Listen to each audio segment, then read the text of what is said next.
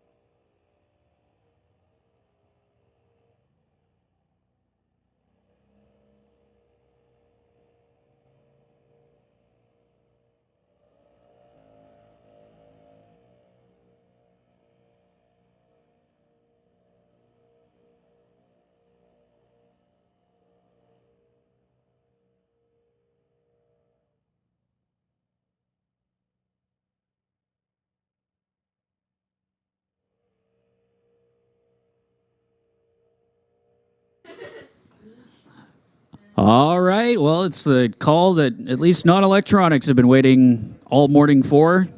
Non-electronics to lanes 3 and 4. Attention in the pits. Attention in the pits. National Tire. Non-electronics. We need you guys to lanes 3 and 4 for your first round of qualifying here on day number 2, the West Coast Outlaw Shootout. Thanks everybody for joining us early this morning. As again, we were in a little bit of a fog delay earlier on, so pushing back the schedule just a tiny bit, as now you can see the fog is dissipated. We can actually see the top end now, which is required, of course, for safety reasons whenever we are running cars down the racetrack. So again, now that the fog is lifted, we're going to move on with the rest of today's program. We have called National Tire Non-Electronics to lanes 3 and 4 for their first round of qualifying this morning for day number 2 of the West Coast Outlaw Shootout here at Mission Raceway Park, the Titanium Strip, presented by the Titanium Auto Group. You can get approved now with good, bad, and even ugly credit. Head to the titaniumautogroup.ca for more information as we get ready for the first class to roll on up to kick off qualifying.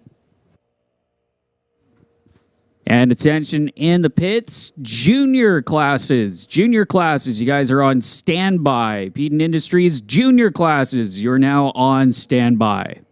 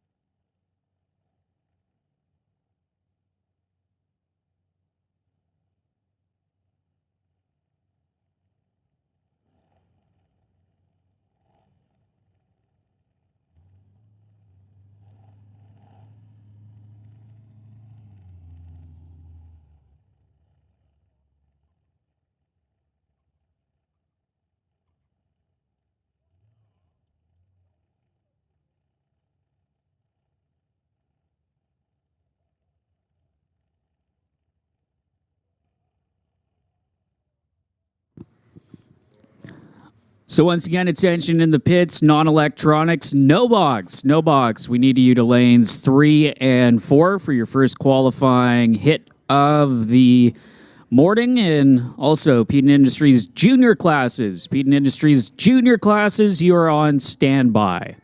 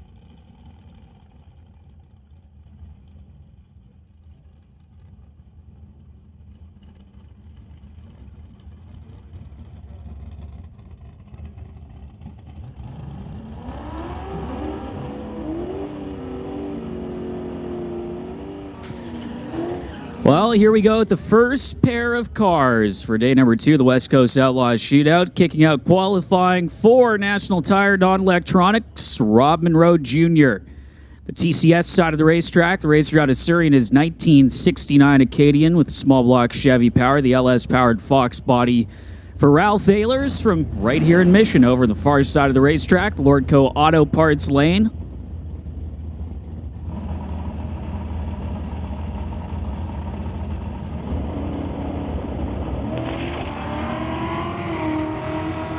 Seaman Rowe kind of chirped the tires with a 009 reaction time, though. 061 light for Ehlers is reaction times helping to set the field for non-electronic qualifying. So trying to take the stab at the tree. 1076 with an 8 at 124 miles an hour for Rob Monroe Jr.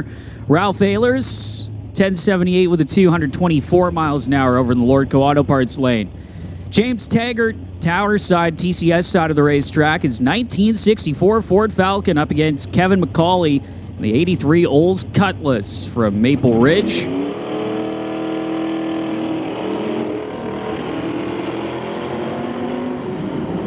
Kevin having to pedal it, but 007 on the tree for the Oldsmobile, one of the regulars out here at Mission Raceway Park. Getting to the stripe first, going to be the Falcon in the TCS side of the racetrack. 1065 with a 625 miles an hour for the Patina machine. It's going to be Bobby Ehlers coming up next. Second half of the Ehlers family team. Saw his dad Ralph up earlier on. Bobby also with the Fox Body Mustang up against the Chevelle over on the far side of the racetrack. Lordco Auto Parks lane. Attention in the pits, Peden Industries Junior classes. Peden Industry Junior classes. We need you guys to the lanes. Peden Industries Junior classes to the lanes.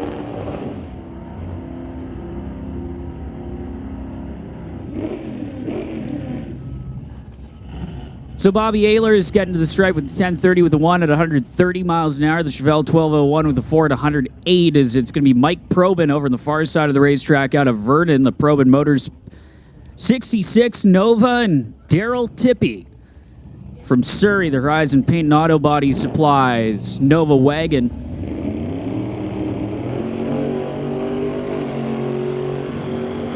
.053 red for Tippy, 225 reaction time for Probin, leaving a little bit to be desired on the line. 961 with a 4 rather, 137 miles an hour for Mike Probin in the Nova from the Okanagan, and Daryl Tippy in 1151 with a 716 miles an hour for the Horizon Paint and Auto Body Supplies. 1965 Chevy Nova wagon, as it's going to be John Tabak coming up next. The Rad Torque Systems S10 up against Rob Monroe Sr., the White Knuckle Racing 31 Model A with that blown small block Chevy.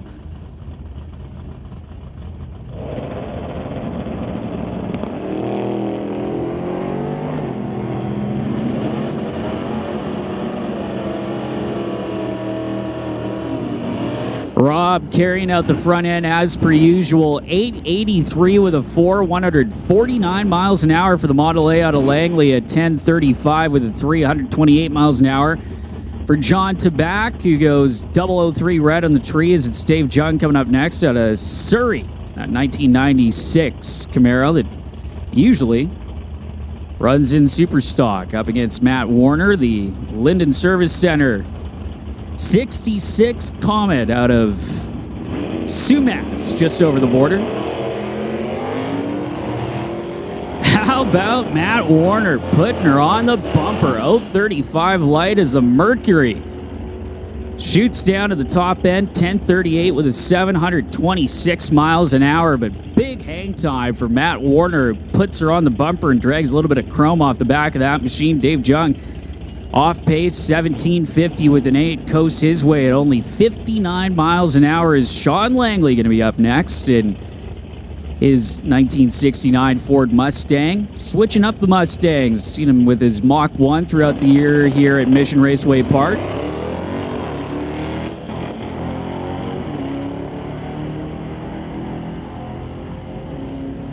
Jamming through the gears, 011 on the tree, and through the top end with 1189 with the 0, 115 miles an hour for Sean Langley.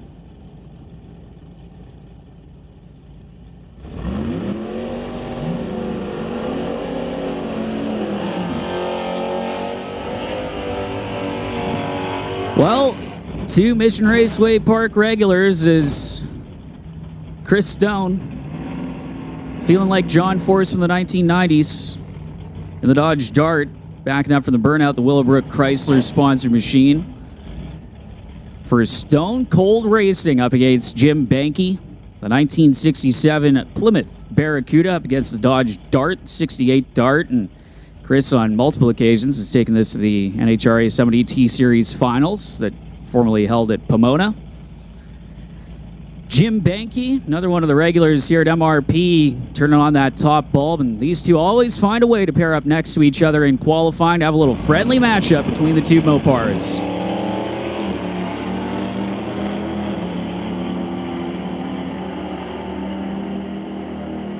Well, Chris has got the bragging rights in the burnout department and the reaction time department and the winning department. 995 with a 7, 132 miles an hour. 992 with a 0 at 132 for Jim Banky. Both racers out of Mission. Jim in the Rad Torque Systems Titanium Auto Group, Bucky's Mini Excavating sponsored Barracuda. And by the looks of things, that is going to wrap up National Tire non-electronic qualifying round number 1. And again, we've called juniors to the lanes, so we are getting ready to roll into their first round of qualifying. So Junior Street going to be up next, kind of a new addition to the world of NHRA 70 T-Series, where if you're, I believe, 13 years of age or older, you can run with parental supervision in the passenger seat, a street legal vehicle, to the 8th mile, and getting ready for our first pair in Junior Street qualifying for Peden Industries. It's going to be Tyler Smith over here in the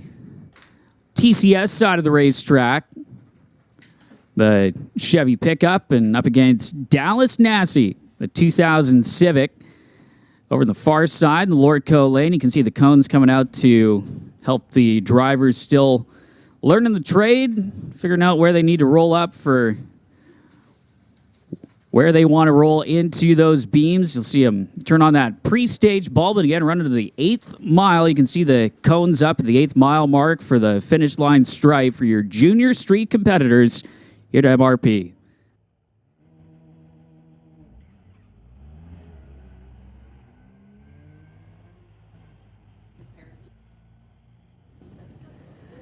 So Dallas Nassy, fortunately, a day and a half early on the tree. 279 red. 063 light for Tyler Smith, and 1153 with a 762 miles an hour. And Dallas, the only one driving a stick in Junior Street. So some extra credit to Dallas. Tyler Smith, 1357 with a 258 miles an hour. And the TCS side of the racetrack is going to be Tara Monroe, that 1994 Blazer, up against Richard Peterson. Attention in the pits, Rad Torque Electronic. You guys are on standby. This is your standby call for all electronic competitors. Is not too shabby in the reaction time department for Richard Peterson. 130 light, gets to the stripe with a 983 with a 1 at 70 miles an hour. The 2020 Silverado, and Tara Monroe in the Blazer, 1130 with a 961 miles an hour for Taryn for the racer out of Surrey. So that looks like it'll wrap up Junior Street qualifying round number 1. We'll get ready to head into the Junior Dragster divisions.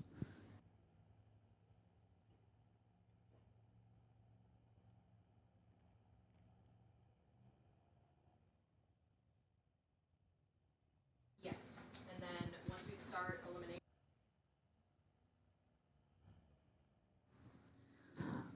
So usually junior categories here in Mission for the Dragster division separated into Junior Thunder and Junior Lightning, kind of combining things for the Junior Shootout this weekend as they wrap up their 2023 racing season this weekend. Then we'll have the Junior Quick 8 coming up a little bit later on in the afternoon for these Junior Dragster drivers to run for some bragging rights and mixing in the two classes with Thunder and Lightning. So they're going to get ready to roll underneath the Lordco Auto Parts Bridge in just a few moments to get things kicked off for Junior Dragster qualifying coming up for day number 2 of the West Coast Outlaw Shootout. And, of course, big day of racing ahead of us with the West Coast Pro Modifieds presented by RaceJack Solutions coming up. Canada West Door Slammer is also on the bill, as well as the rest of our West Coast Outlaw classes with MDA Fabrication Outlaw 275, the Gulf and Fraser Financial Limited Street. Plenty of things on the schedule coming on throughout the rest of the day. Make sure to visit the Pro Shop as well, right across from the Half Track Snack Shack. They've got some of their merchandise, 2023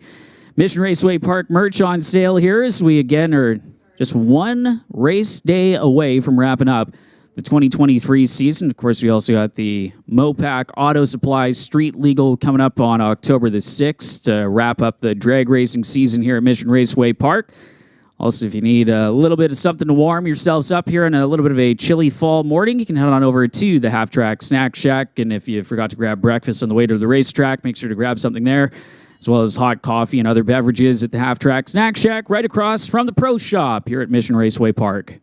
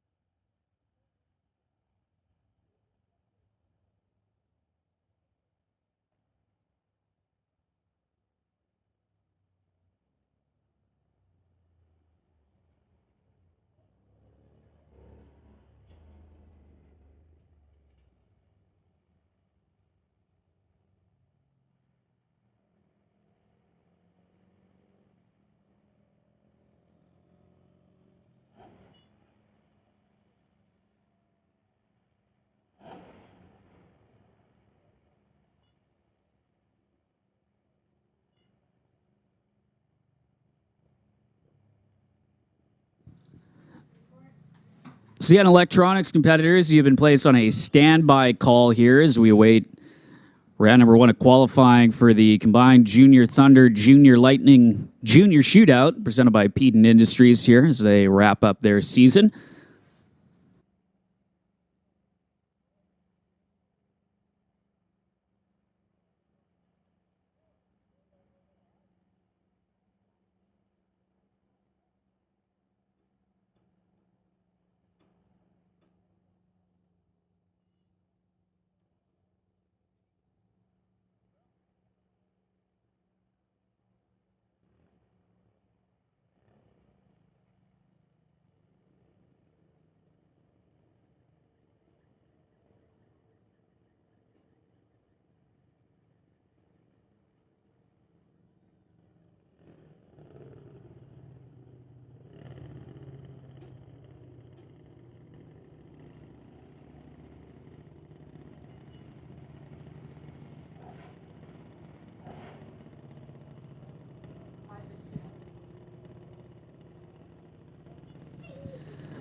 So first pair coming into the water box for, again, the combined junior dragster categories here this weekend. And attention in the pits, electronics. We need you to 5 and 6. Rad Torque Systems Electronics to lanes 5 and 6. Alex Green from Mission, the Global Container Terminals bumper stand. Junior dragster up against Adeline Duda.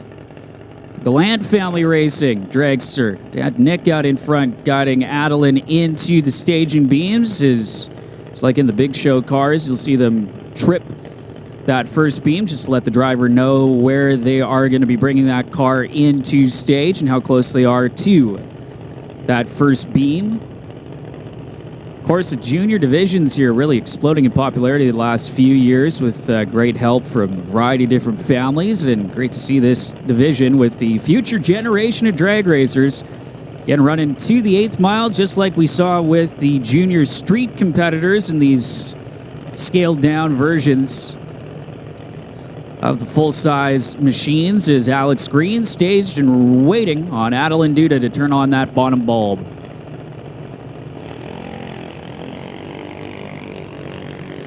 So 053 red for Adeline, 032 light for Alex as they'll race it out to the stripe. Alex going to get there first. 11:33 with a 9, 55 miles an hour. 12:66 with a 7 at 49 miles an hour for Adeline Duda.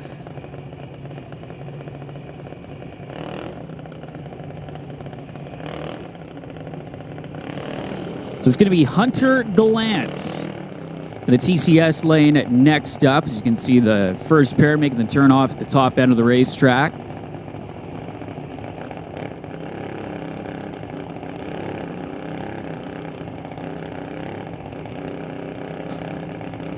Cadence Rodrigue over on the far side of the racetrack, the Lordco Auto Parts lane, and both Hunter and Cadence's dads are going to be going up against each other a little bit later on in Outlaw 275 competition.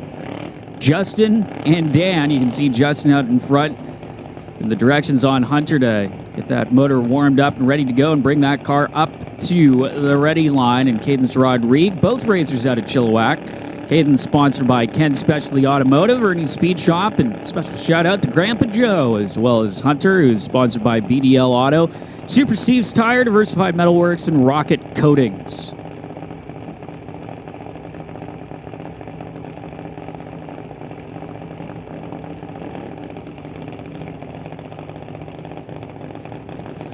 So yeah, the quick 8 going to go into their own little shootout a little bit later on in the afternoon. So a little bit of pressure in qualifying to get a decent elapsed time to make it into that shootout a little bit later on here at Mission Raceway Park. Turning on the top bulb, Hunter Gallant getting ready to bring that machine into the final beam. Turn on the bottom bulb as Cadence Rodrigue brings their machine into the beams.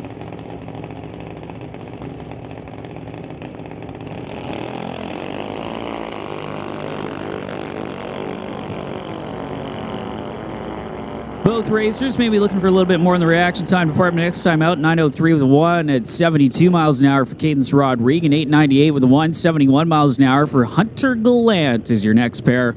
Rolling underneath the Lordco Auto Parts Bridge, and well, at least one of them is one of our junior Lightning competitors, which is going to be the older racers in the category. Lincoln Shirk, the Titanium Auto Group machine.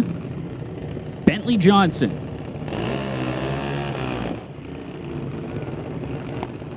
Bentley over there at the far side of the racetrack from right here in Mission. The Lucas Oil Bubba Speed Shop Heatwave machine. Lincoln Shirk, who's, again, regular in this division, is ready to roll out.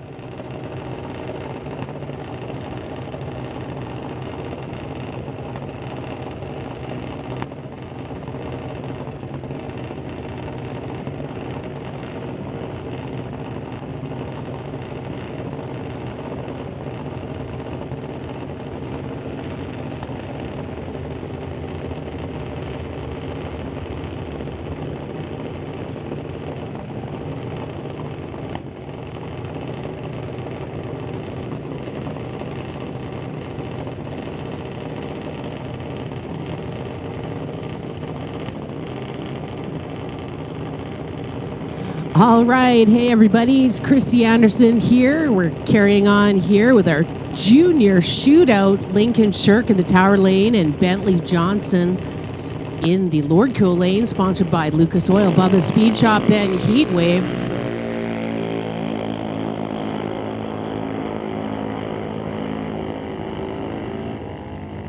Little too quick for Bentley, but Lincoln a 7.82 at 83 and Bentley 8.93 at 74.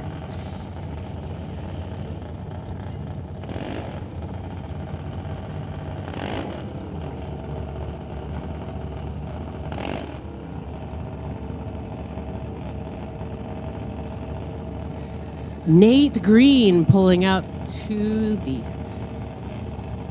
bulbs, sponsored by Global Container Terminals and Bumper Stand. He's going against Owen Armstrong, sponsored by Fountain Tire, Chilliwack, Sea to Sky Law, and Lordco, as well as Badass Garage.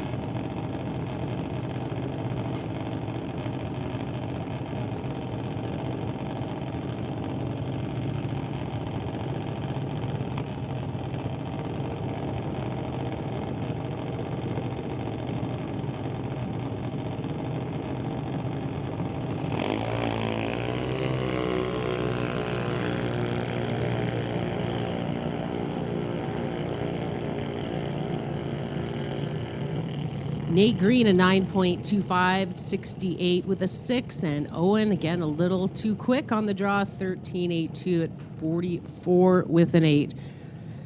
Qualifying round here, the junior shootout. How exciting. Top 8 and qualifying getting their own little shootout a little later. And I know I'm super looking forward to the Junior Banquet tomorrow to congratulate all of our winners in the junior categories. Next up is Jack Green in the Tower Lane, sponsored by Global Container Terminals and Bumper Stand, going against April Bond, sponsored by JBS Equipment.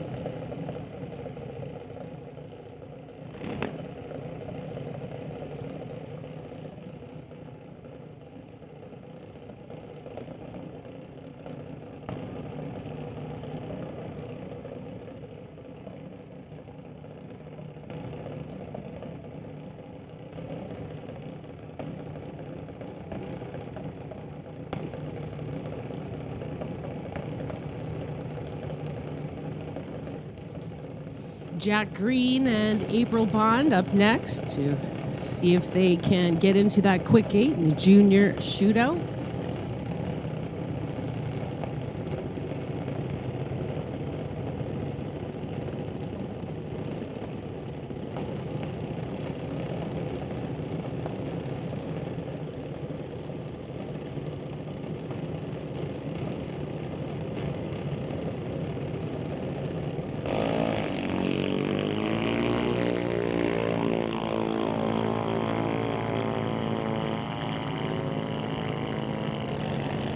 April an 877 at 75 with a 4.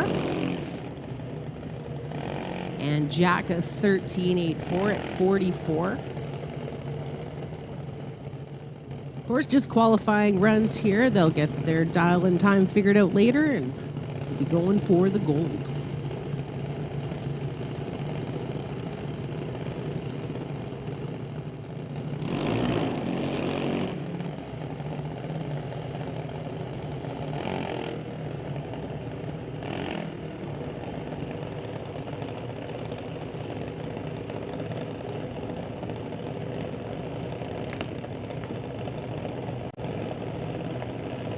Jackson Dew in the Lordco lane in the JBS Equipment sponsored 2009 Boss. Big thanks to Grandpa as well. Is going against Wesley Armstrong, part of the Armstrong Racing team. They're from Chilliwack, sponsored by Fountain Tire Chilliwack, Sea to Sky, Lordco, and Badass Garage.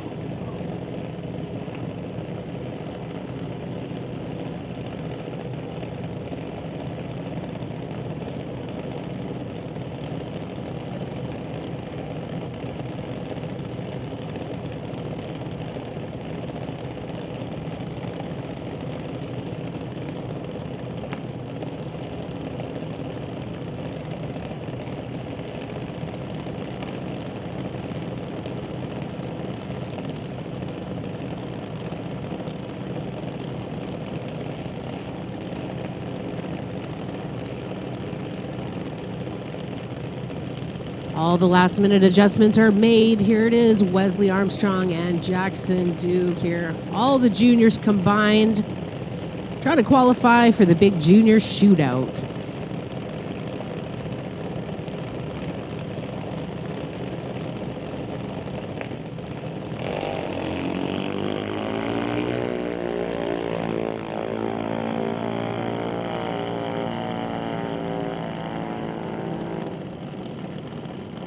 $899.73 with a 5 for Jackson, and Wesley at $11.32 at 56 with a 3.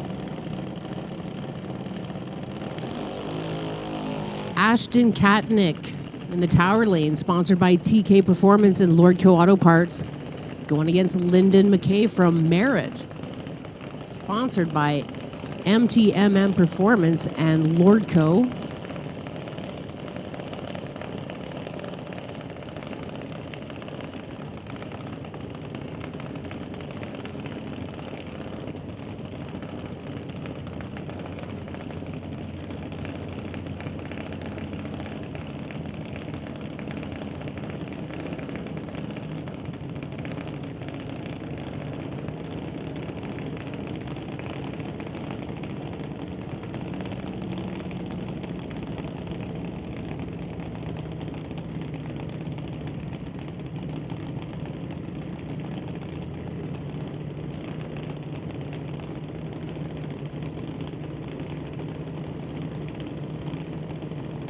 All right, top bulbs are lit. Ashton Katnick, Tower Lane. Lyndon McKay from Merritt in the Lordco lane, qualifying for the junior shootout.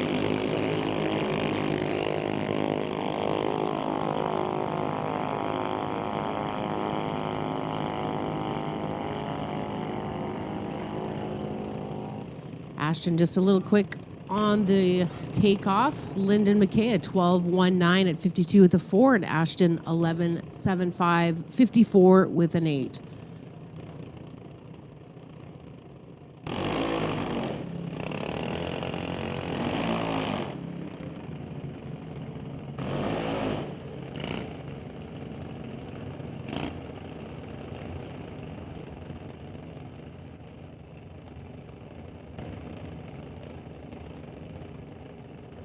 Attention in the pits. Attention in the pits. Can we get non-electronics? You are on standby, and electronics, this is your final call.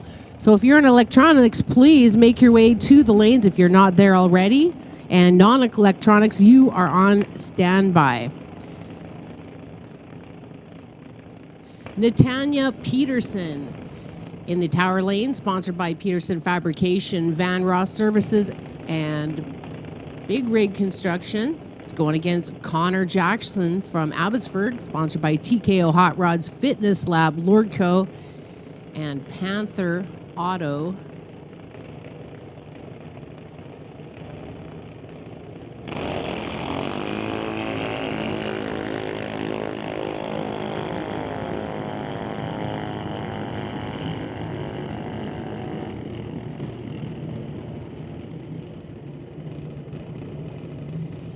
.97, 72 the 2 for Connor Jackson, and Natanya a 12.34, 51 with a 7. Just combining all the juniors there, as we will be doing. One of my junior announcers just walking into the tower right now.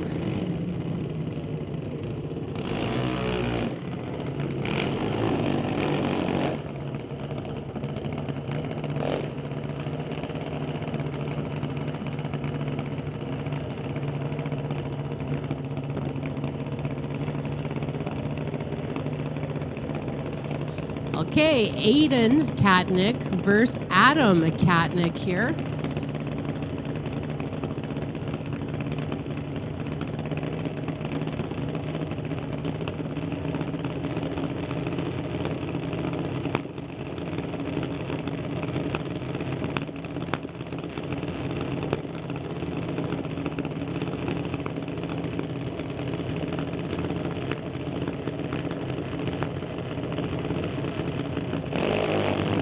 So Adam and Aiden taking off. We think it's Aiden in the Lordco lane, getting the red gremlin, and Adam an 8.78, 74 with a 6. Attention in the pits. Attention in the pits. We have a racer in distress. We need a secondary jack shaft for a junior racer, you guys. If you have one, please go to Isabella Marshall's pit. Now, if you are in the juniors, you can help her out, a secondary jack shaft for the junior dragster. Please head on over to Isabella's pit and help them out. Get her into the shootout.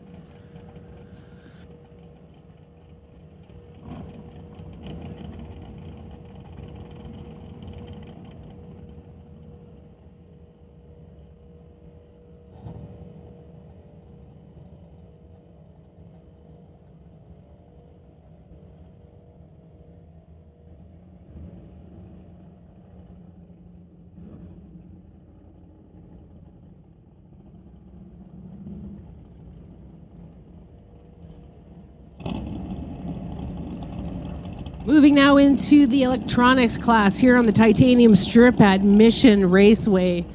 The West Coast Outlaw Shootout, folks. This is it. Last big race of the year. Of course, we do have our street legals hopefully coming up on October the 6th. Your last chance.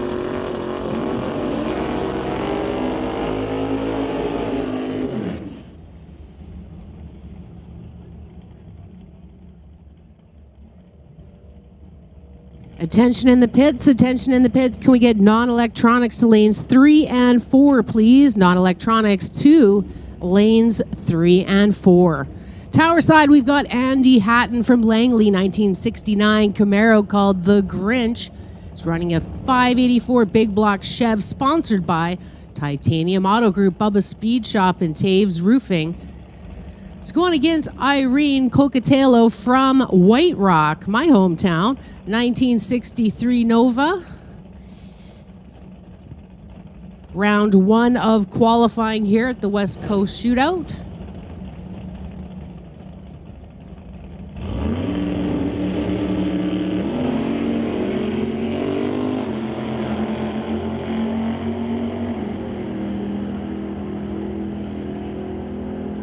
Andy with an 8.26 at 162, and Irene with the red at 10.48, 127. Shout out to everybody out there in the stands. Good to see you, everybody, and hi to everyone on the live stream. Next up, Tyler Keller from Prince George, 1971 Oldsmobile with a 555 big block. It's going against John Tabak from Maple Ridge, 1989 Chevy S10, sponsored by Rad Torque Systems.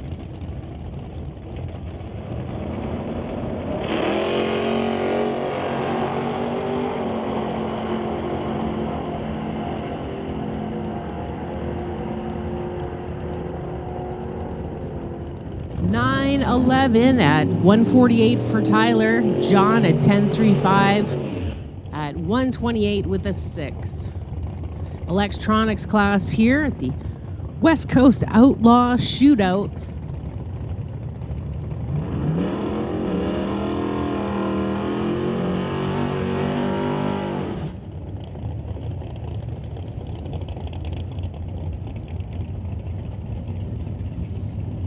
Kevin McNichol in the Tower Lane, the winner of our Race of Champions in Super Pro. He's from Mission, 1967 Nova.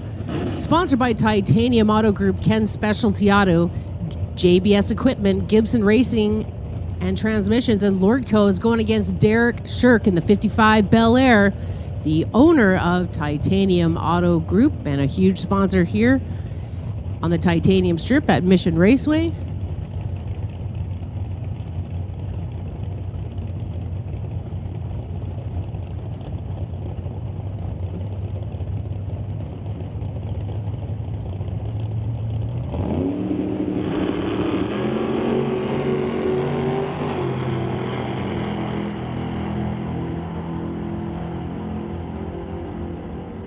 .005 reaction time for Derek Shirk, a 7.79 at 170 with a 3.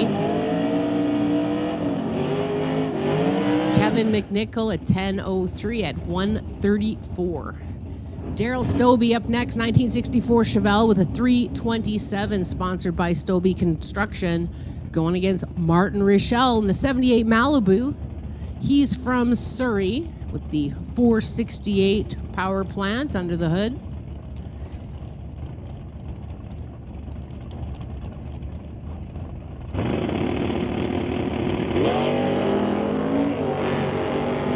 Way up in the air for Daryl.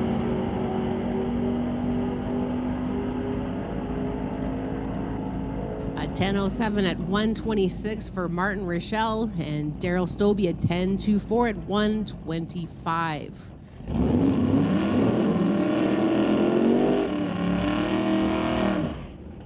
Non-electronics, you should be in lanes 3 or 4, and if you are not, please make your way there now. Non-electronics to lanes 3 and 4. Brad Vingy in the 68 Camaro Tower Side, sponsored by B&C Racing. It's going against Warren Jacobson from Mission in the 67 Chevy 2.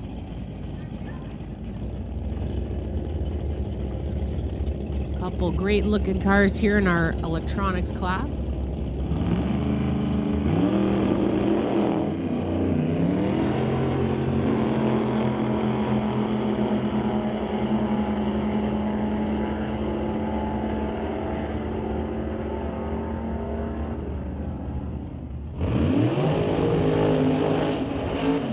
That was watching Brad saying that looks like a super combo move, and indeed he is in super combo class as well. A 10-11 for Brad Vinci. Warren a 10-8-2 at 136.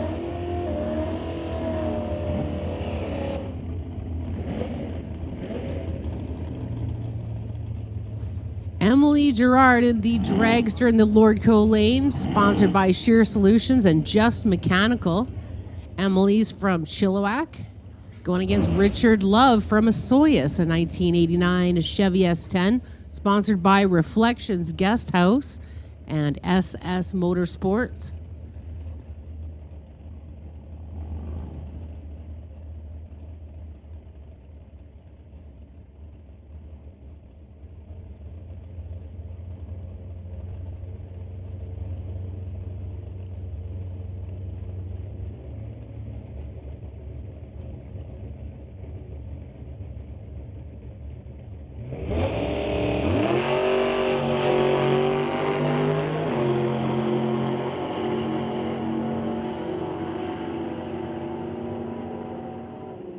Emily Gerard, a 7.41 at 180 with the 2. Wow. And Richard Love, a 10.64 at 124. Great racing here in electronics class, the West Coast Outlaw Shootout. Be sure you check out the West Coast Outlaw tent there. I saw some pretty cool t-shirts. I know that I have my Pro Mod hoodie. And you know, also the Pro Shop's got some pretty sweet deals in there if you head on in there.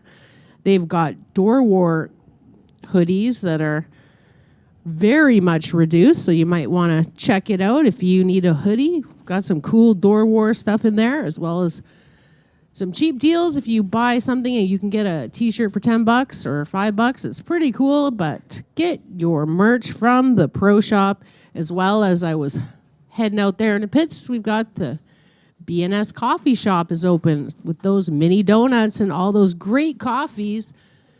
Iced coffee, which I don't know, maybe you want an iced coffee. But they've got some hot coffee, and it's got whipped cream all on the top. Every type of coffee you could imagine. I'm not a coffee drinker, so I can't get into details. I don't understand you coffee drinkers, but it's all good. Get yourself a coffee, BS Coffee Shop, and get yourself some mini donuts.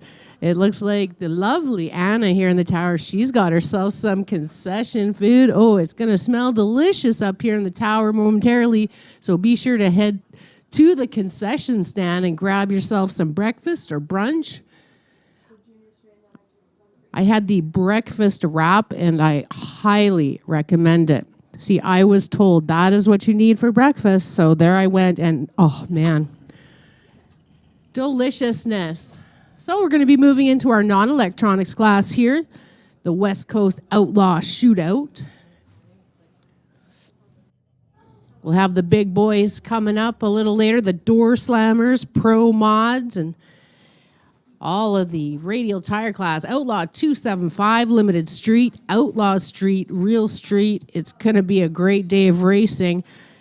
A balmy 13.6 degrees Celsius now. But the weather forecast says it's going to be a beautiful day a little bit later.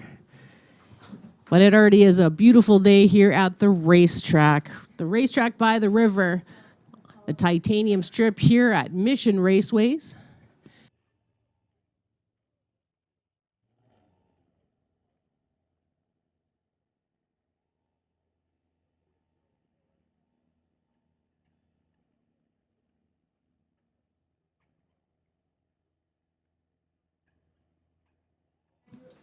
All right, I was just informed that right behind the grandstand here on the tower side in the motorcycle lane, they've got all their motorcycles and tents set up. They actually have some candy for the kids. So if you're a little kid and you want to go and say hi to the motorcycle people, the motorcycle riders, and they are very friendly, I must say. Head on down there, say hi, and get yourself a piece of candy. I might have to head on down there too.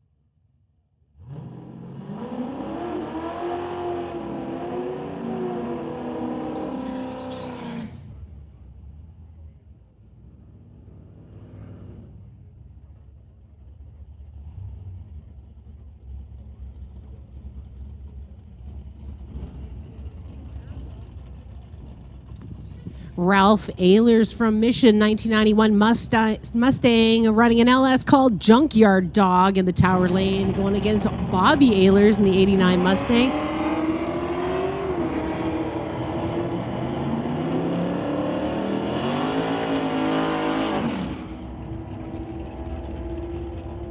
A 10.29 for Bobby at 130 with a 7, and Ralph a 10.80 at 123. Kevin McCauley in the Tower Lane, 1983 Cutlass called Old School, going against the SD Performance Gibson Racing Transmission Horizon Payton Auto Body 69 Acadian. Rob Monroe Sr. in the Lordco Lane. Non-electronics, sponsored by National Tire.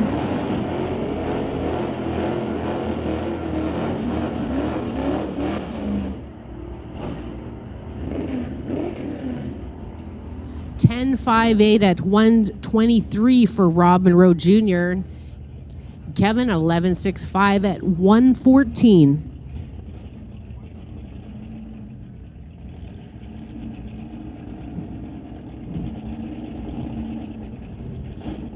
Cassie Tippy in the 65 Nova Wagon, going against Sean Langley in the 69 Mach 1 Mustang, sponsored by, well, actually it's called Waldo. 2022 Pacific Raceway Sportsman Champ. And look at that, a 11.61 versus 11.60. Wow. Hope to see those guys line up again a little later.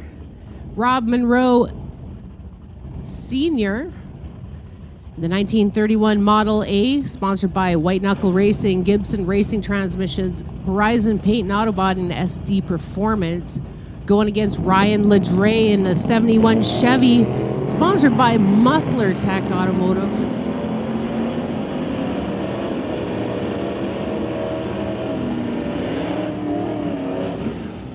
Rob with an 8.86 and Ryan at 12.33. Attention in the pits. Attention in the pits. Can we get Junior Dragsters and Junior Street to the lanes, please? Junior Dragsters and Junior Street to the lanes. Here we have Matt Warner, sponsored by Linden Service Center from Sumas, Washington in the Tower Lane, going against Dave Jung. The 96 Camaro way up in the air for Matt Warner.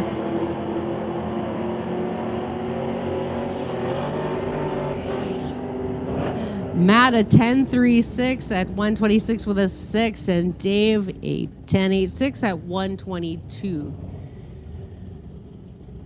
John Tabak, sponsored by Rad Torque Systems, the 1989 Chevy S10. Solo pass for him here.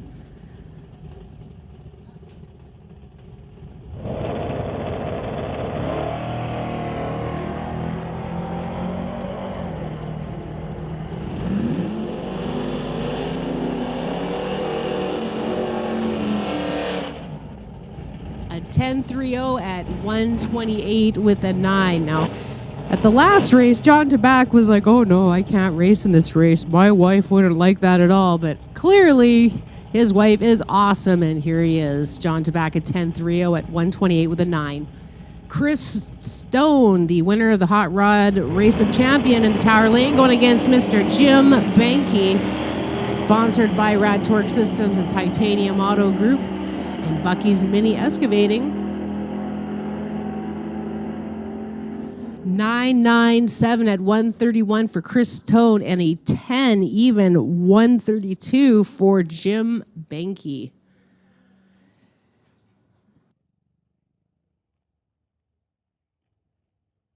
Attention in the pits, Junior Dragsters and Junior Street. Please make your way to the lanes. Junior Dragster and Junior Street to the lanes, please.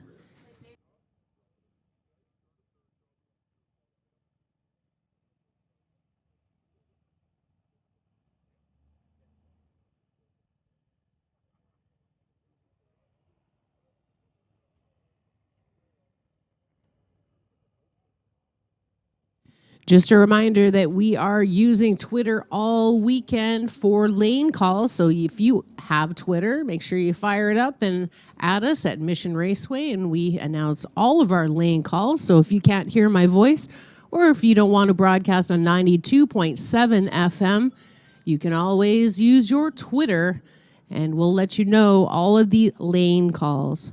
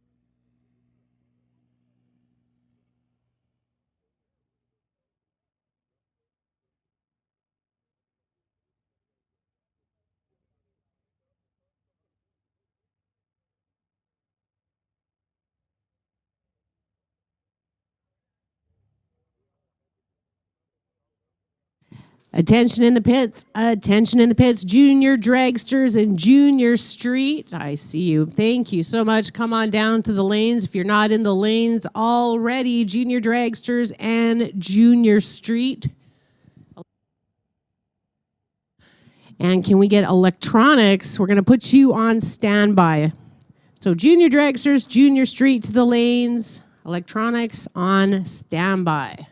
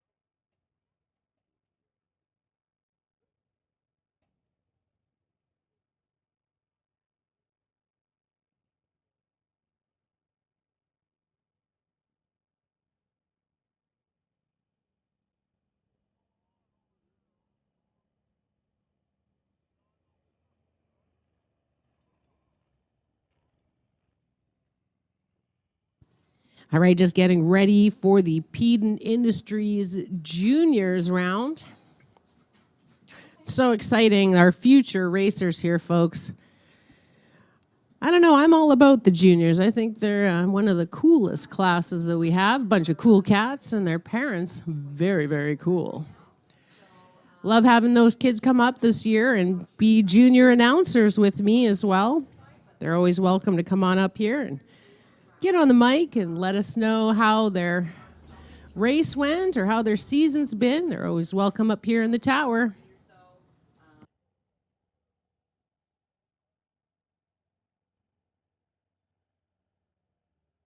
Also looking forward to the junior banquet tomorrow to celebrate all of our juniors.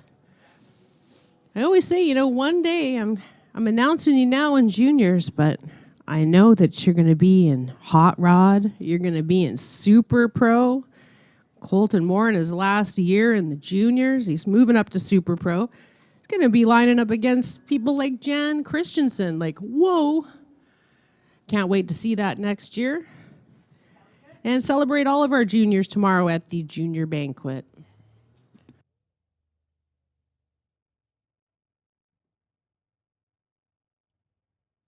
starting with Junior Street.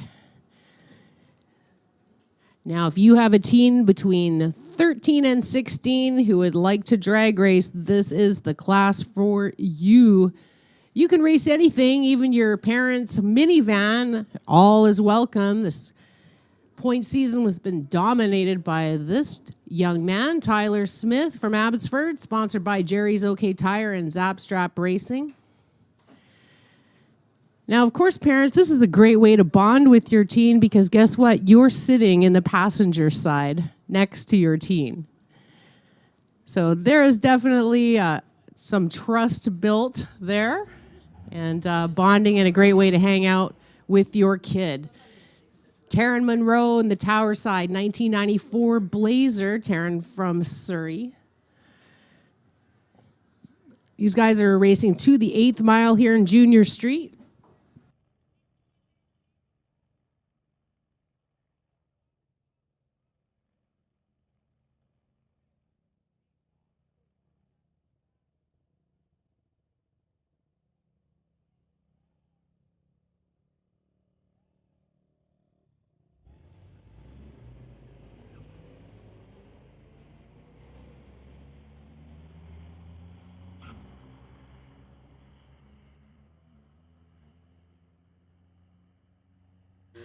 $11.24 at 61 with a 7 for Taryn, and Tyler at $12.32 at 62 with a 4.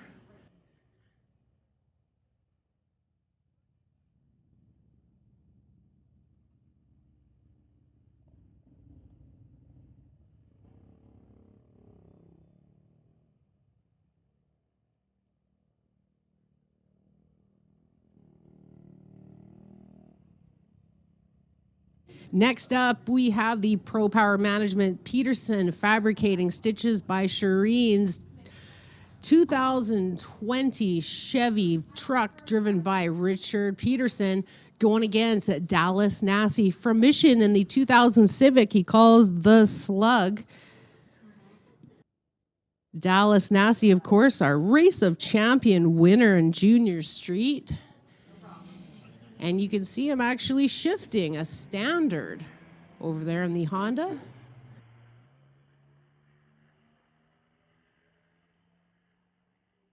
$9.91, 69 with a 5 for Richard. Richard from Grand Prairie, Alberta. Dallas in 11.31 at 63 with a 4.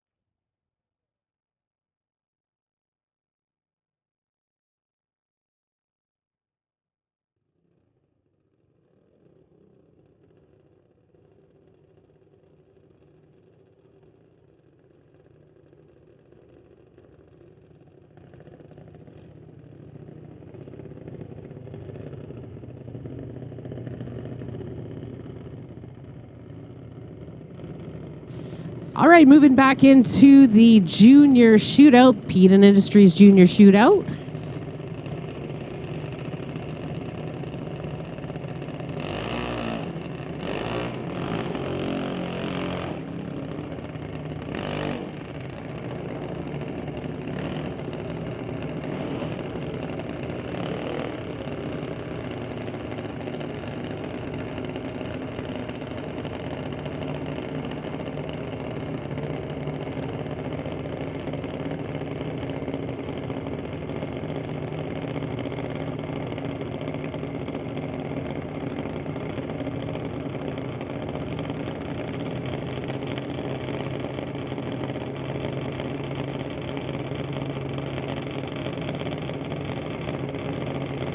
All right, next up here, we've got Benton Johnson from Mission, sponsored by Lucas Oil, Bubba's Speed Shop, and Heatwave, going against Hunter Gallant from Chilliwack in the Lordco lane.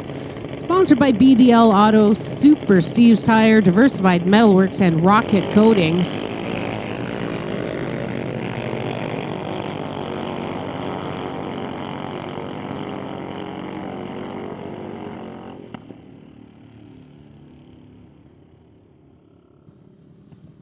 Bentley an 895 at 73 with a 3 Hunter Glant, a 907 at 69.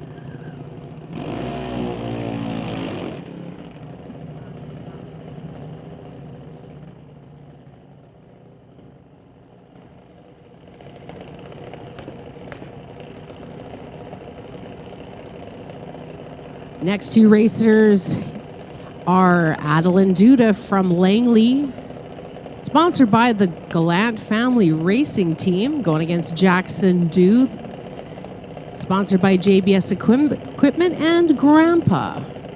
Racing to the 8th mile here, qualifying for the junior shootout.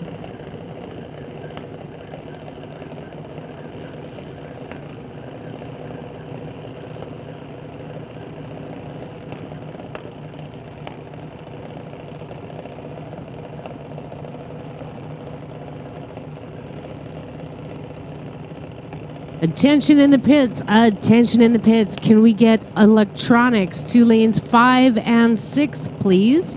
Electronics to lanes 5 and 6. And door slammers, you are on standby. Electronics to lanes 5 and 6. And door slammers, you are on standby, please.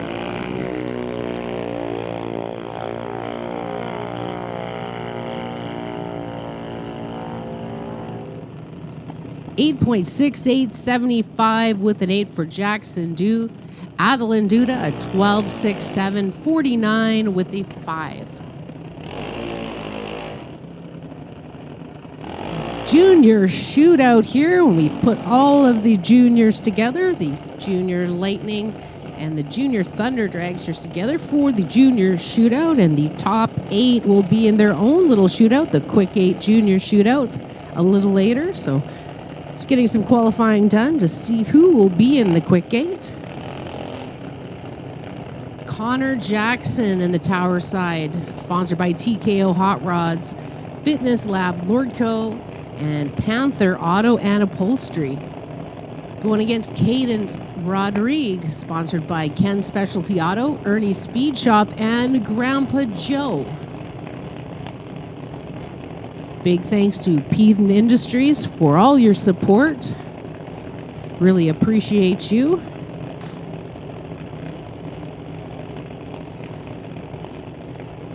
Connor Jackson and Cadence Rodrigue.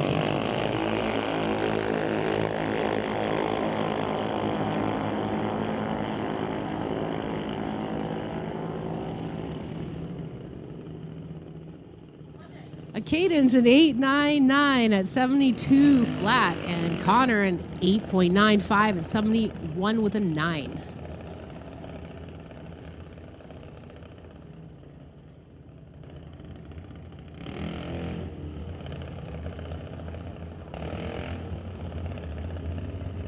Junior classes are so exciting. Here comes Alex Green in the Lordco lane.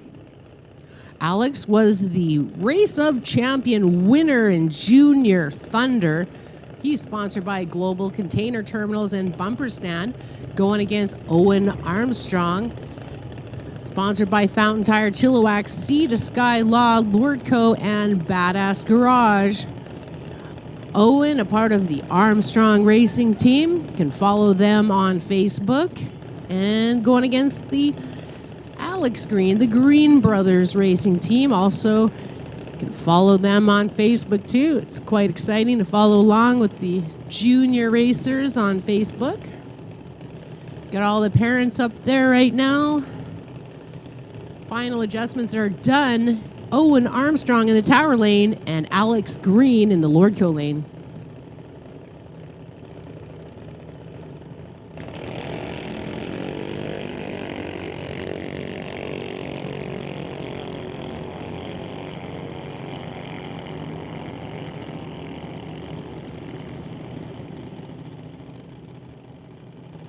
Owen a 13.98.44 with a 3. Alex Green 11.37.55 with a 6. Next up, Nate Green. From Mission, sponsored by Global Container Terminals and Bumper Stand.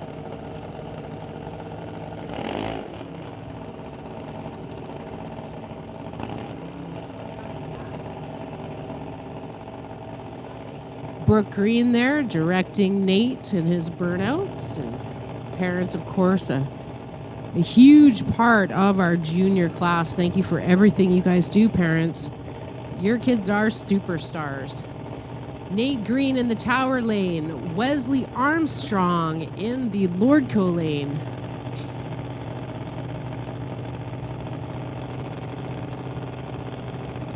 Qualifying round 2 in the junior shootout.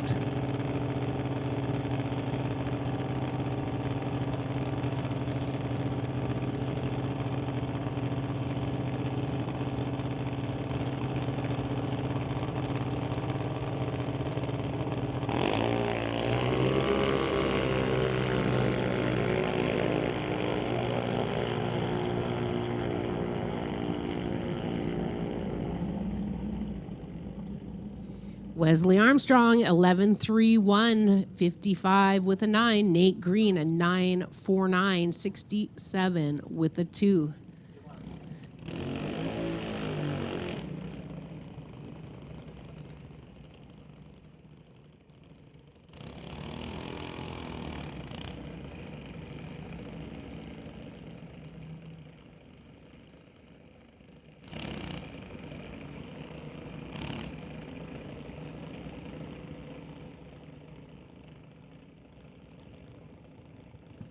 Jack Green, Tower lane. Part of the Green Brothers Racing Team, sponsored by Global Container Terminals and Bumper Stand, going against Ashton Katnick, sponsored by TK Performance and Lordco Auto Parts. Ashton in the Lordco lane.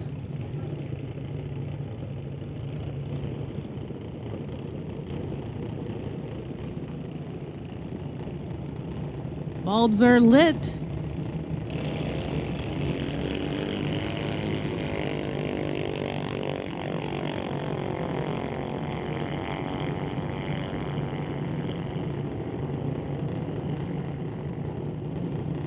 Ashton, 11.75 at 55 even, and Jack Green, a 13.74 at 45 even.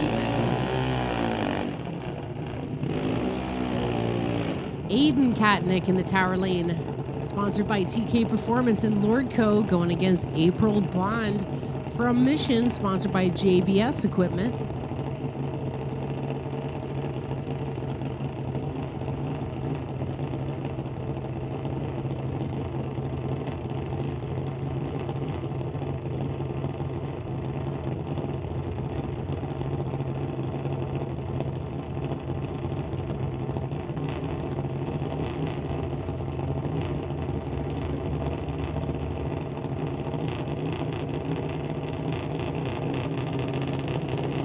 Qualifying round 2 here in the junior shootout, sponsored by Peden Industries. The West Coast Outlaw Shootout here on the Titanium Strip at Mission Raceway.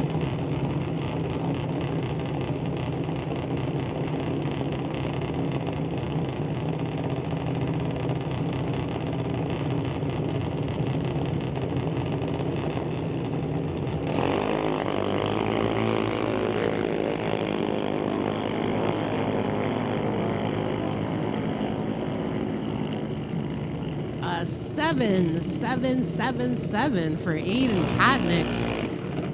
April, an 8.62.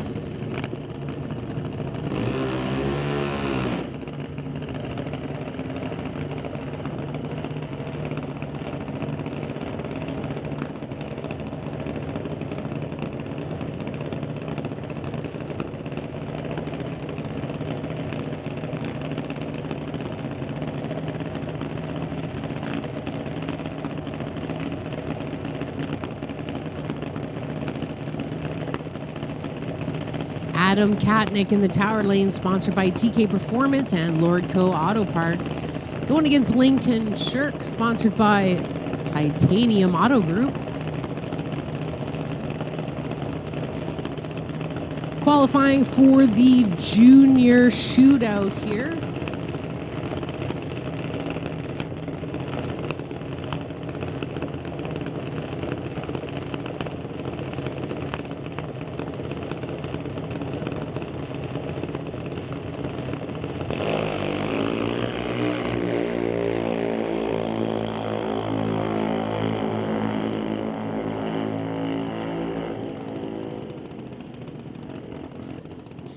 .881 for Lincoln Shirk and Adam 8777.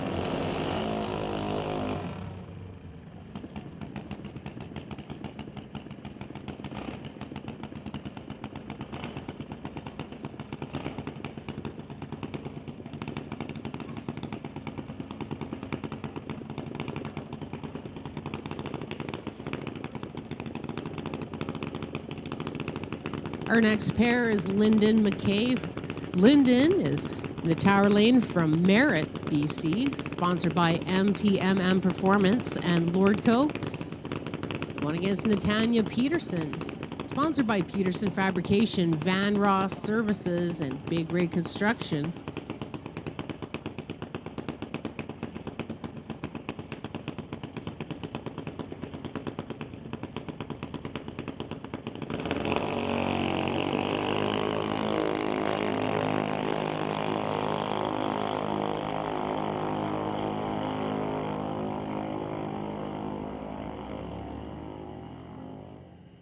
Lyndon McKay in 11.96.53 with a 7, and Natanya 12.35 at 51 with a 5.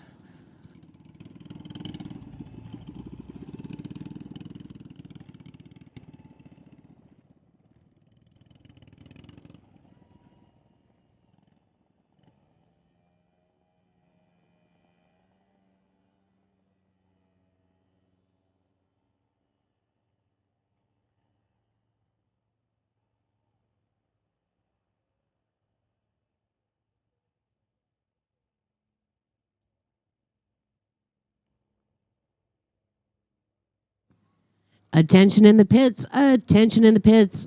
Electronics, you should be in lanes 5 and 6. If you're not, kindly make your way down to lanes 5 and 6.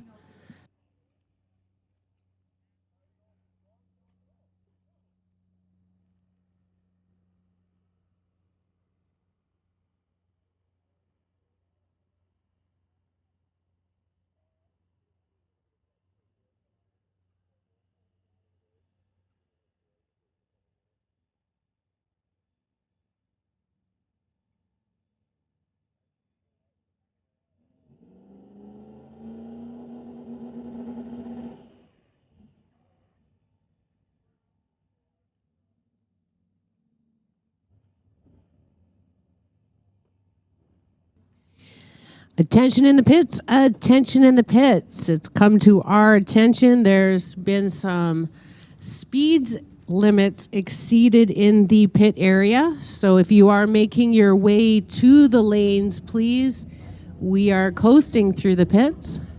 Our race is on the racetrack, not in the pit lanes. So again, kindly respect the speed limits of the Titanium Strip here at Mission Raceway and coast your way through on your way to the lanes, please.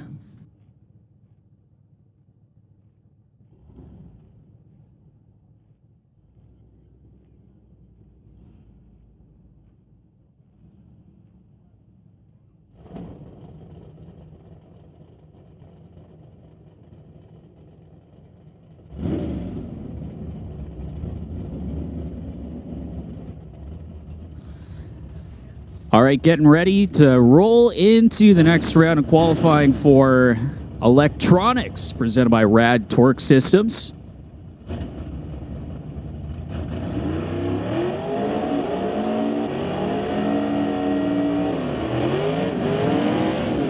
Daryl Stobie from Abbotsford is 64 Chevelle in the TCS side of the racetrack. Daryl also runs that car in the stock super stock combo as well in super stock. NHRA Lucas Oil Sportsman Series up against Tyler Keller. His 1971 Oldsmobile over on the far side of the racetrack, the Lordco Auto Parts lane, the big old Cutlass. Getting ready to go down the Lordco lane.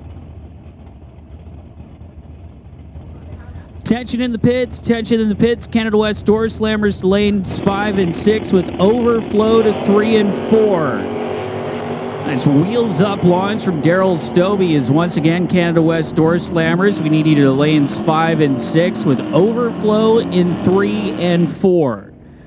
Daryl Stobie 1022 with a 425 miles an hour in the Chevelle. The Oldsmobile 911 with a 549 miles an hour for Tyler Keller is Martin Rochelle out of Surrey is 78 Malibu up against Brad Vingy and his 68 Camaro, 2 regulars out here at Mission Raceway Park in NHRA Summit T Series action. Getting ready to bring both of their cars into the beams here again in electronics. Brought to us this weekend by Rad Torque Systems.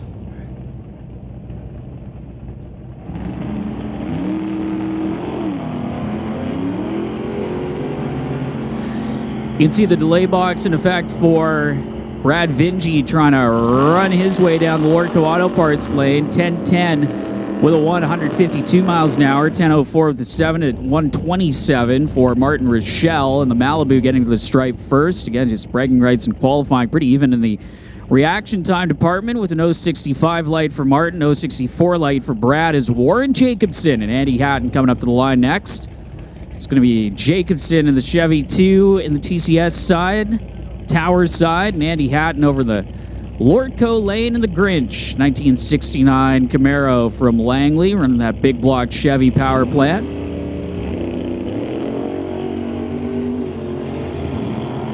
See again the delay box kicking in. How about Andy Hatton, though? Perfect on the tree. Trip zip reaction time for Andy Hatton, and he's going to get to the stripe with an 823 with an 162 miles an hour, but tattoos the tree for Hatton. Jacobson 015 light, looked like he was slow on the tree with Hatton's reaction time, gets to the stripe with a 1082 with a 0 at 137 miles an hour as Jacobson trying to hunt down that super street index of a 1090 is Irene Cocatello from White Rock. TCS lane, her 63 Nova up against Kevin McNichol.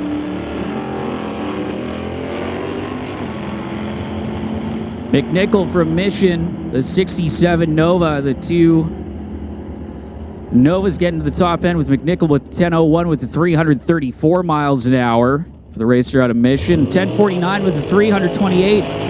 For Irene Cocatello is Emily Gerard, completes the burnout in the Rad Torque Systems machine.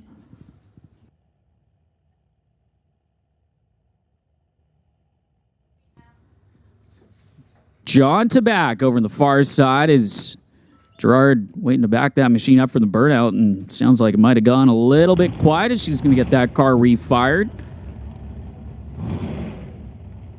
Gerard getting ready to back that car up, still trying to get it to stay running, and she's going to now engage reverse from the burnout is John Tabak. Over there in the little S10, the 1989 Chevy S10, also for Rad Torque Systems. Tabak getting ready to bring that machine up to the line, and Emily Gerard, former winner of Door Wars in Rad Torque Systems Electronics. Another regular here at Mission Raceway Park, graduate from the junior divisions for Peden Industries, showing the step up in progression. Some of these racers, and already very experienced driver in her young drag racing career. She gets guided up to the staging beams. You see John waited for Emily to back up from the burnout, as often the teams communicating between the two if they've got a little bit of a different start line procedure. As you can see Emily on the handbrake trying to bump in her machine over here in the TCS lane to back the Lordco lane. Double dipping in non-electronic and electronic.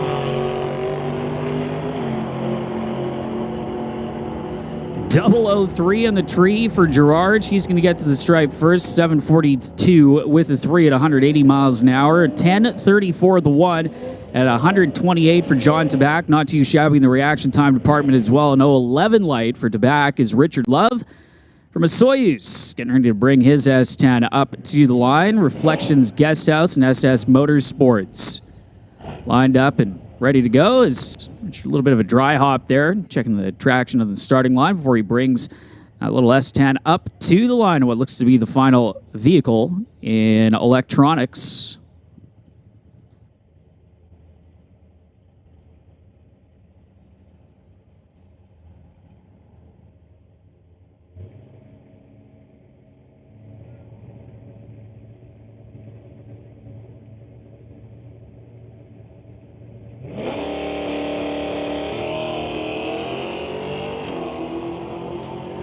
So Richard Love, 055 light, the TCS side of the racetrack, as he's got the solo down to the traps, 1069 with a 923 miles an hour. So tractors are going to come out. We're going to do a little bit of track prep and get ready for round number 1 of qualifying for Canada West Door Slammers. Again, Door Slammers, we need you in the lanes in 5 and 6 with Overflow in 3 and 4.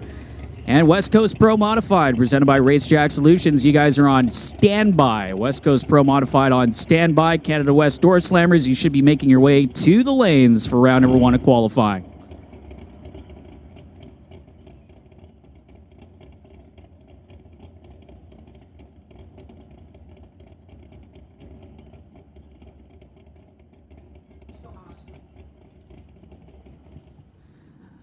Also, if anybody wants a little bit of photos, some headshots, some professional headshots done, Les Puchala is set up in the top floor of the timing tower.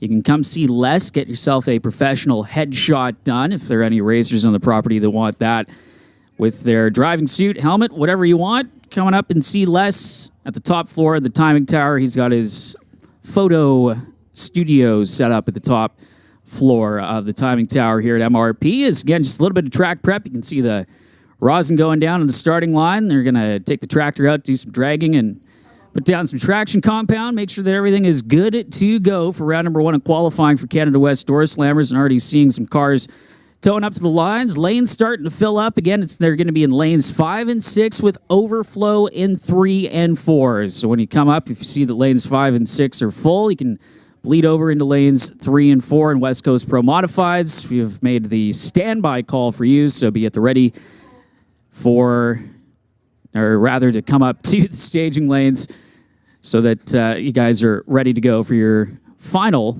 qualifying session.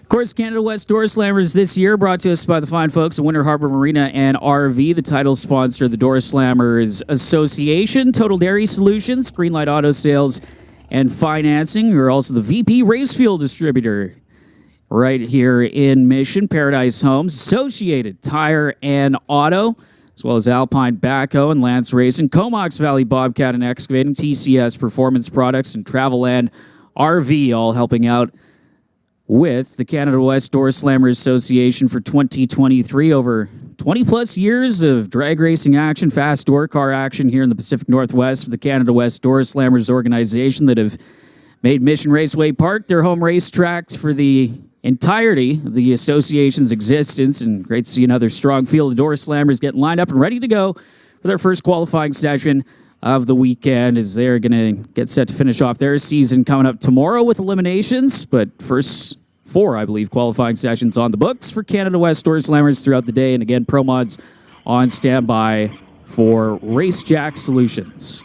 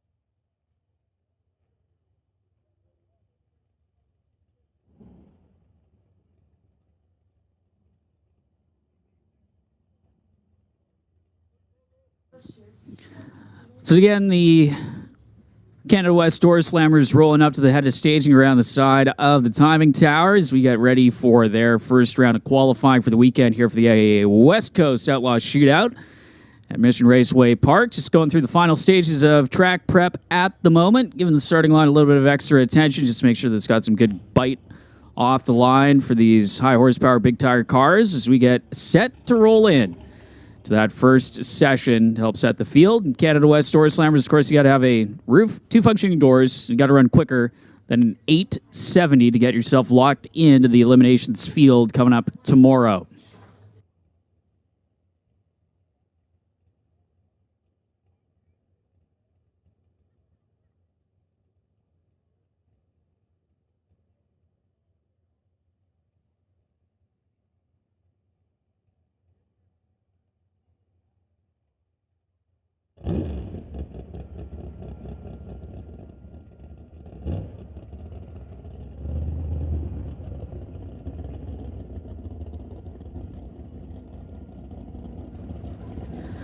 So here comes the first pair underneath the Lordco Auto Parts Bridge. This is going to be Mike Kenworthy from Arlington, Washington. His 1992 Pontiac Firebird up against Brad Powell, another Washington State racer, in that 67 Chevelle over on the far side of the racetrack, the Lordco lane.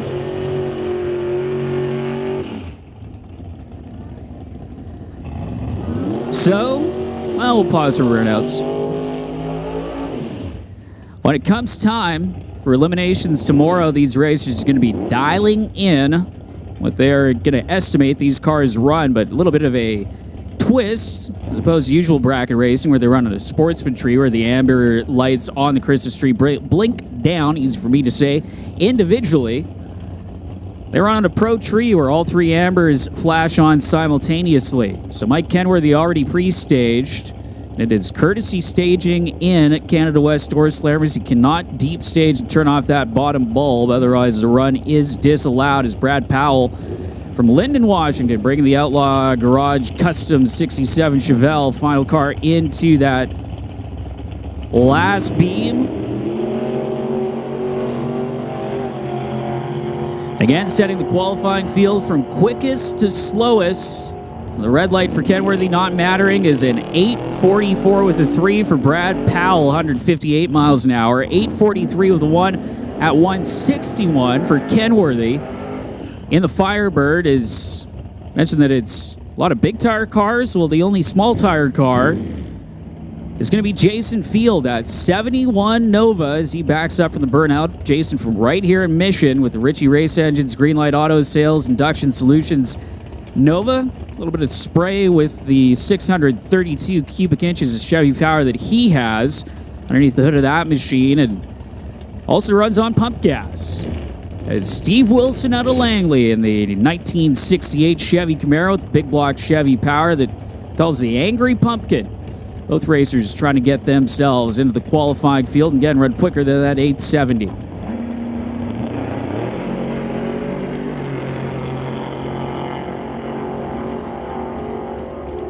Field leaving the line first, gets to the finish line first, 825 with a 7, 165, 813 with a 6 at 168 for Steve Wilson. So Wilson, the quicker elapsed time, better mile an hour, 813 with a 6, 168, and 825 at 165 for Jason Field. Both racers going quicker than the 870. Both racers locked in, and we're going to try and take a swing at things now that they can play around in the elapsed time department and see just how low they can go in the next few rounds of qualifying. The pressure off, then getting quicker than that 870.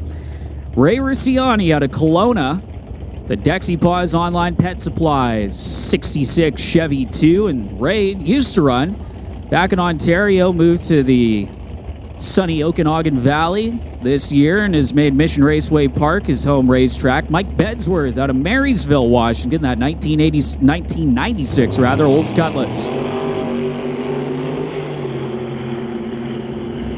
How about those reaction times? 003 in the Lordco lane, 008 in the TCS side of the racetrack, 705 with a 2, 192 for Mike Bedsworth, as Ray Rusciani The Chevy 2 runs it through to an 822 with the 2, 164 miles an hour, as it is going to be Lane Woolley out of Langley, that 1970 Duster, fittingly with 678 cubic inches of Hemi power for Bucky's Mini Excavating, driving that car for the Marcus family. And Howie Winklehorst from Abbotsford, his 55 Chevy Bel Air, the Howie's equipment service machine that used to be piloted by, and will come to me in a second, Henry Zacharias. Still early. 195 light for Woolley. He's going to get to the stripe first. 767 with the 278 miles an hour. 826 with the 9 at 160 for Howie Winklehorst in that 55 Chevy. And Henry Zacharias' old race car is pulling into the water box next. Dave Warren, the Blue Max 62 Bel Air, getting ready to back up for the burnout. Mark Schuppener. Schuppener, the 95 Lumina in the Lordco lane.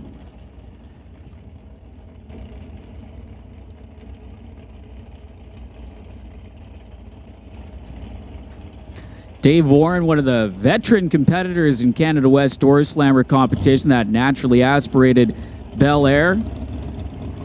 This will make the call for West Coast Pro Modifieds. West Coast Pro Modifieds, lanes 5 and 6. West Coast Pro Modified, lanes 5 and 6. MDA Fabrication, Outlaw 275. You guys are on standby. Outlaw 275 on standby. West Coast Pro Modifieds for your final qualifying session. We need you to lanes 5 and 6. So Warren and Schuppener. Schuppener, the Pendozzi machine, Wix Filters Federal Mogul sponsored machine. Tripping on that pre-stage bulb is waiting to bump in. Warren staging first, the TCS side of the racetrack. Schuppener now in. Warren just blows the tires off the back of that machine at pretty much the hit of the throttle. 829 with a 664 miles an hour for Mark Schuppener over in the Lordco lane. And Dave Warren going to have to come back in round number 2 qualifying and try and run quicker than that 870, 1777, coasting his way down the TCS lane.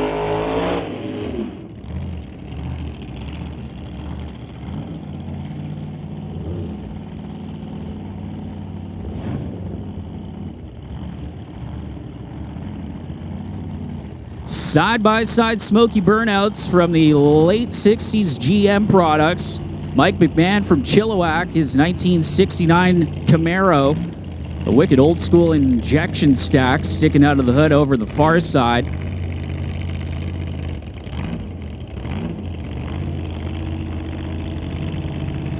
A wild supercharged GTO, the 69 GTO backing up from the burnout.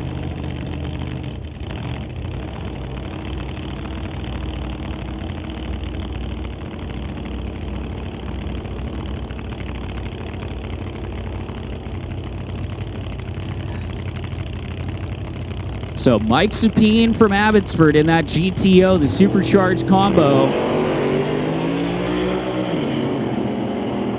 Mike had that thing driving towards the center line, able to guide it back into the center of the racetrack, right in the groove. 740 with a 0, 186 miles an hour for the GTO, and 877 with a 0 at 155 for Mike McMahon, who's got to pick up 700s to get himself into the field. Here is Henry Zacharias, his 1953 Corvette, and Terry Langdon Davies, the 41 Willys. Iconic car with the Canada West Door Slammers is Henry Zacharias, who we mentioned used to have that 55 Chevy, now piloted by Howie Winklehorst. Got this car off of John DeYoung from the Artex Racing Stable. He is guided into the staging beams, and of course, the Zacharias camp behind Winter Harbor Marina and RV as well, helping out as a title sponsor with Canada West Door Slammers. Terry Langdon Davies, the Langdon Davies concrete machine out of Yarrow, and that 41 Willys trying to get into the 7-second zone, but flirting with it all weekend. As, whoa, hang on to her, Henry. Henry Zacharias See, that thing went about 60 feet and then started spinning the tires and made a dead right turn. Henry, though, did a good job to keep it back in his lane. 808 with a 165 miles an hour, as you can see the starting line crew taking a look down there and making sure that everything is good to go starting line-wise as Winklehorse coasts his way down the racetrack, just as a matter of record at 27:03, only 35 miles an hour.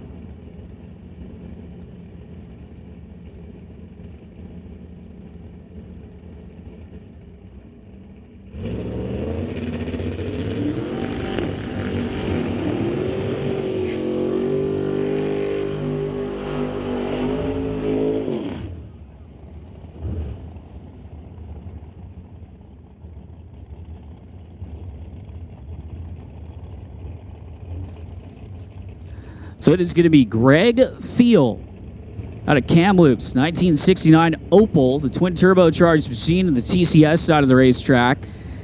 He's going to go up against Brian Ritchie out of Coquitlam, the Ritchie Racing Engines Greenlight Auto Sales 68 Chevelle. And Brian, of course, building his own motors. The man behind Ritchie Race Engines, 632 cubic inches of naturally aspirated Chevy power. And Greg Feel, that twin turbocharged Opel, which is hard to believe that is actually an extended wheelbase on that thing. Of course, in the late 60s in AA gas supercharged action, the Opel GT actually got put into use by a few different competitors as a follow-up to the Opel Kadett. And Feel has got this thing deep into the 640s earlier on in the weekend in test and tune action last night.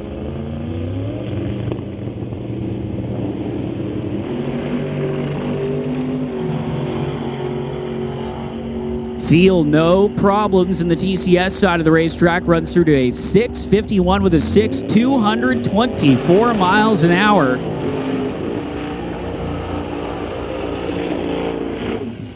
And Greg Feel going to be your new #1 qualifier in Canada West Door Slammers. So Feel with that 6:51 with a 224 for the racer out of Kamloops, the Active Care Auto, Jubilee RV, Acumen Machine, Total Turbo Opel. And Brian Ritchie, 791 with a 570 miles an hour for the Chevelle is Terry Shaflita. The Lordco lane backing up for the burnout, that 1997 Pontiac Firebird. Terry having a hand in building his own motors, that high revving machine backing up from the burnout. He's going to be going through the gears with the 5-speed, 500 cubic inch GM product. Power plant underneath the hood of Shaflita's Firebird is Mark Thompson, the Marvel Racing 54 Studebaker. And the TCS side of the racetrack, Mark out of Vernon now. Going to shout out to Vernon Recreational Products. Terry Shaflita, the bow tie refinishing Pontiac Firebird. His crew makes the final adjustment of the wheelie bars in the back of the Firebird. And Mark Thompson has got that pre-stage bulb lit, waiting on Shaflita to go through the final few phases of the starting line procedure down there with the Firebird as he's going to get brought up to the line. An engine that kind of traces his lineage back into NHRA Pro stock. Of course, the Pontiac Firebird, very popular body style in mid to late 90s Pro stock action with the NHRA. Shaflita turns on the bottom bulb. Here comes Thompson as we get ready for another pair.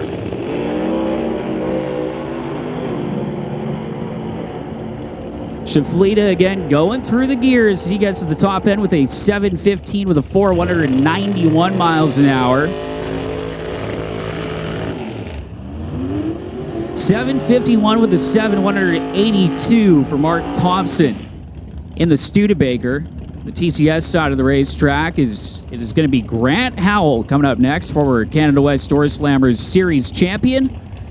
His 37 Chevy Sunset Race Engines power plant going the naturally aspirated route. And Paul Soares over in the Lordco lane. Soares, the 95 Pontiac Monster Soares Transport. Come to us out of Terrace from up north. Making the long tow down to race here this weekend with the Canada West Door Slammers.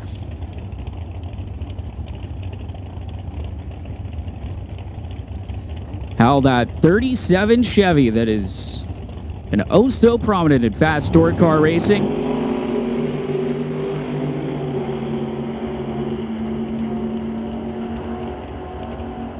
on the reaction time department. How about Paul Soares with the 002 light, 775 with a 0174 for Howell, gets him to the stripe first, 793 with a 171 for Paul Soares. And your next pair, it's going to be Jay Severson, the 2008 Dodge Dakota, out of the JS Power Sports fleet. He's going to face off against Grant Clone, that 1967 Fairlane that he has had since high school. The car that is actually insured and street legal, and yeah, Grant does drive it around Victoria on the island. So he gets ready to turn on that bottom bulb.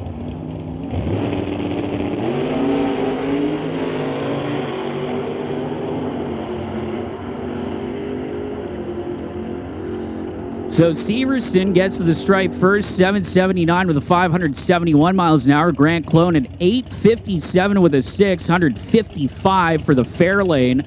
And the Lordco Auto Parts lane, as it's going to be Rod Leclerc rolling into the water box next.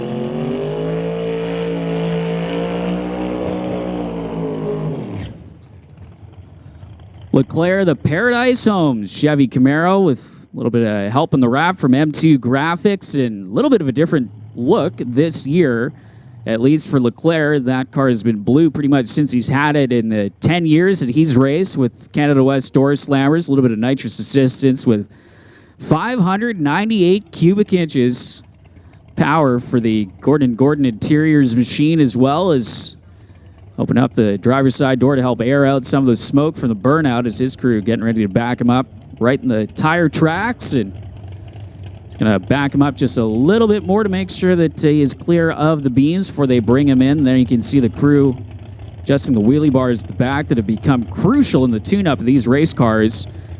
Over the years, the suspension technology becomes more and more prominent to try and help plant all the power that these race cars put down to the ground, as Rod does a quick purge of the nitrous system, clearing out the motor before he gets ready to bring it into the beams.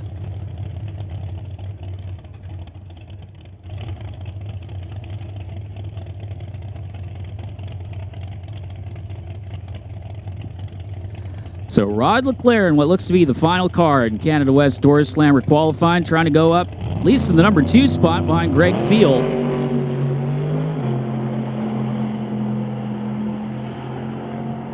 .011 on the tree, to the stripe, 671 with a 6, 204, and to the number 2 spot goes Rod Leclerc, the racer, out of Victoria, getting to the stripe again with the number 2 qualifying position. Greg Field currently heading up your Canada West Door Slammers field with that 654 in the Opal.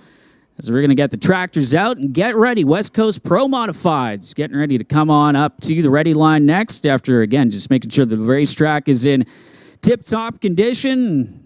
Outlaw 275 still on standby at the moment for MDA Fabrication. Outlaw 275. So West Coast Pro Modifieds Racetrack Solutions be coming up next for their final round of qualifying this weekend. Round 4 of qualifying. Already had 3 sessions yesterday, with Ryan Hayward currently leading the way in the qualifying order, running a 3:79 to the 8th mile. So one last chance for these drivers to try and put in their best laps time before we ladder them up and run them for eliminations coming up a little bit on this afternoon for day number 2 of the West Coast Outlaw Shootout here at Mission Raceway Park in the Titanium Strip.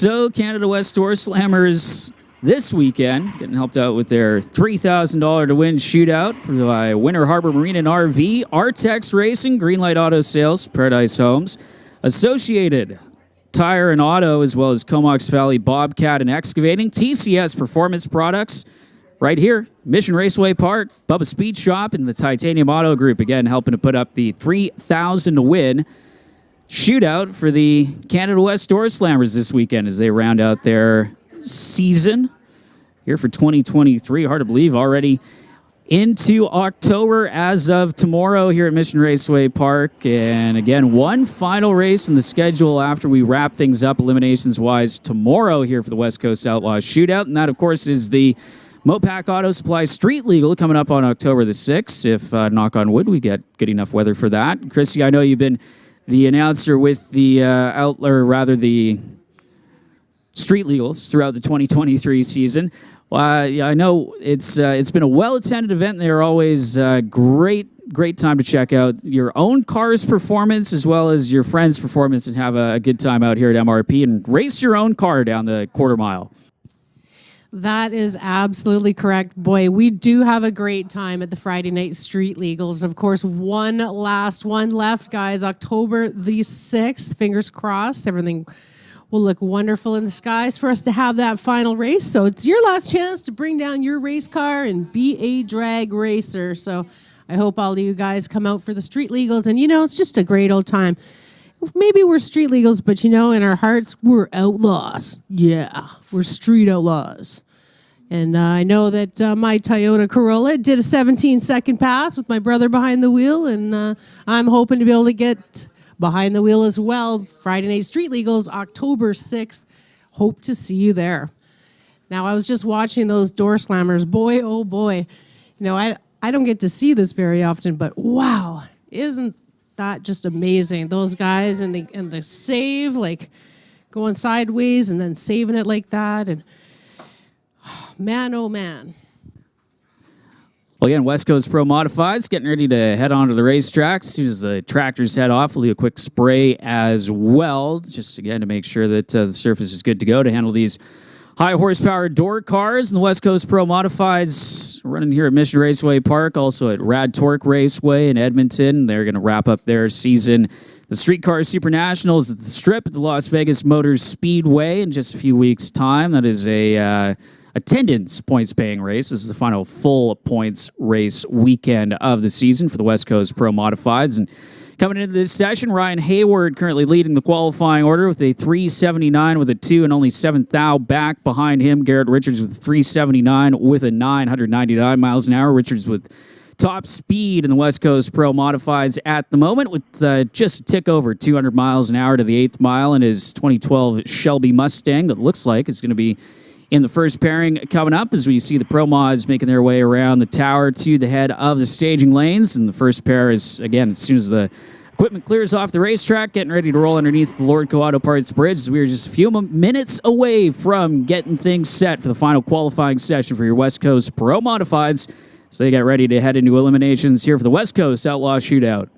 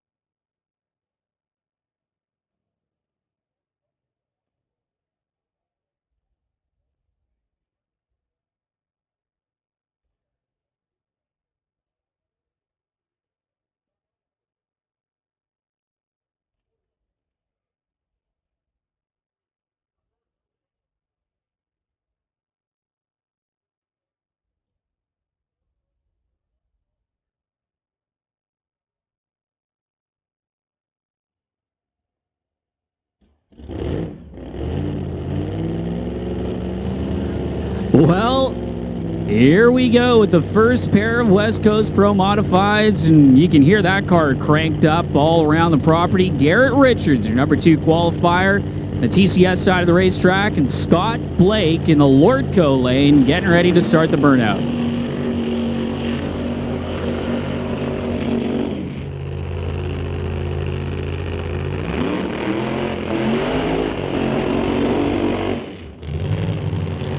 Garrett Richards, TCS side of the racetrack out of Tacoma, Washington, 2-time Door Wars champion in the Ford-powered Ford Mustang. It's got what they call a Boss Hemi that was developed by the late Walt Austin. Originally for Top Alcohol Funny Car competition for the NHRA said, no, we don't like that. Getting backed up from the burnout. You can see the crew member out in front trying to guide Garrett back to where he wants them in the lane. And over the far side of the racetrack, the Lordco Auto Parts lane, Scott Blake, the 1969 Chevy Camaro for the racer out of Red Deer, 950 cubic inches of nitrous-assisted power for Scott Blake coming into this session as your number 3 qualifier. Ran a 381 with a 1 at 191 miles an hour in the second session of qualifying yesterday here for the West Coast Outlaws Shootout. As he gets ready to bring that machine to the beams, you can see the respective crew members out in front of their race cars. They flicker on that top bulb with their foot to help guide those racers and let them know where that first bulb is. And again, the name of the game in qualifying in the staging department is staging as shallow as possible to give yourself the best possible ET.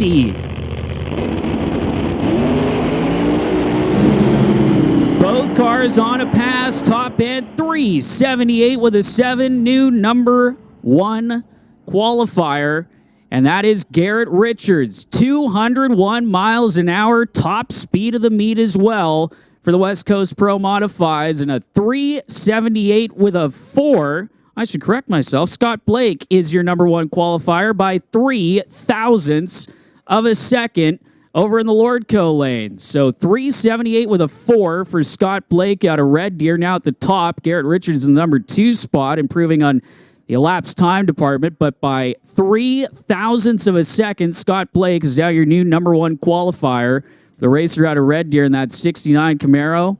199.65 miles an hour for Blake. Richards, though, again getting top speed at 201 miles an hour, and these crews head down. Make sure to make some noise for them, show you how much they appreciate them coming out here to Mission Raceway Park and put on a show for you guys. Is pair number 2 fired up and ready to go. It's going to be Dave Kowalski and Tony Moretto.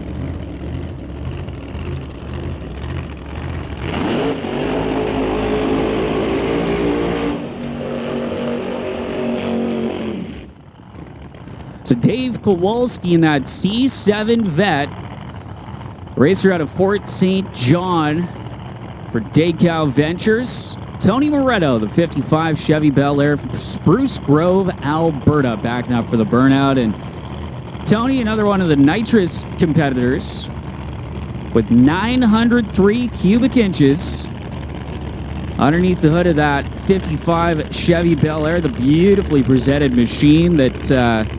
903 cubic inches, kind of the previous generation of nitrous motors before they made the step up to the bigger cubic inch combos that are now over 950 cubic inches that we see Scott Blake running.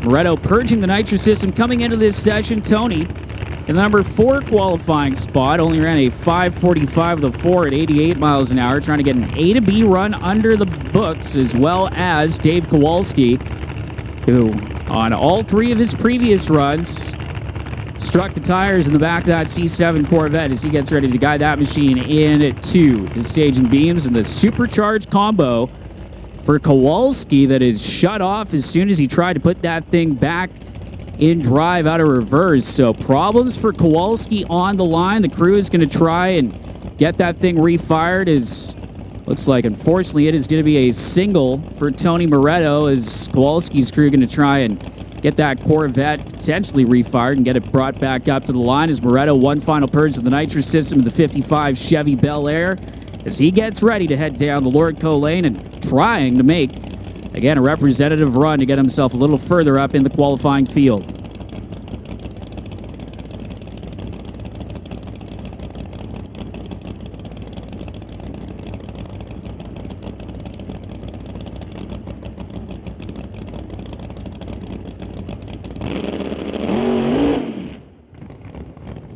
Well, Tony Moretto, a little bit too much power on the line, really spun that thing up. He's going to shut it off and coast his way down the Lordco lane, 10:35 with a 2 at only 50 miles an hour, so he's going to have to reside on his 5:45 from round number 1 of qualifying, keeping him right now in the number 4 qualifying position. As unfortunately, Kowalski's car having to get pushed back as we get ready for the next pair. Already underneath the Lordco Auto Parts Bridge is Scott Blake, currently holding down that number 1 qualifying spot at the moment with that 378 with a 4.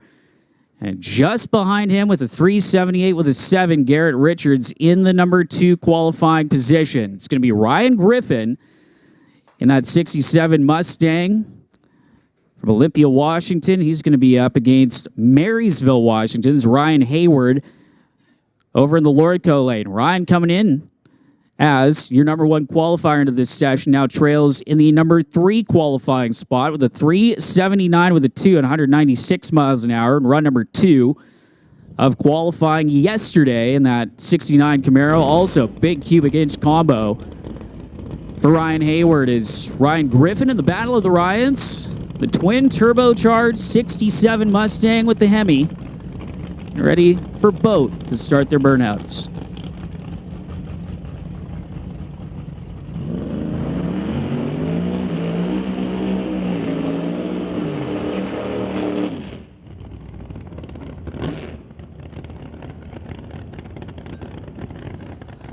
So Ryan Hayward, that used to run this car in Outlaw 10.5 competition before this year, bolting on the big Hoosiers in the back of that machine and running with West Coast Pro Modifieds, has already made a final round appearance this year at the full-blown frenzy of Pacific Raceways, and again trying to regain his number 1 qualifying spot.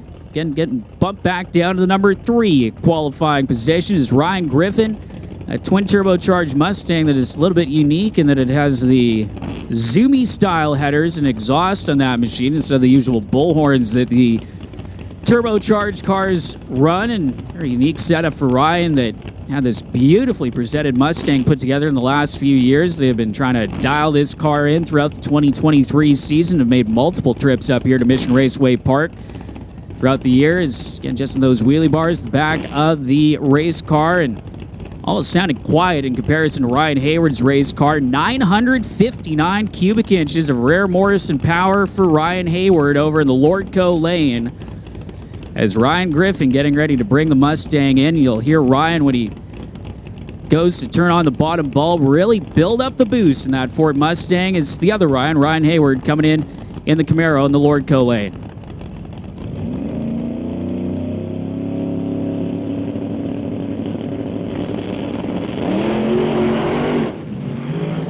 Well, both cars dealing with some tire shake. 462 with a 530 miles an hour, so a slight improvement for Griffin, who goes up to the number 4 spot with that quick pedal job. And a 650 with a 2 at only 69 miles an hour. Early shut off for Ryan Hayward. So make the call, MDA Fabrication, Outlaw 275. Again, we need you in lanes 3 and 4, and Golf and Fraser Financial Limited Street to lanes 5 and 6. MDA Fabrication, Outlaw 275. We need you to lanes 3 and 4. Limited Street for Golf and Fraser Financial to lanes 5 and 6.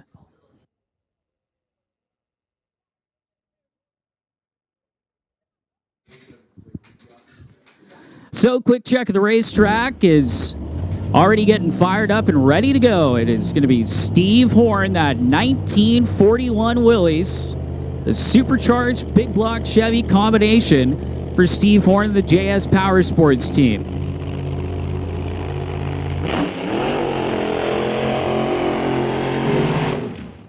Horn, so far this weekend, still without a run on the board. Came up to the line last night and unfortunately couldn't get the car to go down the racetrack. Brought up the idle as he backs up for the burnout and was unable to make the trip down the racetrack to at least get a time on the board. As Horn and the team have been fighting different issues with the transmission. Had it out yesterday, had to rebuild that, go through it, make sure that everything is in working order. But again, trying to get a run on the board. The car that has been in the 3-second zone before. We saw it with some solid performances at Door Wars, and also saw it at Smoke, Fire, and Thunder. As Steve will get ready to bring that machine up to the line.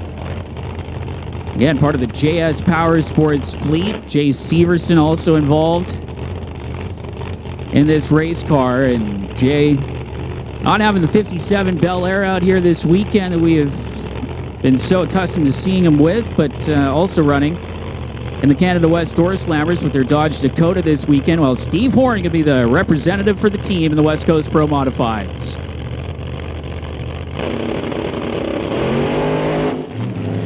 Well, that thing was going straight towards the wall, and Steve wisely shuts it off, coasts his way down to a 6:06 with a 9 at 84 miles an hour. So at least getting a run on the board before he heads into eliminations. But again, Steve Horn had that car pointed right towards the concrete and had to click her off just past the Christmas tree, as Dave Kowalski's car is still at the head of staging, as they're still trying to go over that and maybe try and sneak into the end of this session to get a run. So Steve Horn coasts his way down the racetrack to a 6:06 with a 9 at 84 miles an hour. And once again, we made the call for Outlaw 275 to lanes 3 and 4. And Gulf and Fraser Financial Limited Street to lanes 5 and 6.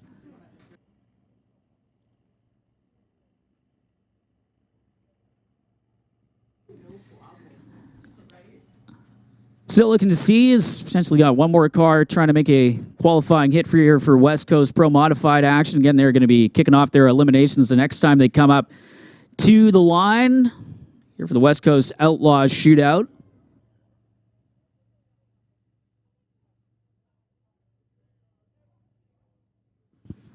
So rolling into the water box next. Looks like got another Top Fuel Harley licensing pass for Jay Babcock, trying to, again, get his license for riding these wild nitro-powered V-twin machines.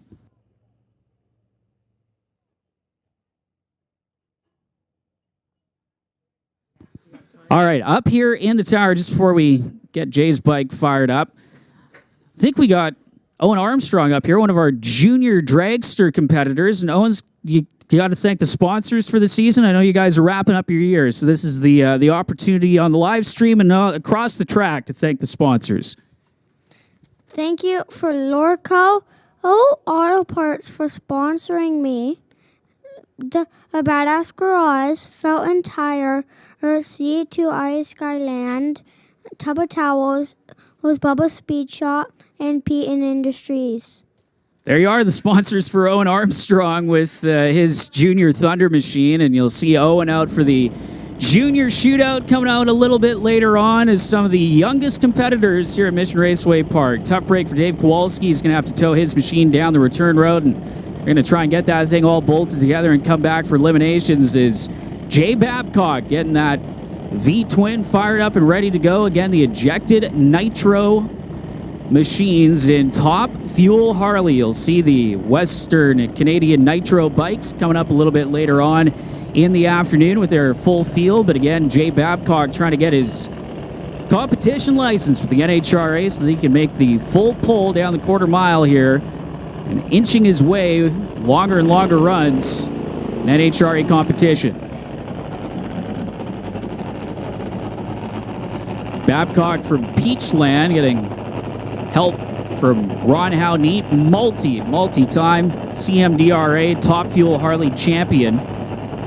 Ron himself is in competition this weekend as Jay will get led up to the line. We see him make a few different hits down to at least 330-foot mark, and again, gradually increasing the distance until eventually, the very end of the licensing procedure, Jay's going to make a full pull. Not quite there yet, so he's going to at least try and make a squirt past the Christmas tree, hopefully to the 330-foot mark before he has to click off his machine as he flicks down the visor, and we'll get ready for a little taste of Top Fuel Harley.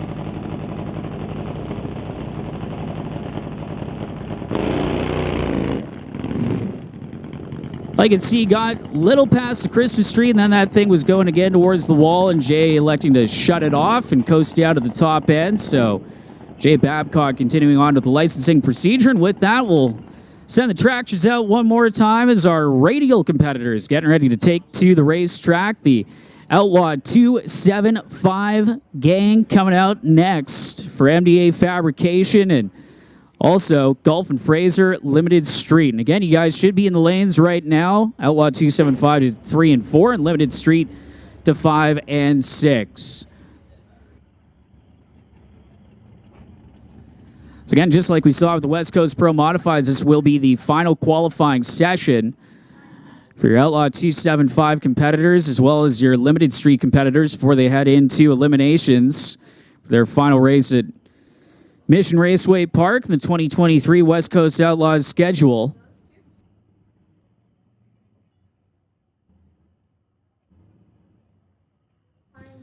Again, MDA Fabrication, pretty much since the inception of the West Coast Outlaws series, has been the sponsor for Outlaw 275. So we're going to get to see some wicked fast door cars again with the radial tire in the back, trying to put a whole lot of horsepower through that, which is why the tractors are coming out to give a quick drag of the racing surface, lay down some more rubber, and then they'll spray down the traction compound, the glue onto the racetrack, the VHT as well, to help aid in the traction making process. And we'll get ready for the final round of qualifying for Outlaw 275 for MDA Fabrication.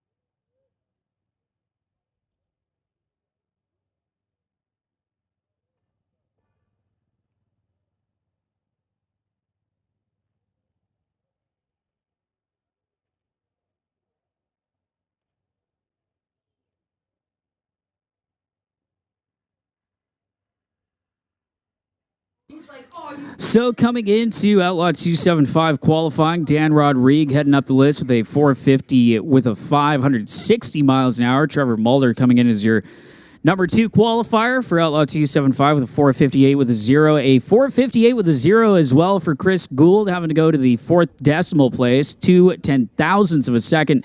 Behind Mulder is Rick McLeod and his Dart in the number 4 qualifying spot, 458 with a 7, 464 with an 8, putting Tyler Levy and his Mustang in the 5th qualifying position at the moment. Parmjawanda in his Fox Body Mustang currently in the 6th qualifying position with a 466 with a 9.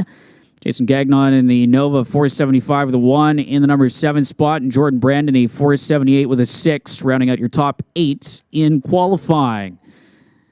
It looks like got some Pro Mod motorcycles coming up just before the Outlaw 275 session, taking a little bit of advantage of that freshly prepped racetrack to try and get their best runs in of the weekend before we roll back into small tire qualifying action.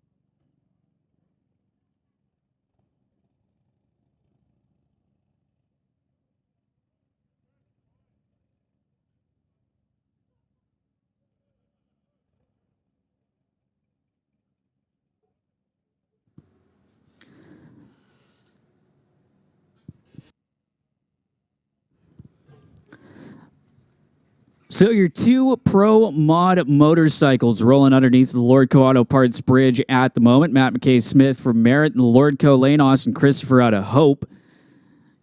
Ready to roll on the TCS side of the racetrack. Is got the starter motor hooked up and ready for the signal from the starting line crew to turn these bikes over as they'll both come to life and get ready on the water box. Matt McKay Smith, a 4-time Canadian Motorcycle Drag Racing Association champion, also Pro Mod Bike Class champion.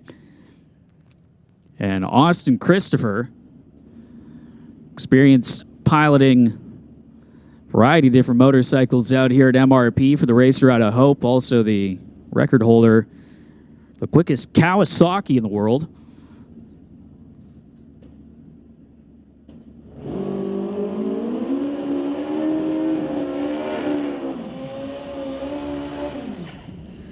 These turbocharged machines, very, very quick when conditions are right, and that is, again, why they're coming up right for radial qualifying.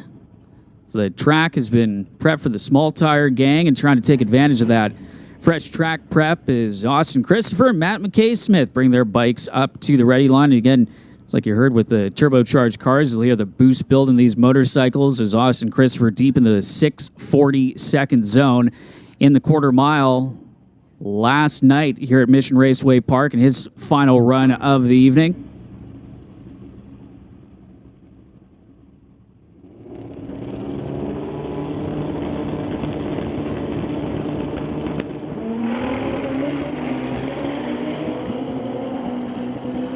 So Austin Christopher, Matt McKay Smith riding it out top end. Christopher gets there first with a 6:48 with a 0 at just a tick over 200 miles an hour, 201.52 miles an hour. Matt McKay Smith, a 6:60 with a 0, 196.42 miles an hour. Both bikes on a wheels up charge pretty much all the way to the stripe. But Christopher from Hope getting to the line first. Just about 0.2 of a second over Smith at the stripe over there in the Lordco Auto Parts lane. As both bikes will make their way off the racetrack. We'll have a quick spray down and we'll get ready to roll into Outlaw 275, their final qualifying session.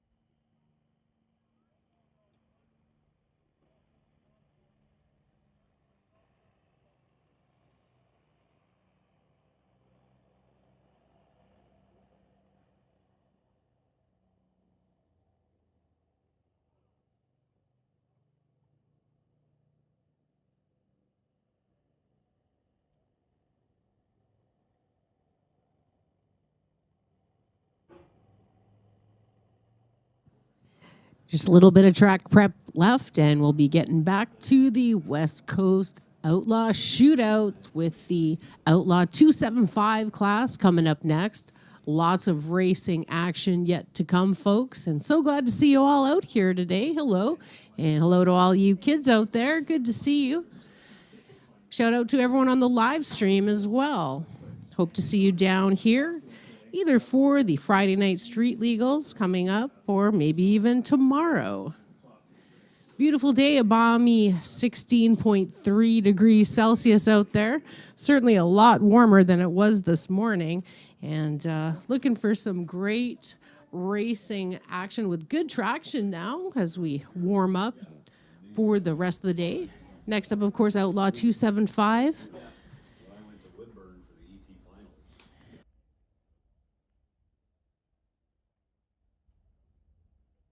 Give a shout out to our Race of Champion winners from the Mission Finals last weekend. Our winners in Hot Rod was Chris Stone. Super Pro is Kevin McNichol. Sportsman, Nick Douglas. Pro, Craig Johnson. Junior Street, Dallas Nassy. Junior Lightning, Colton Morn. And Alex Green was the Race of Champion winner for the Junior Thunders. Lots of junior action coming up with the Junior Shootout and the Quick 8. But first of all, going into Outlaw 275, coming right up.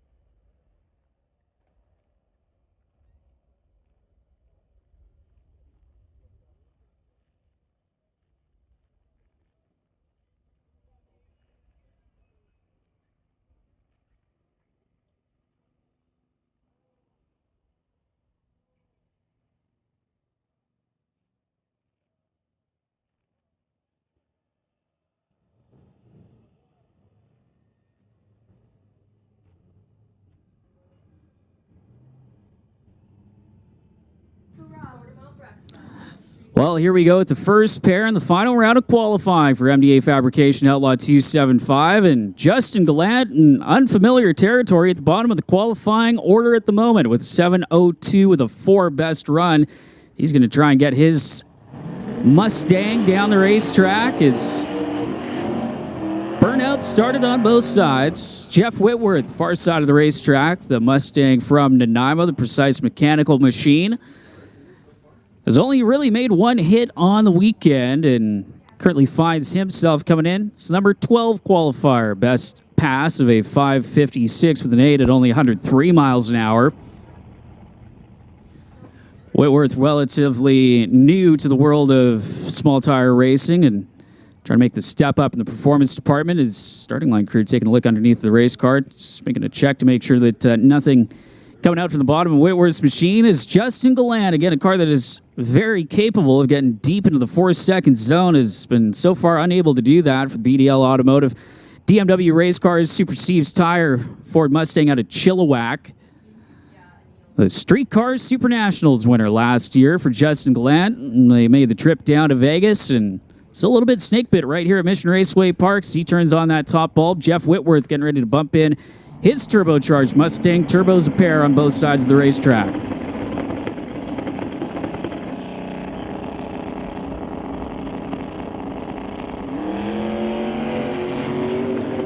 So Whitworth getting to the stripe with a 519 with a 140 miles an hour. You could see Gallant waited a little bit, made sure the boost was all built and ready to go. 462 with a 5, 164 miles an hour. That's a little bit more like it for Justin Gallant, who's going to jump way up the qualifying order with that run. That 462 going to put him in the number 5 qualifying spot at the moment. So into the top half of the qualifying field.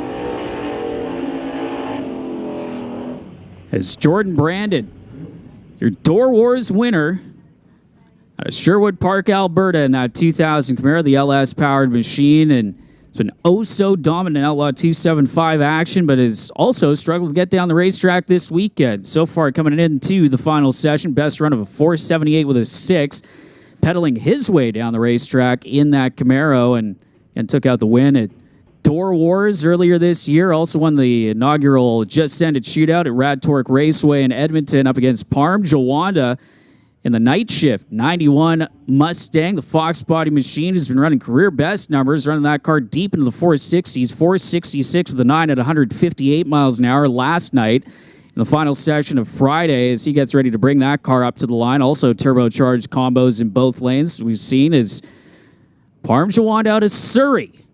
In the Surrey versus Alberta matchup, you can hear the boost building as we get set for the second pair.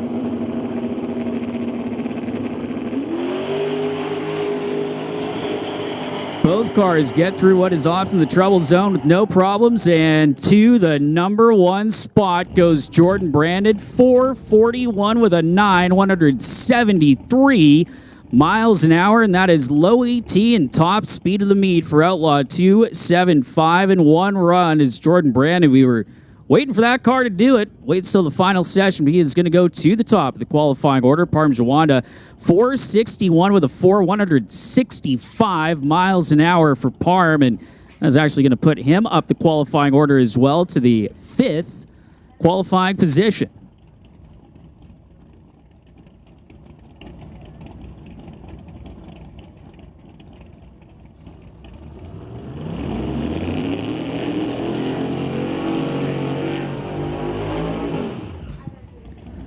So moving on into the next pair, Jason Gagnon in the Radial Flyer 68 Nova, the racer out of Kelowna, up against Mike Hawkins from Chilliwack. His 81 Malibu is already shuffling things around a little bit here in qualifying. His track's just a little bit warmer, as well as the air temperature than it was yesterday in the full sun, as things were actually quite crisp and cool yesterday here at MRP. And some of the teams kind of struggling to get down what was a very tight racetrack where the margins in the tune-up department were incredibly small for everybody trying to get down this Mission Raceway Park titanium strip, and Jordan Brandon so far doing it the best with that 441 to the top of the qualifying order as Mike Hawkins backed up from the burnout in that big block Chevy-powered Malibu, the racer out of Chilliwack. And again, Jason Gagnon, who we're used to seeing his angle plug Nova for the last 2 West Coast Outlaw races here at Mission Raceway Park. Spin behind the wheel, the Radial Flyer for JS Power Sports Gen 3 Speed.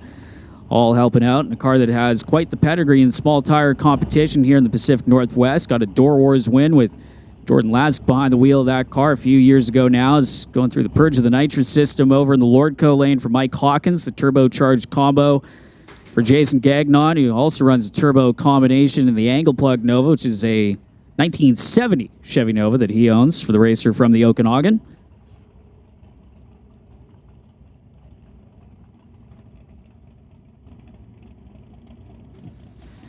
Again, in qualifying, trying to get that car stage as shallow as possible so that you do not rob ET, as the elapsed time is what you're after to try and get yourself into that qualifying field and get yourself a little bit of an easier matchup going into round number 1 of eliminations as Hawkins turned on that top bulb. 488, his best run of the weekend, 475 for Gagnon.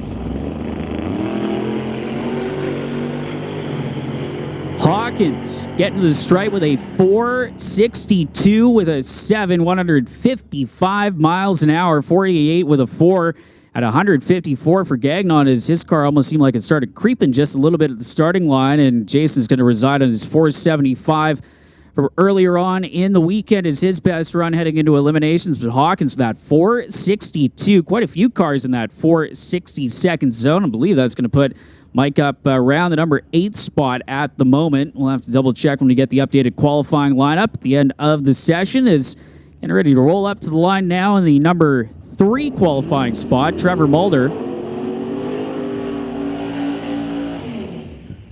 He's going to face off here in the friendly matchup against Bob Cook Both racers from Alberta. Cook from Carstairs, or rather from Lloydminster. Mulder from Carstairs. Trevor in the Fox-bodied Mustang, the turbocharged machine, another turbocharged combo. Turbocharged LS is a pair for Cook and Mulder. Look, who's been trying to dial this truck in here over the last few years in West Coast Outlaw competition, has slowly been picking away at the tune-up. Ran a 496 coming into this session, is his best run of the weekend. And Trevor Mulder running a near identical 458.0 alongside Chris Gould in the first qualifying session of the weekend. And now the number 3 qualifying spot getting knocked back in position by Jordan Brandon, who is on his trip straight to the number 1 spot.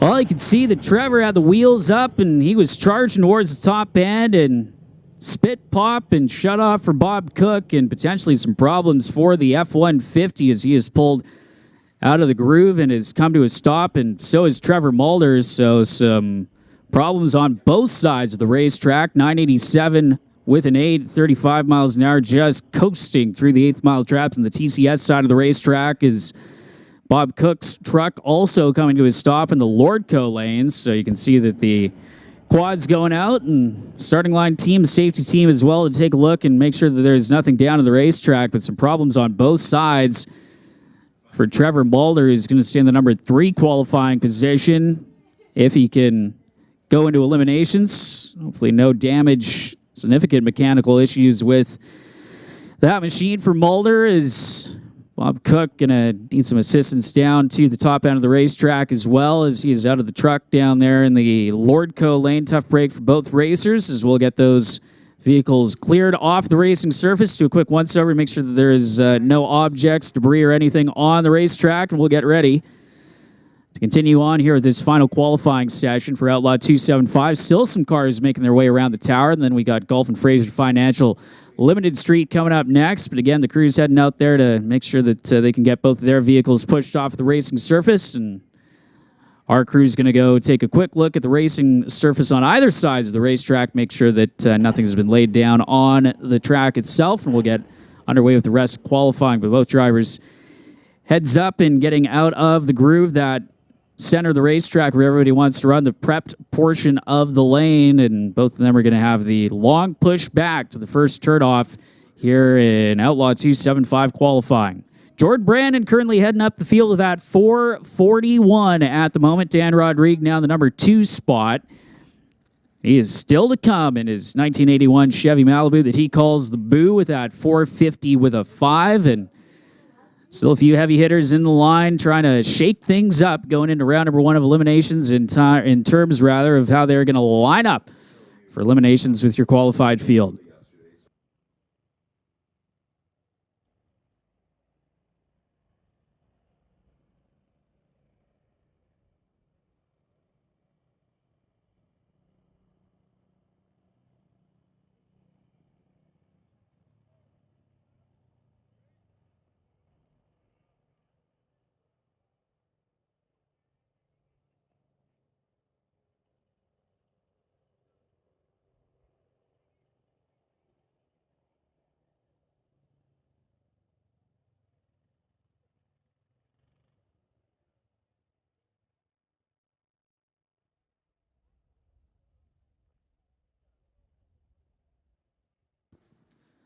So the good news is, doesn't sound like any fluid laid down on the racetracks. It's just a matter of clearing off both Bob Cook's truck and Trevor Mulder's Mustang and getting ready to roll in with the final few cars here in Outlaw 275 qualifying. And after that, heading into Gulf and Fraser Limited Street, of course, as the name suggests, a little bit of a toned-down version of Outlaw 275, still with the drag radial on the back of that. Another hotly contested division here at Mission Raceway Park, part of the West Coast Outlaws series that, again, wrapping up their championship series this weekend here at MRP for the West Coast Outlaws Shootout.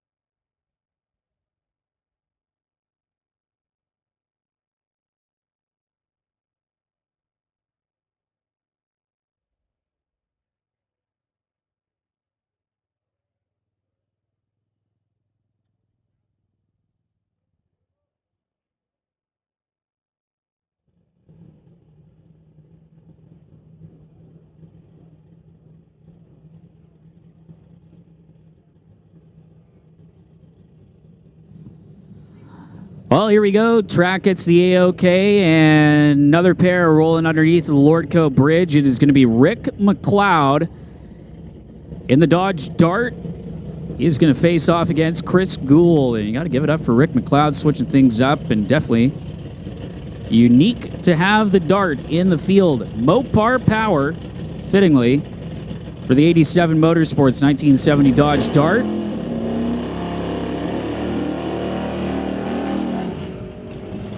Chris Gould in the Lordco lane, the 2000 Ford Mustang out of Spruce Grove, Alberta for CT Automotive.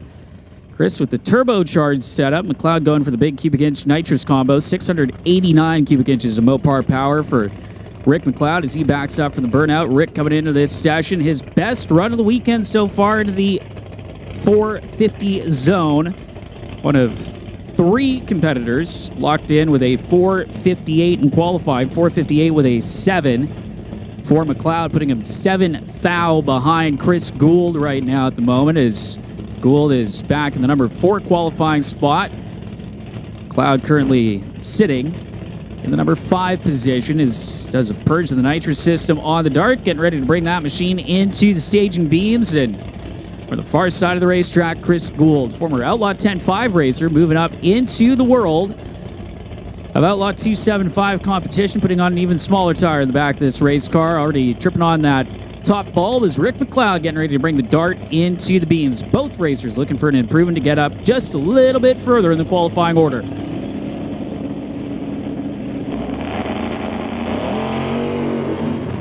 Wheels up for McLeod, who has to give it a quick pedal to bring it back down to terra firma. 479 with an 8, 148 miles an hour for McLeod. But that thing was yarding out the front tires almost to the 330-foot mark before Rick got out of it. He tried to stay with it as long as he could. Quick pedal as well for Chris Gould.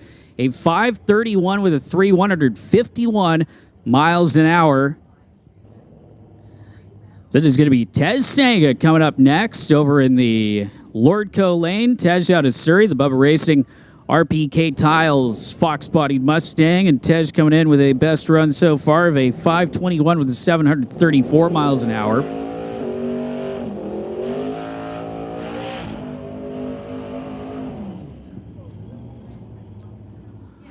So again, Rick McLeod of that 479 with an 8, not improving on his best run of a 458, but man, if it stayed with it just a little while longer, could have carried out those front wheels and maybe it would have planted itself, but again with a quick pedal job to make sure that the front end came down to the Dart so that it did not get too high and pancake the oil pan when it did come down. Of course, our attention turning back now to Tej Sanga, getting ready for the solo pass over in the Lordco lane.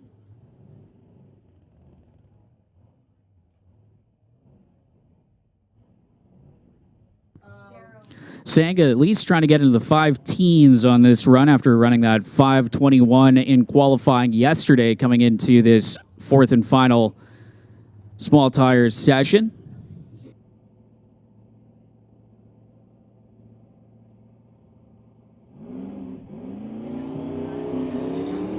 Fortunately, looks like Tej kind of rolled through the beams. That is going to have a big impact, and the ET, his speed was up at 138, but as he rolled through the beams, again, the ET shown at 694 with a 9. Fortunately, didn't have the run completely thrown out as he left after the tree had activated, but still 694 with a 936 miles an hour is getting ready to roll up next.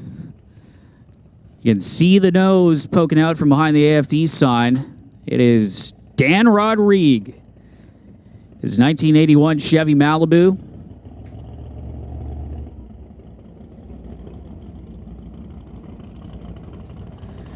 Rodrigue getting ready to run the TCS side of the racetrack. Now your number 2 qualifier with a 450 with a 5. Trying to get into the 440s.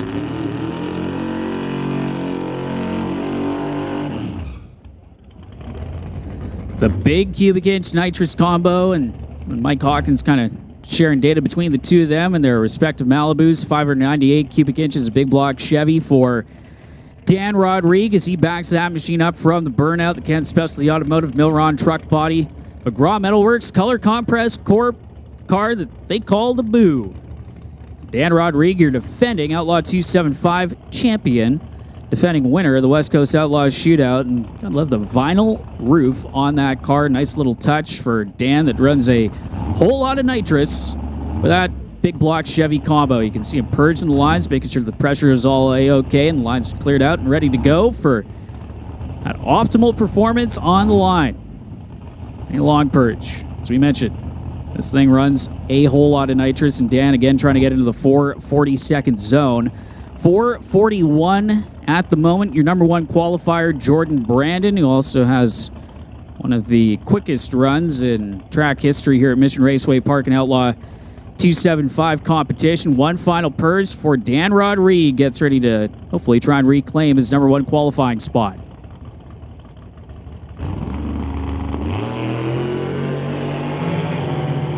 Kind of driving towards center line. Dan stays with it. 450 with a 4.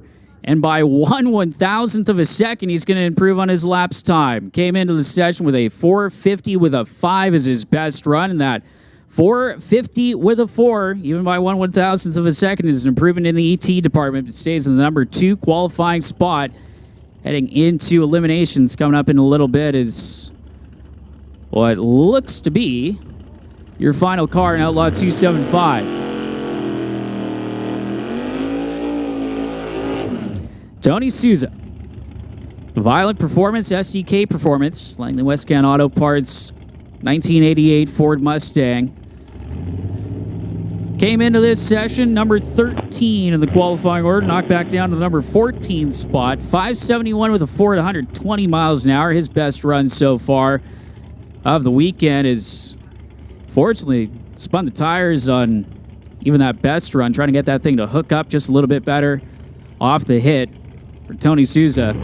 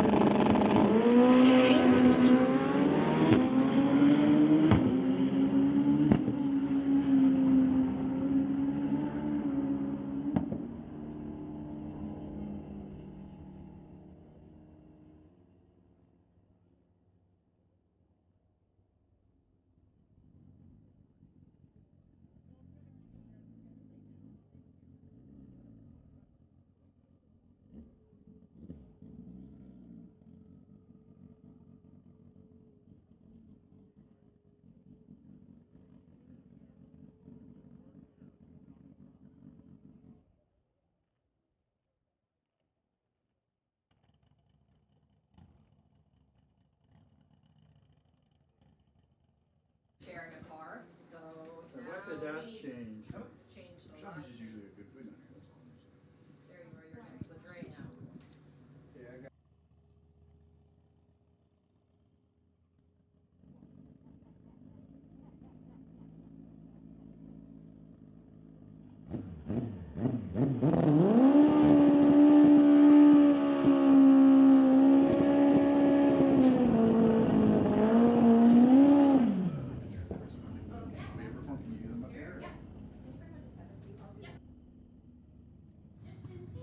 So we saw Aston get off the line fairly decent over in the Lordco lane before that bike drove over towards the center line. Had to get out of it just a little bit early. Matt Atkinson getting ready to bring that bike up to the beams, flick down the visor. And again, with the DOT-approved tire in the back of these motorcycles, making the try and put all that power to the ground just ever so slightly trickier. Just that much more. Throwing a curveball in the tuning setup, or in the setup rather, for these motorcycles is Atkinson. Make sure everything is A-OK before he brings that bike into the beams over in the Lordco lane.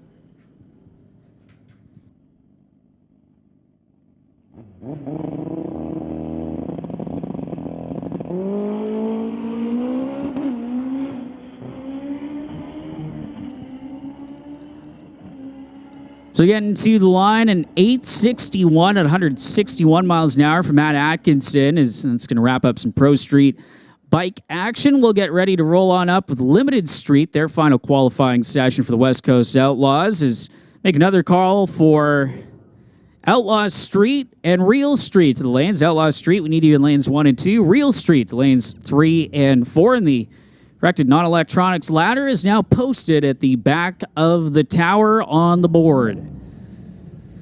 So first up, going to be your number 1 qualifier coming into this final session. Max Nielsen, 5:20 elapsed time, currently heading up the qualifying order for Gulf and Fraser Financial Limited Street.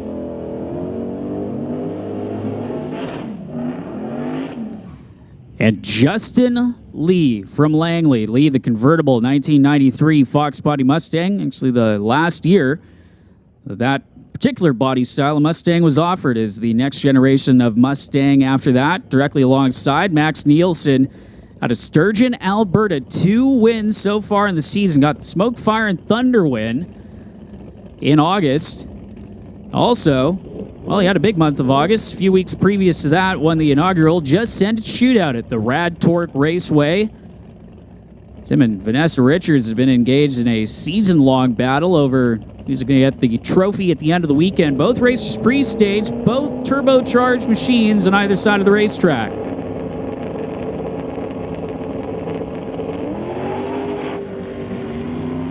Justin Lee with some problems getting off the line, and Nielsen, no problems, 5:20 with an 8, 134.89 miles an hour.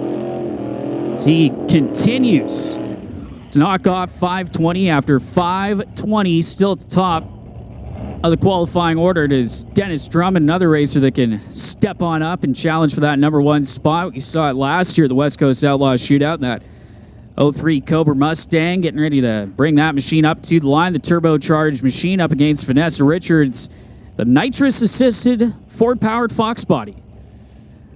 Out of Kelowna, the 1989 Mustang that she calls the Hawaii 5.0 Mustang, and she's going to back that machine up just to make sure that she is exactly in the lane where she wants to be as your crew member getting ready to guide her up into the staging beams after one final purge of the nitrous system. Vanessa coming in to the session in amongst the top 3 in the qualifying order for the Gen 3 Speed Precision Concepts Kelowna Chevrolet Norval sponsored Mustang, your defending West Coast Outlaws Limited Street champion.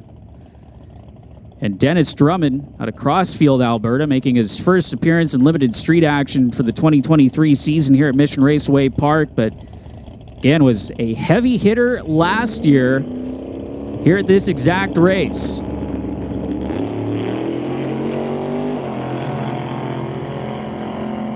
To the top end, Vanessa Richards, 5:20 with a 3, but how about a new number 1 qualifier, Dennis Drummond, going to the top of the heap with a 5:18 with a 3. For the racer out of Crossfield, Alberta, the Legacy Auto Group, True North Trucks Mustang, going to go 5:18 with the 333 miles an hour, 5:20 with the 334 miles an hour for Vanessa Richards, her best run of the weekend so far in the Lordco lane. As it'll be William Wood, another racer looking to improve big time for the racer out of Langley, his 1992 Ford Mustang, the small block Ford, with a little bit of nitrous assistance for him.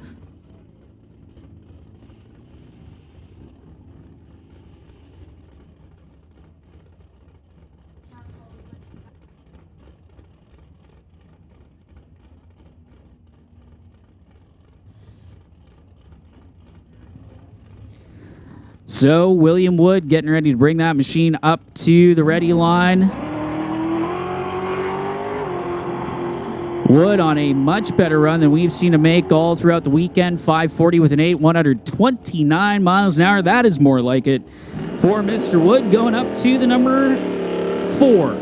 Make that the number 5 qualifying position for William Wood. Then we'll check on that in the order. The updated qualifying sheet at the end of the session is Justin Gibson backing up from the burnout in the Mustang that he calls Hollywood, the 1988 Fox Body Mustang. Again, nitrous assisted Ford power for Justin. Reaching in to turn on the bottles in the back of Justin's machine as he'll purge the nitrous system, and right behind him, Jason Gibson getting ready to make his final qualifying hit of the weekend.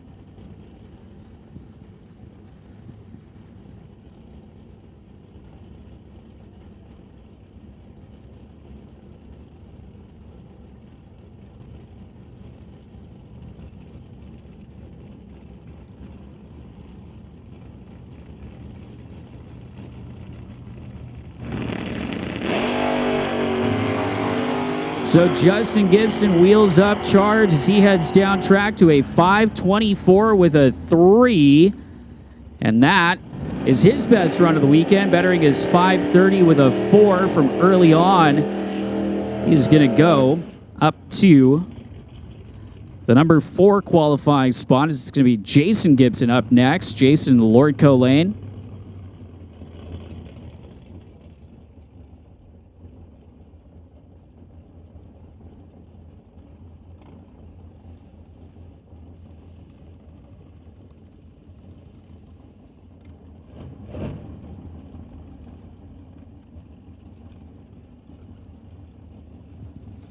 So Jason Gibson up next. We saw his son Justin make a run down the Lordco lane.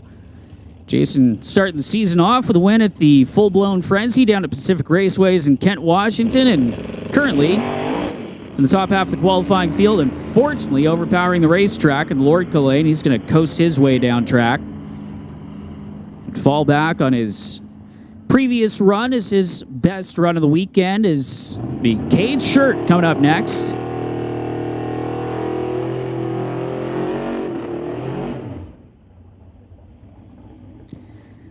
Cade coming into this session now as your number 8 qualifier, and if it works out in that order, he's going to have to go up against the number 1 qualifier in round number 1 of eliminations in this 1999 Chevy S10, part of the Titanium Auto Group fleet. So we get ready to roll into, by the looks of things, Outlaw Street.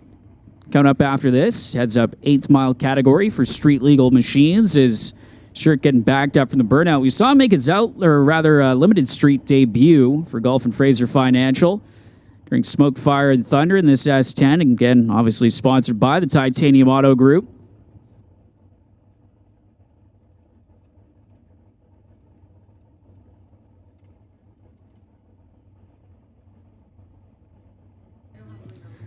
So getting guided up to line, Cade Shirt trying to better his best run of the weekend so far, which is a 585 with a 5 at 120 miles an hour. His best run with this truck to the 8th mile so far.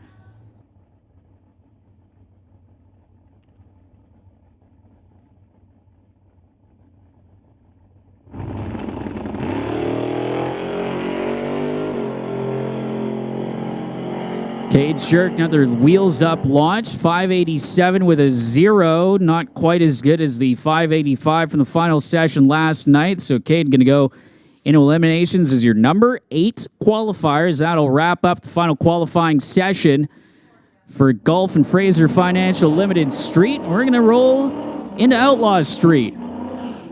Again, street legal cars or bikes running heads up to the 8th mile mark. Brad Thomas, first car to roll on up to the line is 2019 Ford Mustang out of Squamish.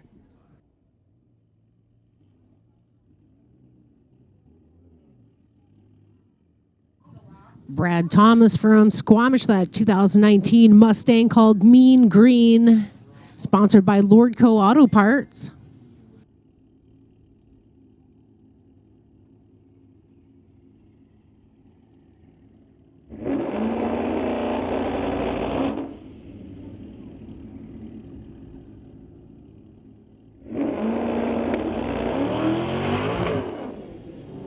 Some problems off the line for Brad Thomas and his 2019 Mustang.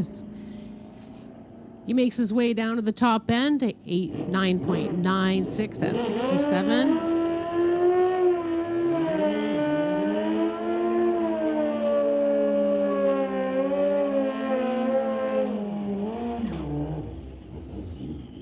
Final round of qualifying here in Outlaw Street.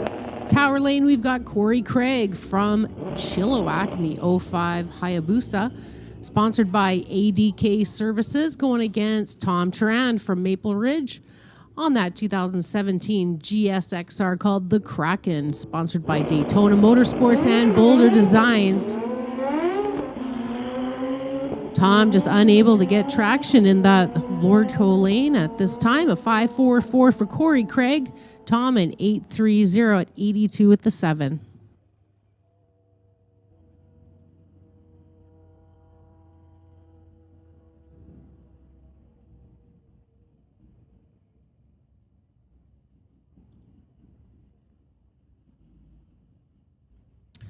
Yeah, okay.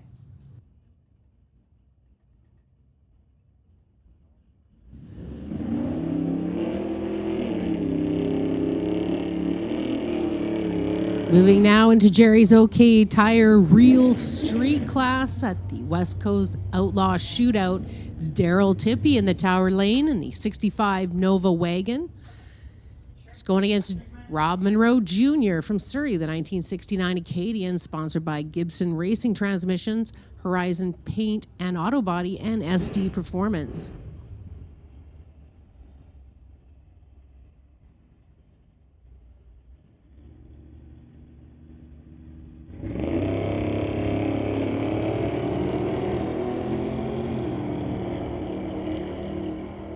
Attention in the pits. Attention in the pits. Can we get non-electronics to the lanes, please? Non-electronics to the lanes, please. Daryl Tippy in 11.58 at 1:15, and Rob Monroe Jr. at 10.61 at 1:23. Final round of qualifying here in Real Street. Jerry's OK Tire, Real Streets. Joel Smith, Tower Lane, sponsored by Zapstrap Racing, and that 71 Pontiac. It's going against Reese from Maple Ridge, the 1955 Chevy Bel Air, sponsored by Bel Air Stainless.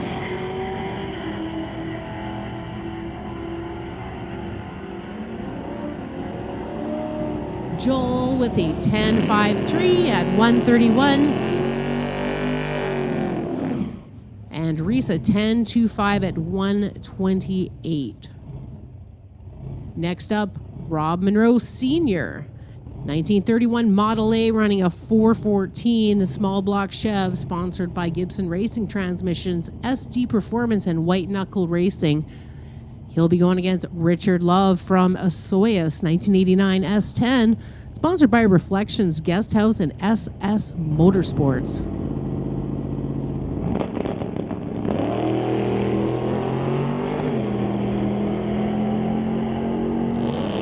Oh, and look at so much spin. Hang on to it. Wow, what a racer. I'll tell you, he was spinning all the way, folks. Started wagging the tail down near the top end. It looks like, again, pulling out of the groove. Some smoke coming from that vehicle. So we're going to send our track officials down there to make sure that Richard is okay and help him make his way off the track. See, our track officials are up there on the top end running to him now.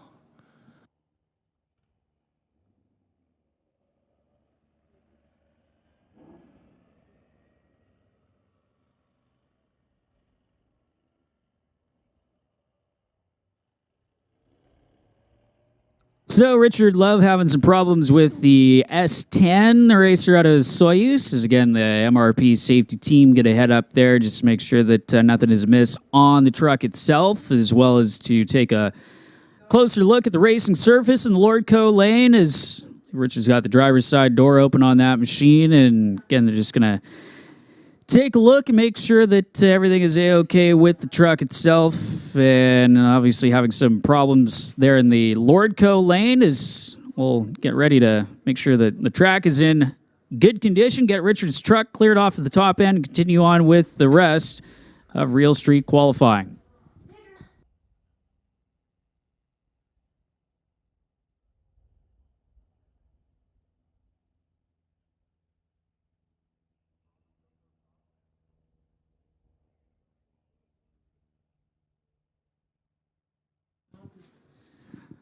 So it does sound like a little bit of fluid over there in the Lordco Auto Parts lane as, again, they're trying to figure out the best way to get Richard's truck off of the racetrack without putting anything else down on the racing surface. Again, the safety team just there in case there are any flare-ups or anything. It does sound like tranny fluid is the transmission going on Richard Love's S10, and have a little bit of downtime here. Good chance, though, to check out the Half-Track Snack Shack here at Mission Raceway Park. Also, some special merchandise deals. I almost got mowed over by a golden retriever up here in the tower. That's a sentence I didn't think I'd say.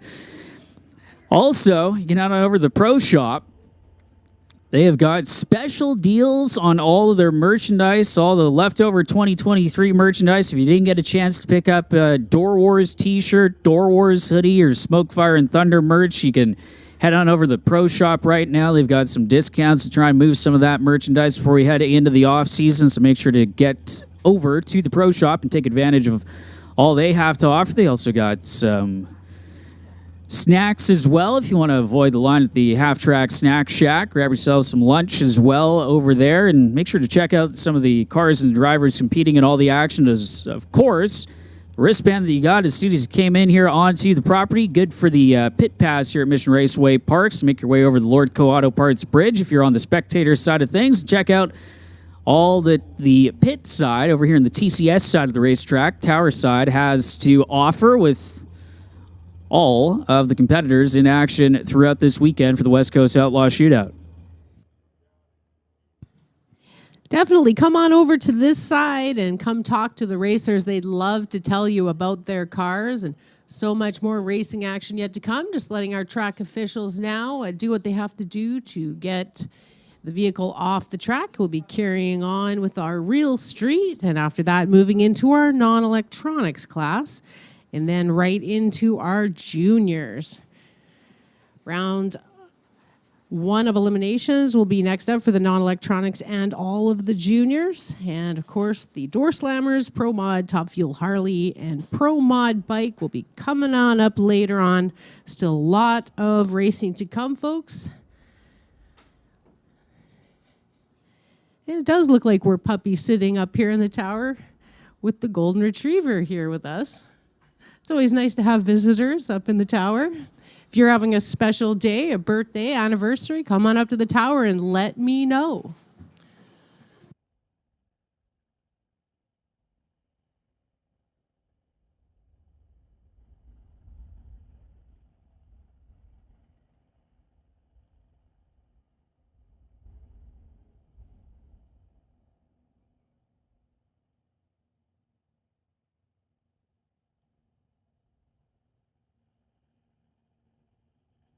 Just a reminder that Les Puchala is upstairs taking headshots and photos professionally. So if you need a professional headshot of yourself or some of you racers out there, you need some new hero cards, come on up to the third floor of the tower. We've got Les up there. He takes amazing photos. He has a whole photo shoot set up upstairs.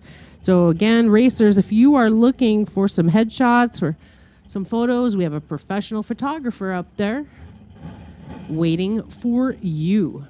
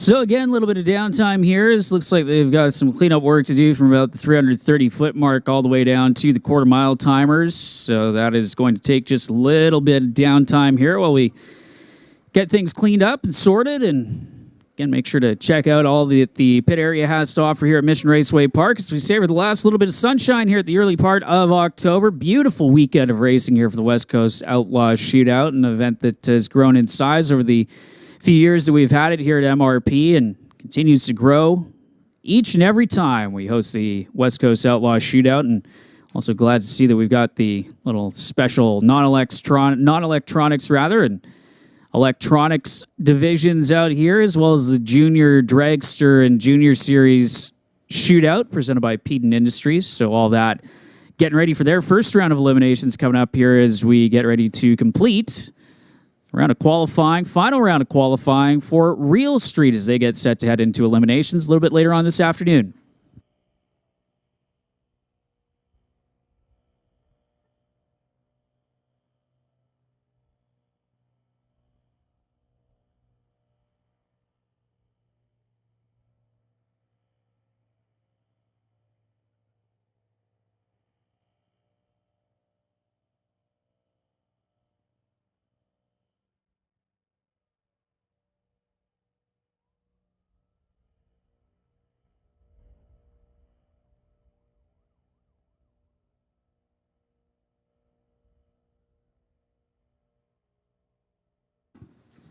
All right, attention Outlaw 275, that is, and Limited Street competitors. The ladders for eliminations are now on the board at the back of the tower facing the staging lanes. So again, Outlaw 275 and Limited Street competitors, you can check out your ladder for round number 1 of eliminations. It is now posted at the back of the timing tower on the message board.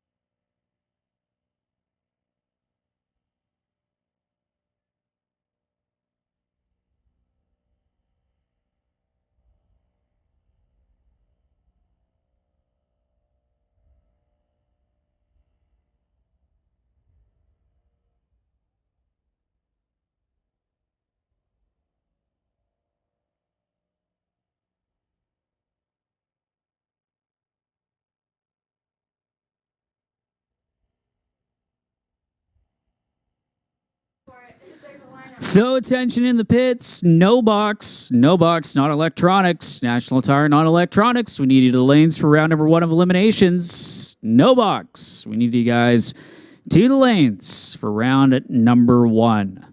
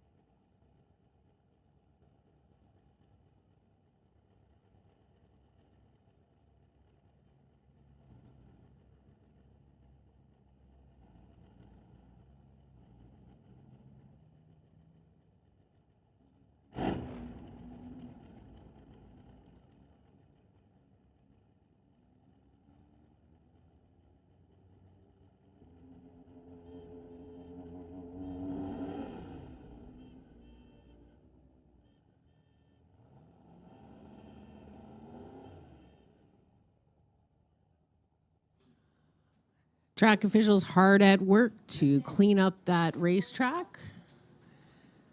Doing a great old job, and thank you for your patience. 17.3 degrees here at the Titanium Strip at Mission Raceway. It's a beautiful day for racing and lots more racing to come. Be sure to check out the concession stand and grab yourself some lunch. I know that the fries and gravy are a big hit up here in the tower, as well as the chicken strips. They're absolutely delicious. And the BS coffee shop down there has the mini donuts. Have to head on down there for my daily dose of mini donuts at BS coffee shop. And as well of, hey, go talk to the drivers, you guys. Like, they really want to hear from you and tell you all about their cars. So if you have any questions for these guys, I'd love to hear from you. If you're on the parking lot side, come on over. Love to have you on this side. Don't forget the Pro Shop has some huge deals on, especially on Door Wars pullovers, hoodies, if you will. Pretty steep discount on those. And of course, the Pro Shop has all the neon, all the cool man cave, woman cave stuff going on. You want to check that out and grab something. Grab a souvenir for the year. This is the last big race of the season here at the track by the River Mission Raceway. We've got the Friday Night Street Legals coming up on October the 6th, where that's your chance to be a drag racer. So come on down on Friday, October 6th.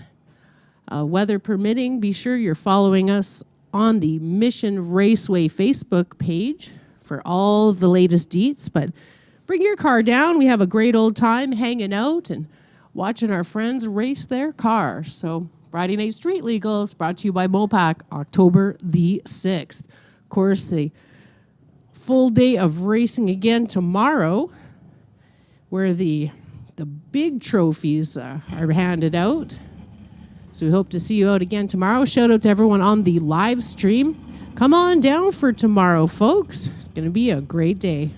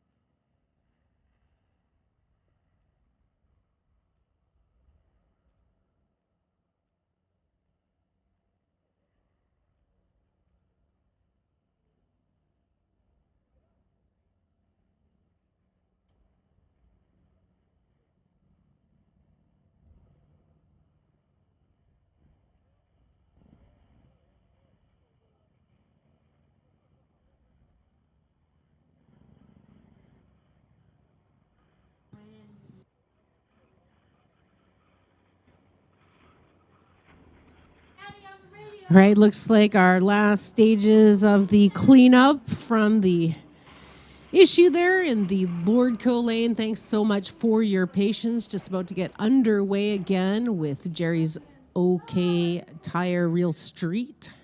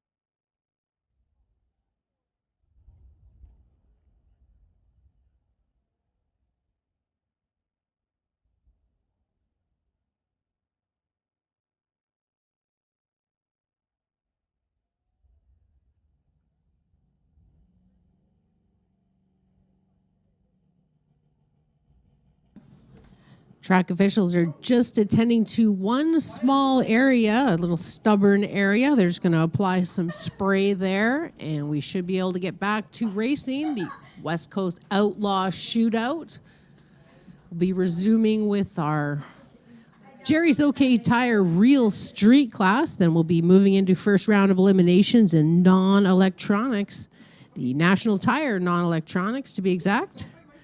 So again, thank you for your patience. Just one small little strip to be attended to, and we'll get back to it, folks.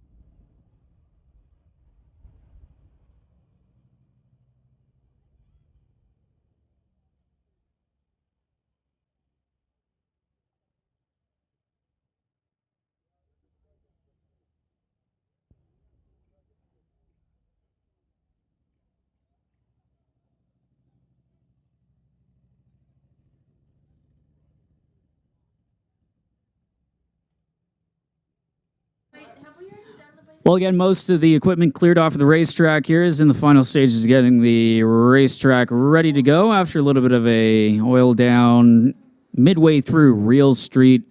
And the final qualifying session for that division with the West Coast Outlaws. Again, just wrapping up the cleanup. You can head on over to the West Coast Pro Modified tent, the Decal Ventures Captain Caveman Cafe. You can scan the QR code that they have down there for chopmyrate.ca. Fill out all the necessary information. Get yourself a free hoodie from the West Coast Pro Modifieds here, which as things cool off throughout the day, might be necessary piece of merchandise that you can get yourself set up with. Again, that's at the West Coast Pro Modified 10 over just at the end of the grandstands at the TCS side of the racetrack. You can scan the QR code and get yourself a free West Coast Pro Modified hoodie after you fill out all the correct information down there. The West Coast Pro Modified tent here at Mission Raceway Park. And of course, you can check out all the action from previous races over the course of the last few seasons here at MRP by going to our YouTube page and following us on YouTube, giving us a like, and also making sure that everything's good to go there, and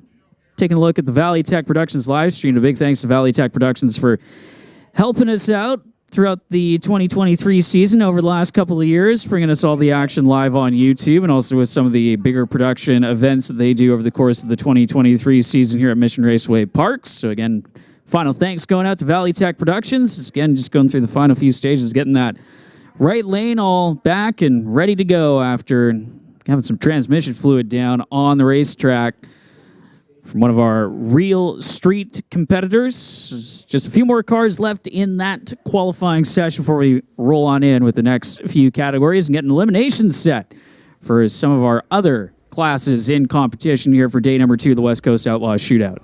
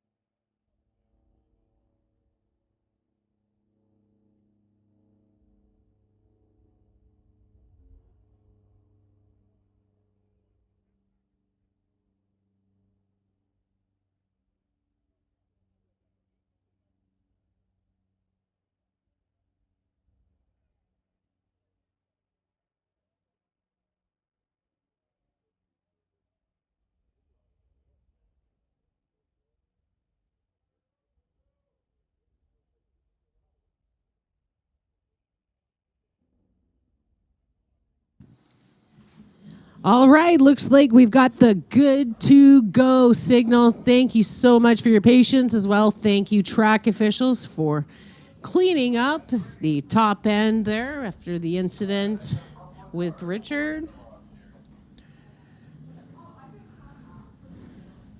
Hopefully things will run a little more smoothly from now on. We are in Jerry's OK Tire Real Street. And next up will be in National Tire Non-Electronics, round 1 of eliminations. For now, we are in the qualifying round, Real Street quarter-mile racing.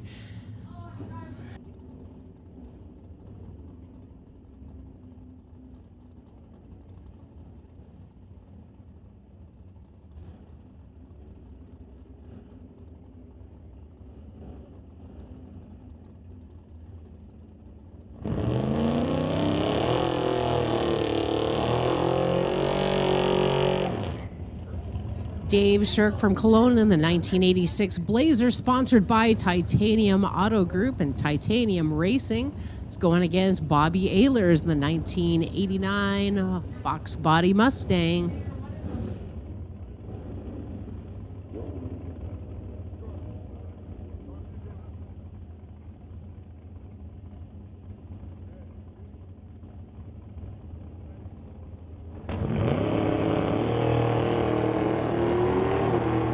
Two green lights here as they race down to the quarter mile on the Titanium Strip at Mission Raceway. Last round of qualifying here in Real Street, a 10.39 for Bobby Ehlers at 129 with a 6, and Dave an 11.37 at 116 with a 4. Next up, bike versus car. Tom Turand in the Tower Lane on the Kraken 2017 GSXR, sponsored by Daytona Motorsports and Boulder Designs. Going against Brad Thomas from Squamish in the 2019 Mustang he calls Mean Green, sponsored by Lordco Auto Parts. Bulbs are lit.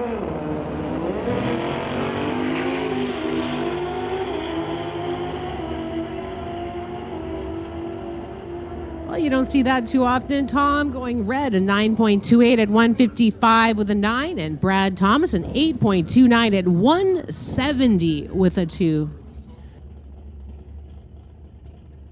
The West Coast Outlaw Shootout is now, folks.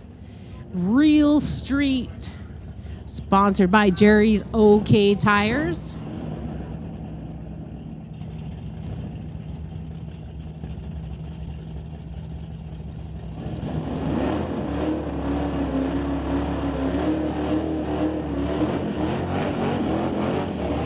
Attention in the pits, attention in the pits. Can we get juniors to the lanes, please? Juniors to the lanes, please.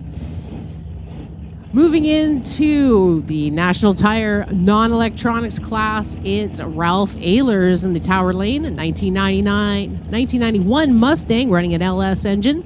It's called the Junkyard Dog, going against Sean Langley from Linden, Washington.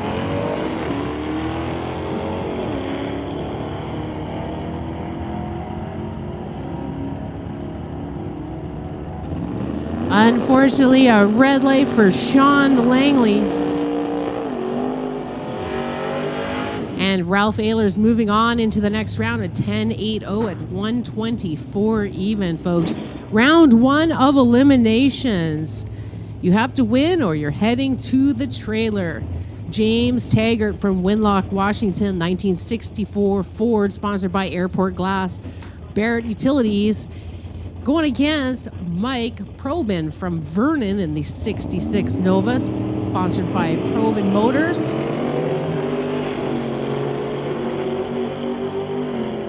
Using a lot of real estate there in the Lordco lane.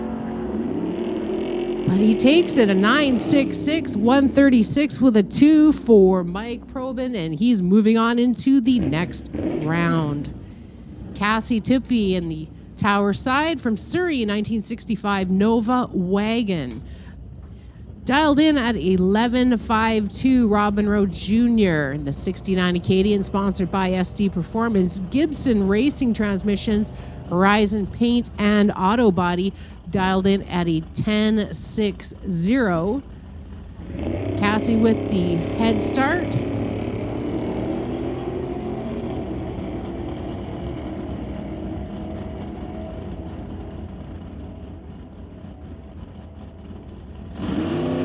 Unfortunately, a little too red for Cassie. Rob Monroe Jr. moving on into the next round at 10.56 at 1:24 with a 2. Breaking out, but Cassie with the red. Dave Jung from Surrey, 1996 Camaro, sponsored by Lordco, going against Matt Warner from Sumas. Sponsored by Linden Service Center. He's dialed in at a 10.41 and Dave a 10.91. Lots of tire spin in that Lordco lane. Can he get around him? He cannot. Dave Jung at 11.06 on his 10.91. 106 with a 5. Moving on into the next round of eliminations in non-electronics. Here is Jim Banky from Mission, 1967 Plymouth, running a 440 Mopar powered, sponsored by Rad Torque Systems, Titanium Auto Group, and Bucky's Mini Excavate, and dialed in at a 10.05, going against Ryan Ladre in the 71 Chevy, sponsored by Muffler Tech Auto.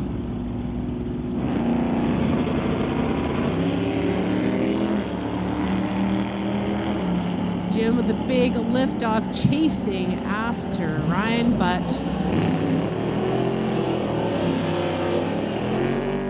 Ryan a little too quick on the draw, and Jim Banky moving on at 10.21 at 109 with an 8. Rob Monroe Sr., 1931 Model A in the Tower Lane, sponsored by White Knuckle Racing, Gibson's Racing Transmissions, Horizon Paint and Auto Body, and SD Performance. Rob dialed in at an 8.96, going against Chris Stone, dialed in at 10.03. Chris Stone, of course, was our Race of Champion winner in Hot Rod. Who will be moving on? Oh, it's a heartbreaker for Chris Stone. 004 red for Chris Stone. Rob Monroe Sr. heading on into the next round, 8.88 at 148 with a 4.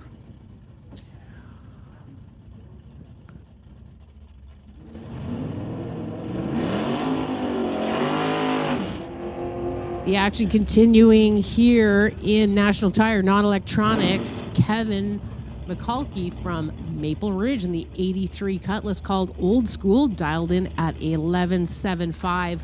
Going against Bobby Ehlers from Maple Ridge in the 89 Fox Body Mustang, dialed in at a 10.35.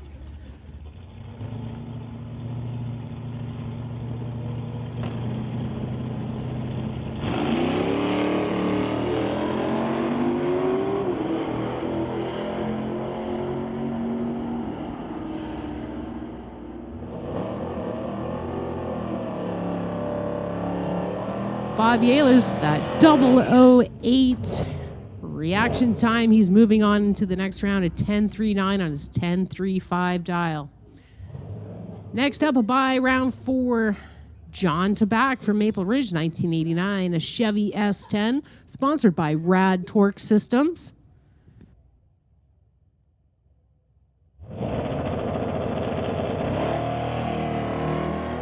John Tabak double classing this weekend, and he came up here asking about Real Street. We thought he was going to triple class.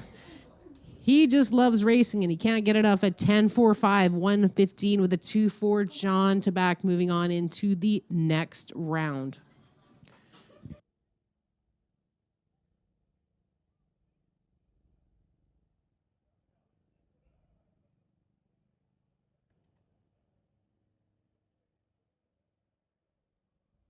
Looks like we're moving into the Peden Industry Junior classes now. An exciting non-electronics first round of eliminations, and next An equally as exciting junior street first round of eliminations.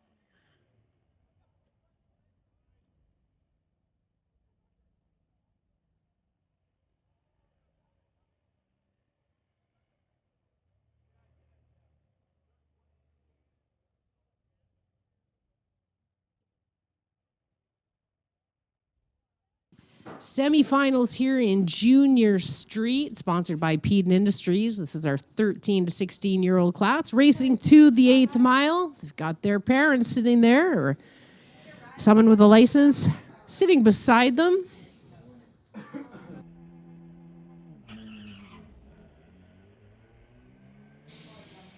Dallas Nassie an 11.31 and Richard Peterson a 9.90.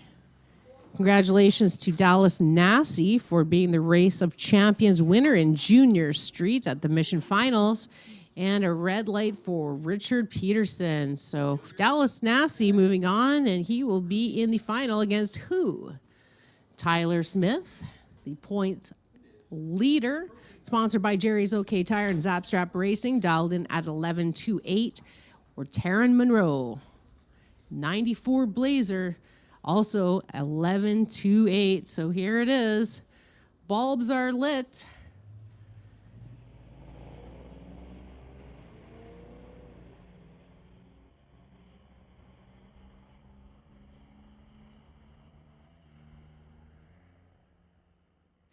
Tyler Smith moving on into the final round, 11.59 at 60 with a 7, a double 04 reaction time for Tyler Smith. So if you have a teen that's 13 to 16 next year, you're welcome to join the Junior Street class. They have a lot of fun. It's a good way to get your teen involved in drag racing and uninvolved in maybe some other pastimes that are not as great. Racing in the junior class means you're always going to have your floors cleaned. The lawn will be mowed. All of the chores will be done to get some cash to put into their race car. Great way to bond with your teens. So Junior Street, find them on Facebook and follow them.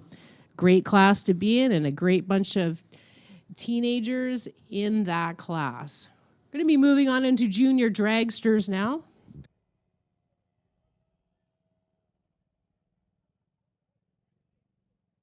Got the junior shootout and the quick 8 of the juniors. So earlier we found out who the quickest 8 are, and they have their own little shootout.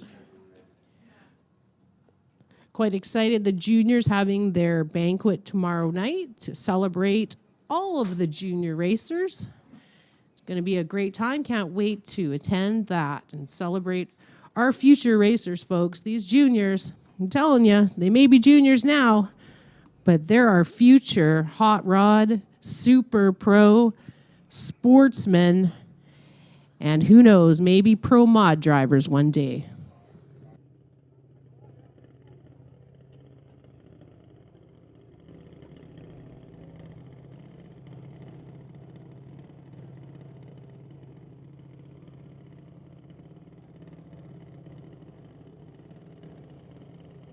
Attention in the pits. Attention in the pits. Electronics to the back of the lane to be laddered, please. Electronics to the back of the lane to be laddered.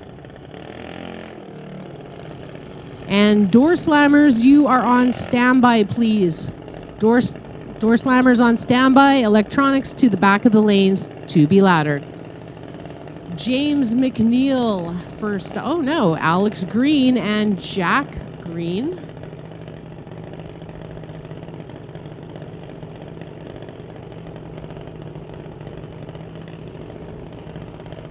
Green Brothers Racing here. Only one can move on. Alex Green dialed in at 11.37. Jack Green at a 13.70. Both these cars sponsored by Global Containers Terminal and Bumper Stand. Brothers going against each other here in the first round of eliminations. Part of the Green Brothers Racing team.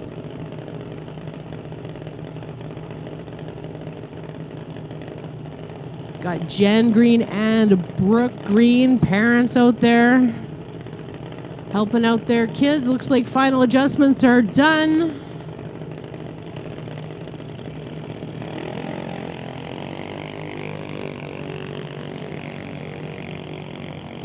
Racing to the 8th mile, Peden Industries Junior Shootout.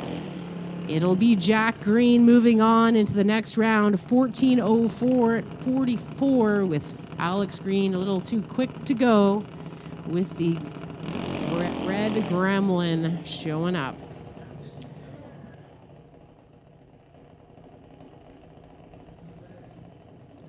Cadence Rodrigue coming up next, one of my junior announcers. She's from Chilliwack, sponsored by Ken's Specialty Auto, Ernie's Speed Shop, and her grandpa Joe. Cadence dialed in at an 8.89.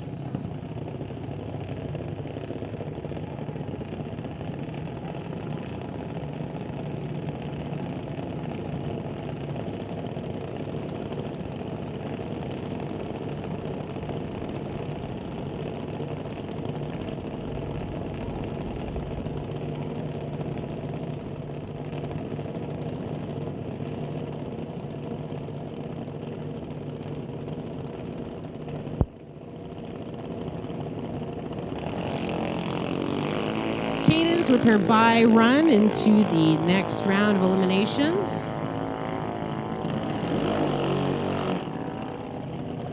A 9.01 on her 8.89 dial.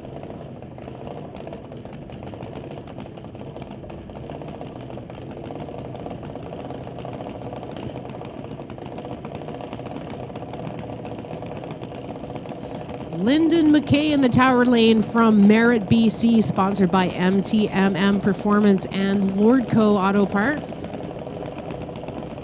Going against Isabella Marshall from Vernon. Sponsored by Titanium Auto Group and Quality Manufactured Homes. Lyndon dialed in at 11.90 and Isabella an 8.90. So Isabella will have to be very patient as she waits for Lyndon to take off.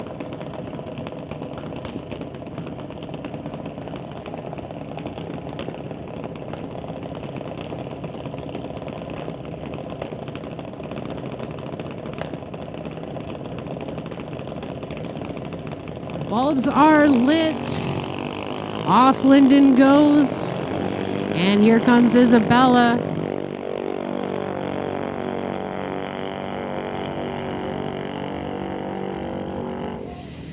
Lyndon McKay moving on into the next round, 11.90 on his 11.90 dial, and Isabella a 008 red.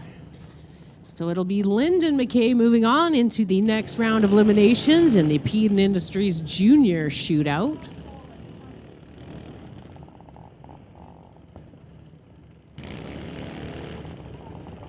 Next up, we've got Owen Armstrong in the tower lane. We've got Mom Jessica there, our social media star. If you see it on Facebook, it's Jessica that is posting it. Owen Armstrong, part of the Armstrong Racing team, sponsored by Fountain Tire, Chilliwack, Sea to Sky Law, Lordco, and Badass Garage. Owen dialed in at a 14.01. Going against Ashton Katnick, sponsored by TK Performance and Lordco Auto Parts, dialed in at 11.74. We're going to see Owen Armstrong take off first. And Ashton hot on his trail few moments later.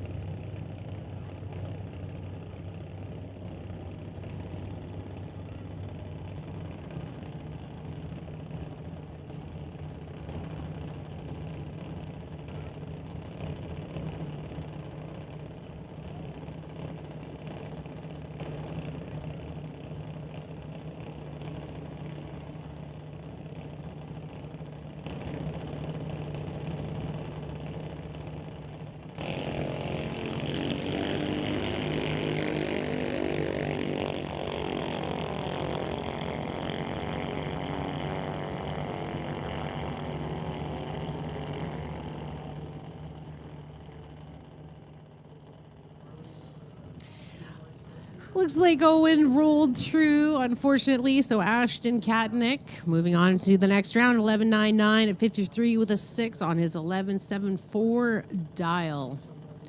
Anything can happen here at the Junior Shootout, sponsored by Peden Industries.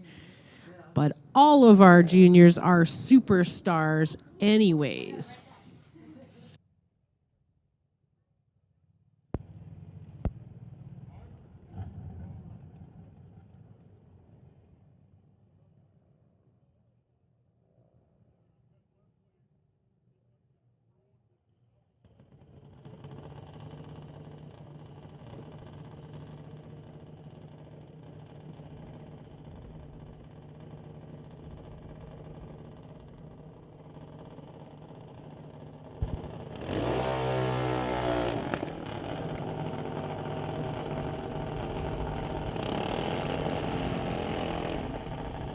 Carrying on with the Peden Industries Junior Shootout, it's Nate Green in the tower lane. He's from Mission, part of the Green Brothers Racing Team, sponsored by Global Container Terminals and Bumper Stand.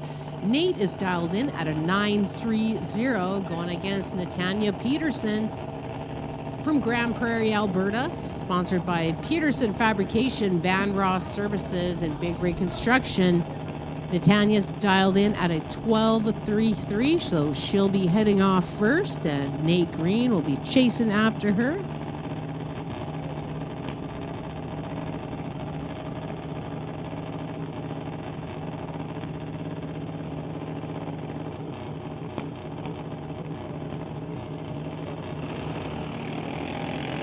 There goes Netanya heading off first, and here comes Nate Green, who will be moving on into the next round.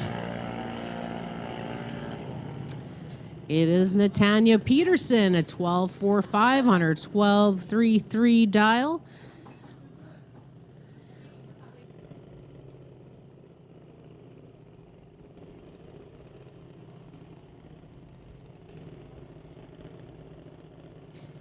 The excitement never stops here when the juniors are running Junior Shootout.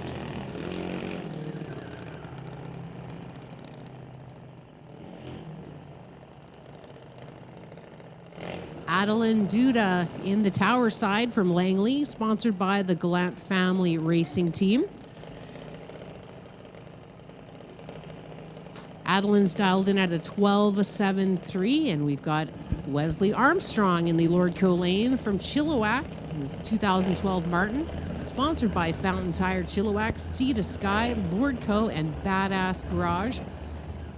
Wesley dialed in at 11.29. So we're going to see Adeline take off first with Wesley right behind him. Wesley, a part of the Armstrong Racing Team.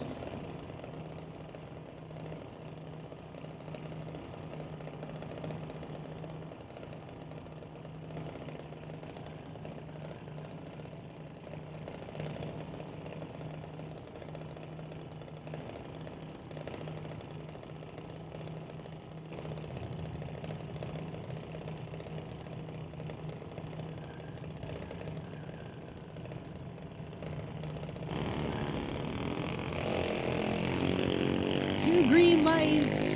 Adeline heading down the track first, and Wesley in hot pursuit.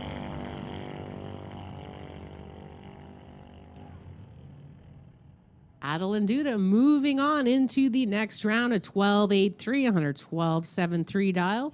Wesley an 11.46 on his 11.29.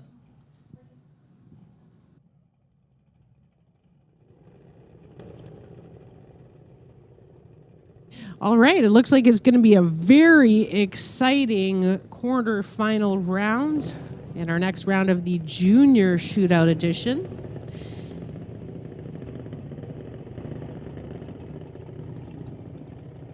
Moving into the Junior Quick 8 now.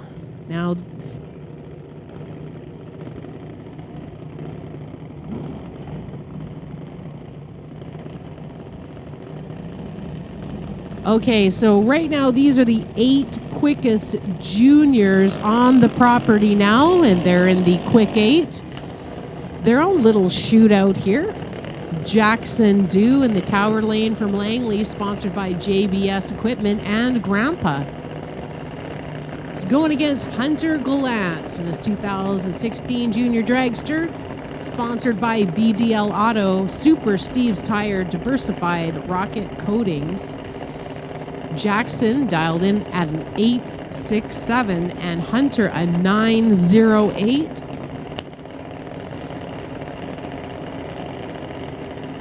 So again, these are the quickest juniors on the property. They laddered them fastest to slowest, and these are the fastest. Peden Industry sponsored Junior Quick 8.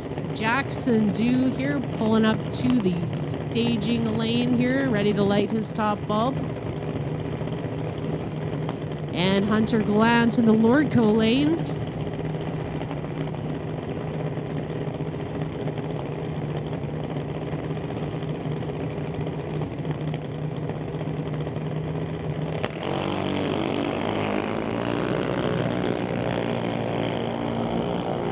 Our first pair in the Junior Quick 8 to the 8th mile. It's Jackson Dew moving on. An 8.70 on his 8.67 dial. Hunter Gallant going a tad too quick. A 9.05 on his 9.08 dial in.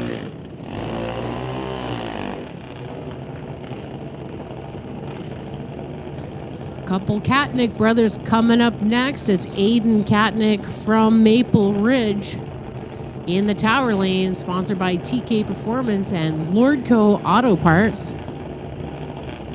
In the 2020 GT 500, Aiden dialed in at a 7.78. Adam Katnick in the Lordco lane dialed in at an 8.79, sponsored by TK Performance and Lordco Auto Parts as well. Peden Industries Junior Quick 8 here on the Titanium Strip at Mission Raceways, the West Coast Outlaw Series.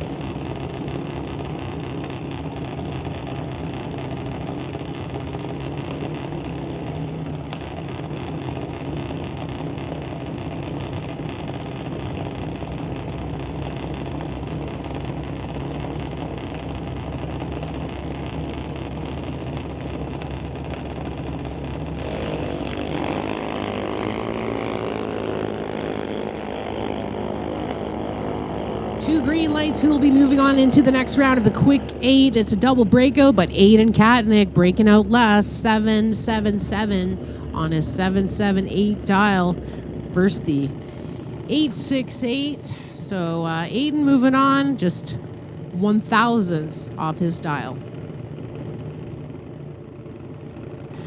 Just a reminder, folks, if you find anything like wallets or cell phones, please bring them up to the tower. We have several people looking for some lost items.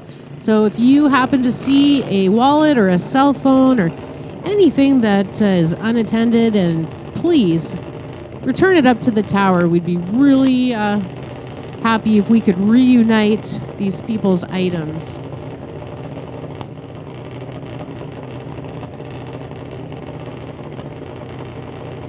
Lincoln Shirk in the Tower Lane, dialed in at a 7.82, sponsored by Titanium Auto Group. Going against Bentley Johnson. He's from Mission, dialed in at an 8.95, sponsored by Titanium Auto Group's Bubba's Speed Shop, Lucas Oil, and Headwave. Lincoln dialed in at a 782. Bentley an 895.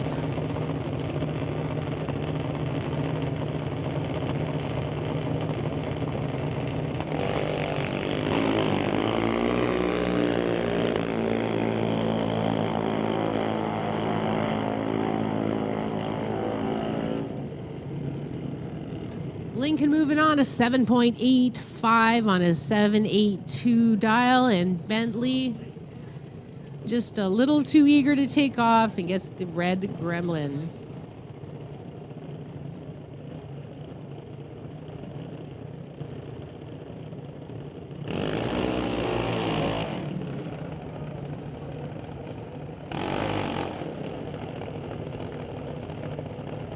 All right, their burnout's completed. It's Connor Jackson in the Tower Lane and the 2009 Martin. He's from Abbotsford, sponsored by TKO Hot Rods, Fitness Lab, and Lordco. Connor's dialed in at an 890, going against April Bond from Mission, sponsored by JBS Equipment. April dialed in at an 863.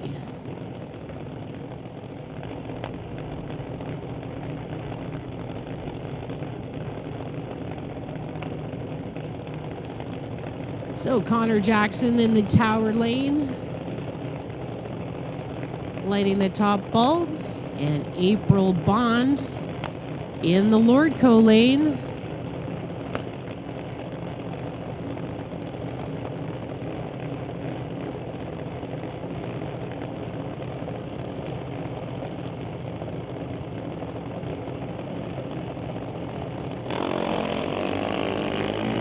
Two green lights as they make their way down to the 8th mile, the Peden Industries Quick 8.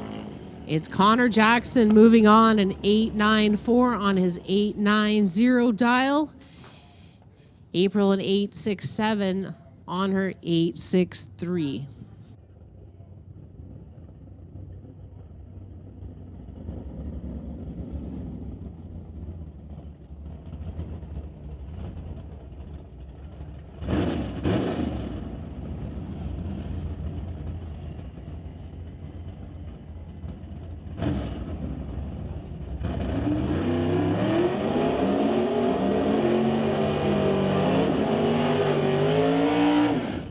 Attention in the pits, attention in the pits. Door slammers, can we get you to lanes 4 and 5 with overflow in lane 6?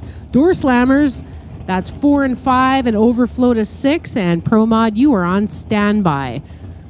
Moving in now to Rad Torque Systems electronic class is Daryl Stobie, Tower Lane in the 64 Chevelle, going against Tyler Keller in the 71 Olds. Daryl, big liftoff. Daryl at a 10.24. Tyler a 9.10. First round of eliminations here in electronics is Daryl Stobie moving on in his Stobie Construction sponsored 64 Chevelle.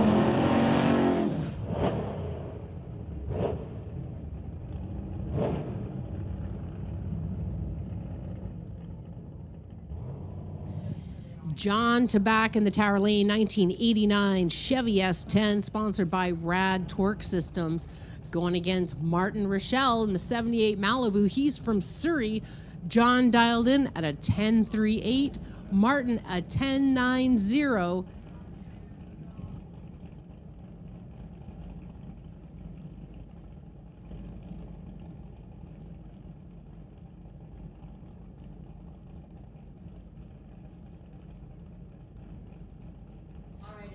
Just a quick change here, a 10.009 for Martin Rochelle.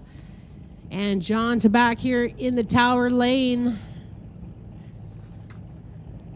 First round of eliminations here in the Rad Torque Systems electronic class.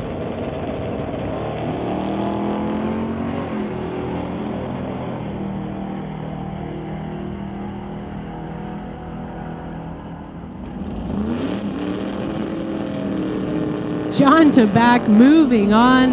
A 005 reaction time for John. He'll be moving on into the next round. A 10.42 on his 10.38 dial. Next up, it's Andy Hatton in the Lordco Lane 1969 Camaro running a 584 big block Chev. He calls it the Grinch. Sponsored by Titanium Auto Group, Bubba's Speed Shop, and Taves Roofing. Andy dialed in at an 825.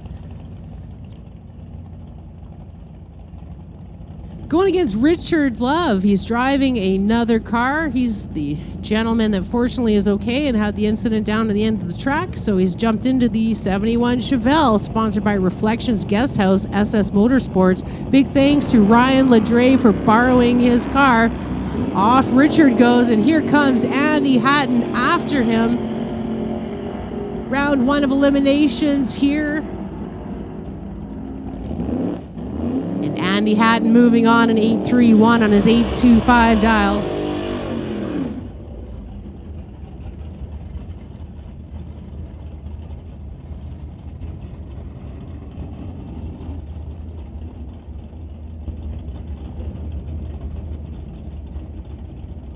Irene Cocatello from White Rock in the Tower Lane 1963 Nova.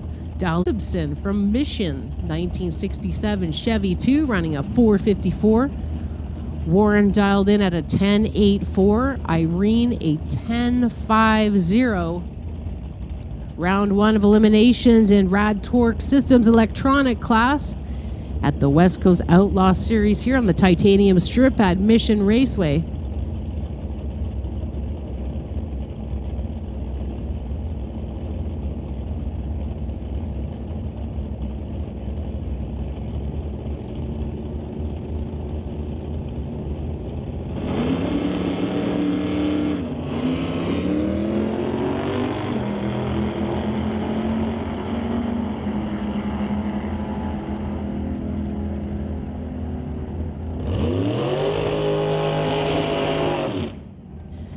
Looked like some problems off the line for Irene, so Warren Jacobson moving on into the next round of eliminations, 11:08 on his 1084 dial.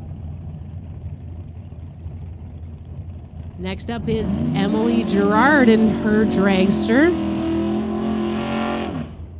2001 dragster running a 582 big block Chev. Emily sponsored by Sheer Solutions and Just Mechanical, and she is dialed in at a 744. Brad Vingy in the Lordco Lane. He's from Langley in that 1968 Chevy Camaro. Sponsored by B&C Racing. Brad dialed in at a 1020, so Emily will be very patient as she watches Brad Vingy head down the track.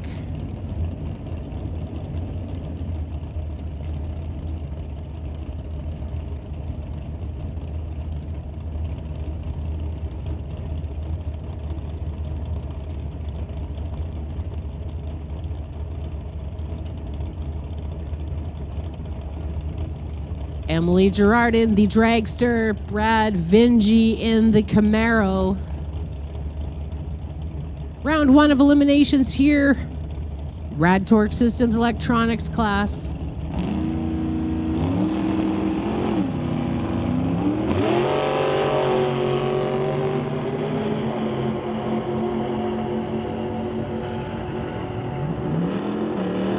Wow. Emily just fighting that dragster as it was pulling toward the center line, but it's going to be Brad Vingy moving on a 1012 on his 1012 dial. Just 007 off his dial-in time, so great job, great pass. Brad Vingy moving on. Kevin McNichol here. He was our Race of Champion Super Pro winner at the Mission Finals. He's racing his 1967 Nova, sponsored by Titanium Auto Group, Ken Specialty Autos, JBS Equipment, Gibson Racing Transmission, and Lordco. It's going against Derek Shirk from Langley in the 1955 Bel Air. He is the owner of Titanium Auto Group.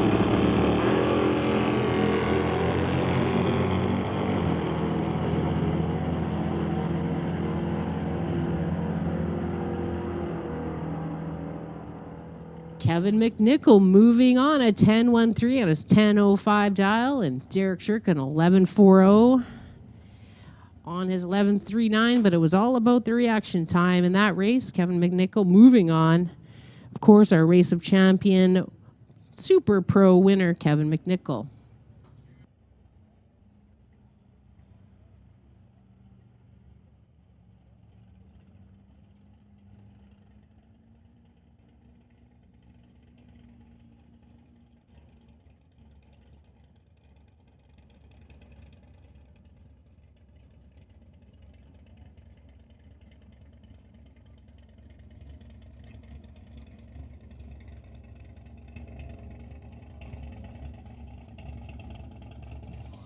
Well, that was a great first round of eliminations for those guys. And we're just doing a little track prep and heading into our door slammer class, I believe. It's putting a little bit of gold dust down there on the track. Doing a little repairs before the big boys come out.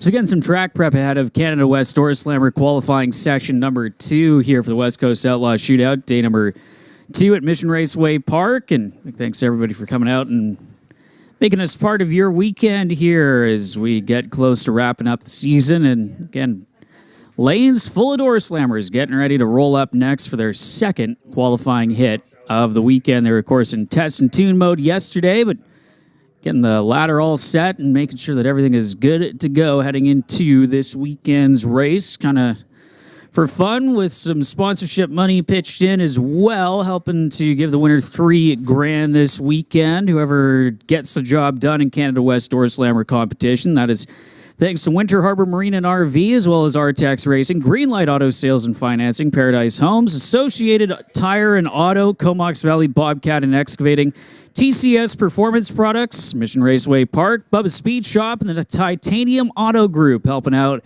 to give us some sponsorship money for the Door Slammers to race for this weekend. As again, this is their final race on the schedule. They wrapped up their championship last weekend and trying to race for some cash this weekend here at MRP.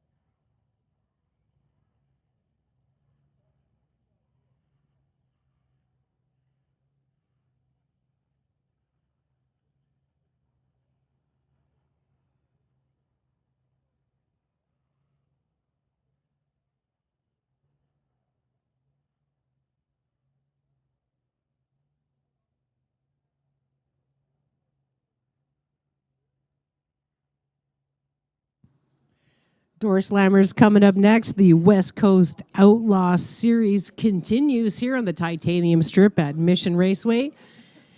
Be sure you check out the Pro Shop and grab a hoodie, a great deal for Door Wars 11 hoodies, and you might need it a little bit later. And also great deals going on in that Pro Shop for t-shirts. And if you buy one item, you get 5% off. If you buy two items, you get 10% off. And hey, if you buy 3 items, 15% off your whole order. So they're blowing out the merch at the Pro Shop. So be sure to check that out and grab yourself a t-shirt, a hoodie, or even a sticker and put it on your car.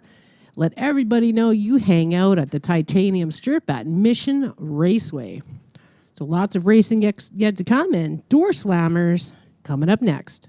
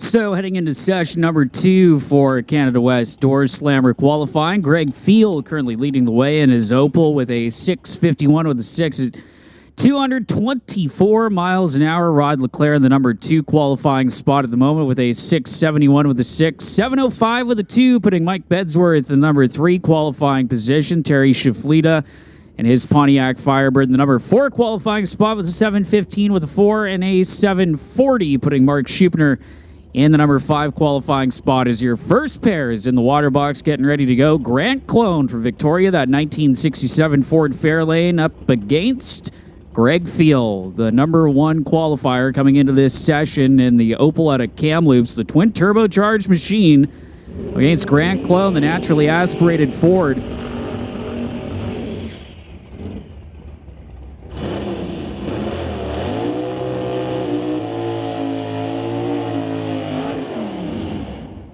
A high revving small block for Grant as he brings that machine up to the ready line. Did an 8:57 in round number 1 of qualifying, getting him solidly into the Canada West Door Slammer field at 155 miles an hour.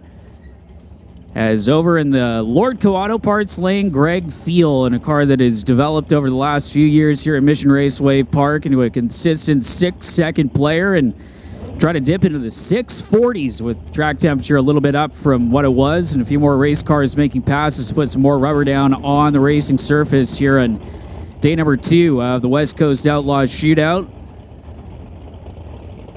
Field sponsored by Active Care Auto, Jubilee RV, and Acumen Machine, as well as Total Turbos and Twin Turbos on the Opal. You can hear the boost building as we get ready for our first pair of Canada West Door Slammers.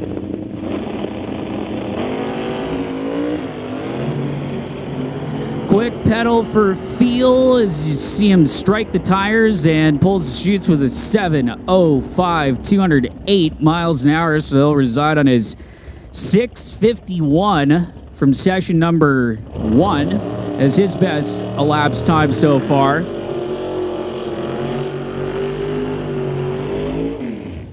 Grant Clones pretty much got himself a bracket car at this point. 2 runs, 2 857s at 857 with a 9 at 155.66 miles an hour. Just a few thousandths of a second shy of his previous run. The best run being in session number 1 as well, an 857 with a 6 in session number 1, 3 thou better. And his run in the second round of qualifying is backing up from the burnout. It's going to be Brian Ritchie out of Coquitlam. His 1968 Chevelle, the Ritchie Race Engines Greenlight Auto Sales Machine, and Brian helping to build his own motors and figure out his own power plants. The Ritchie Race Engine 632 cubic inch Chevy power plant up against Grant Howell, also is 632 cubic inches naturally aspirated horsepower. Sunset Racing Engines providing the motivation for that orange 37 Chevy from Victoria that has been a fixture in Canada West Door Slammer competition. Grant having that car for over 20 years. Hard to believe at this point. See Grant almost leaving before the tree was activated, struggling to hold that car back. The line 770 with a 4 at 174 miles an hour. For Grant Howell and Brian Ritchie, 790 with a 9 at 170.97 miles an hour for the Chevelle.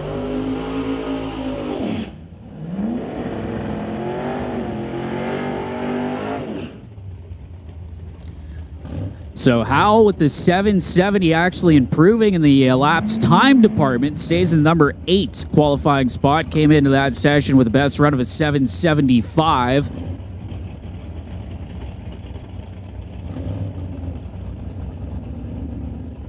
Brian Ritchie also improving in the Ritchie Race Engine Chevelle, running a 790 coming into the session with a 791 best elapsed time. As we get ready for our next pair, it's going to be Jason Field from right here in Mission. His 71 Chevy Nova with the small tire in the back of it, one of the only competitors in Canada West Door Slammers who runs a small tire setup, is again courtesy staging. So Jason turning on that bottom ball before Dave Warren was pre-staged. So they'll back him out of the beams and try it again. Warren over there in the Blue Max 62 Bel Air. Once again, Dave with some very heavy tires shaking that machine as they get to the top end. Jason Field, 820 with a 4, 165 miles an hour, and pedaling his way to an 846 and getting himself qualified, at least in the show. Dave Warren, 171.49 miles an hour for the racer out of Mission, and no, they're going to still be looking for a little bit more of that car capable of going down to the 7-second zone.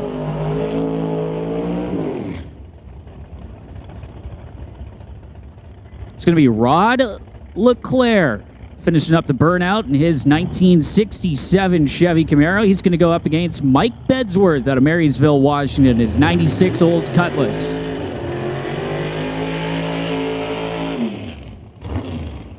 Again, just like the late 90s Pontiac Firebirds, the old Cutlass body style, very popular in pro stock competition, making its way down to the sportsman categories of drag racing, as Mike Bedsworth, that beautifully presented machine, backing up from the burnout. Mike currently sits as your number 3 qualifier Coming into this session, we're at a 7:05 with the 2 at 192 miles an hour, trying to push into the 6-second zone potentially. Rod Leclerc from Victoria, and behind Paradise Homes, 10 years competition in Canada West Door Slammers. So that 1967 Chevy Camaro, you can see with the nitrous assistance, 598 cubic inches. For Rod Leclerc, 632 cubic inches naturally aspirated power for the Oldsmobile of Mike Bedsworth, who's become regular with Canada West Door Slammers as the border opening up this year, and great to have a lot of our U.S. competitors making the regular trip back here to Mission Raceway Park. Mike, one of those racers in Canada West Door Slammers. So problems for Rod Leclerc in the Lordco lane, and at the top end of the racetrack, it's going to be a 7:05 with a 9 for Mike Bedsworth. So that is just a few thousandths of a second rather shy of his run from round number 1 at qualifying. 7:05 with the 2 still his best run. 7:05 with the 9 at 192.39 miles an hour, and that is actually the exact mile an hour that he ran last time that he was out in qualifying session number 1. So pretty much an identical run the second time for Mike Bedsworth in qualifying. Is Mark Thompson out of Vernon going to be up next? The Marvel Racing Studebaker. It's waiting on Rod Leclerc to clear off the top end as coasted his way through to a 26-second elapsed time. Rod staying in the number 2 qualifying spot, ran a 6:71 with a 6 at 204 miles an hour, as Rod had to pretty much shut that thing off as soon as he got to the Christmas tree. Didn't even get to the equipment in JBS equipment before he ran into some trouble with the 67 Camaro, the Paradise Homes machine, and it's going to make the first turn off at the top end of the racetrack. Now clear as Mark Thompson about to get the signal to light up the Marvel Racing Studebaker.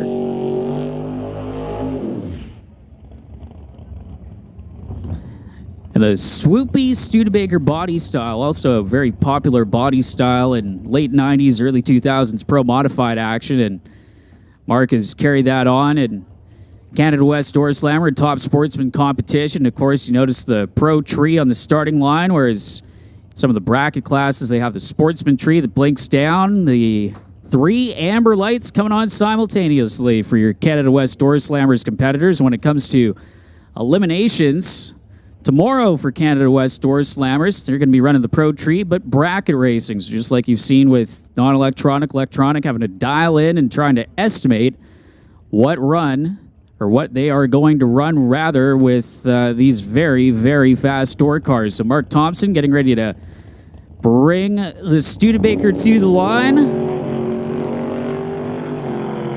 Almost perfect reaction time as Mark was going way over towards the center line, had to shut it off in 8:61 with a 121 miles an hour, but 5/10,000ths of a second red on the Christmas tree. If that was eliminations, that one would have hurt. Steve Wilson at the ready line next. His 1968 Camaro with the big block Chevy power plant sticking out of the Cal induction hood on that 68 Chevy Camaro that he calls the Angry Pumpkin.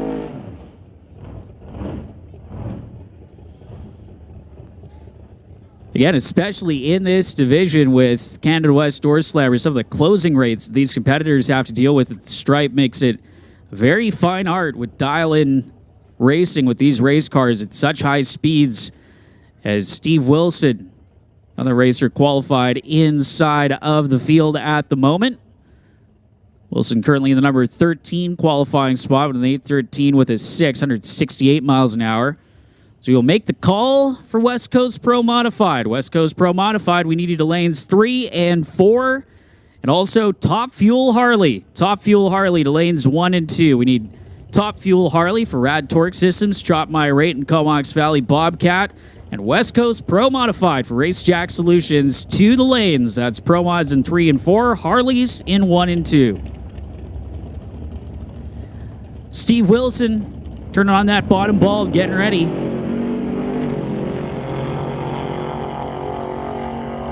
Wilson's car kind of driving towards the wall as he steers it back into the groove, gets to the top end with an 8:16 with a 167 miles an hour. That is not an improvement from his 8:13 with a 6.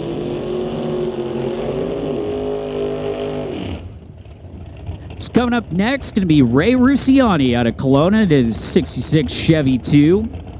Ray, former regular with the NMCA and also used to run in Ontario at the Grand Bend Motorplex and Cayuga as well as he gets backed up from the burnout. And Terry Langdon Davies, one of the staples in Canada West Door Slammer competition, as well as bracket racing and NHRA Lucas Oil Sportsman competition here in the Pacific Northwest. Longtime racer out of Yarrow in that purple and black 41 Willys. Such an iconic body style in drag racing.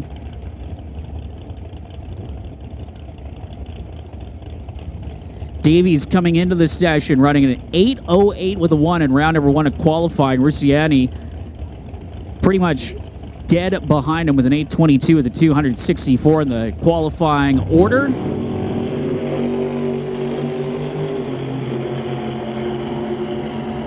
Dead even off the tree as they get to the traps, an 8:27 at 163 miles an hour for Ray Rusciani, an 8:08 with a 564 for Terry Langdon Davies. That is only 0.04 of a second slower than his run from round number 1 of qualifying here for the Canada West Door Slammers.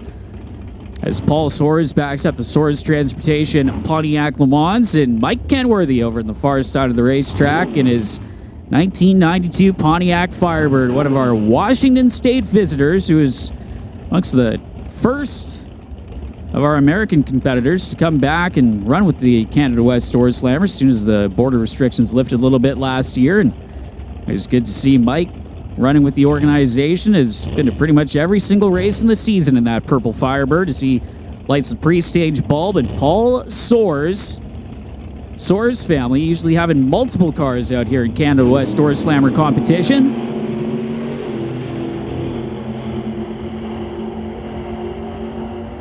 .002 red on the tree for Soares, gets to the line with a 796 with a 171 miles an hour.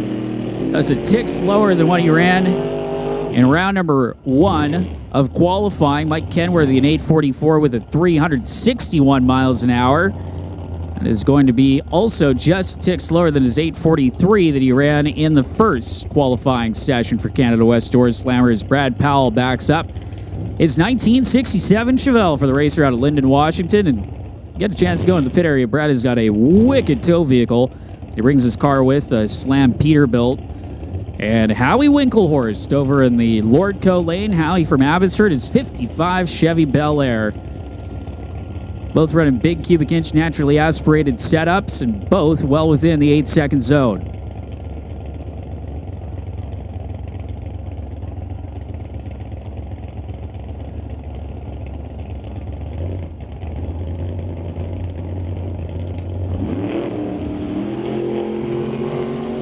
So problems right off the line for Brad Powell, who comes to a stop just past the 60-foot timers. He's going to back that machine up, and 8:28 with a 3, 160 miles an hour for Howie Winklehorst, which is about 0.02 of a second slower than what he ran in the first session, and 8:26 with a 9 at 160.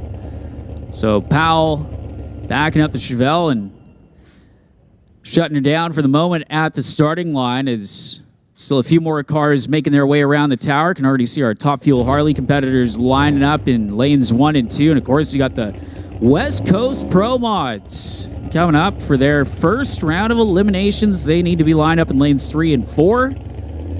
As Brad Powell having some problems at the line, originally backing that 67 Chevelle up, and he's going to be sent on his way down the racetrack.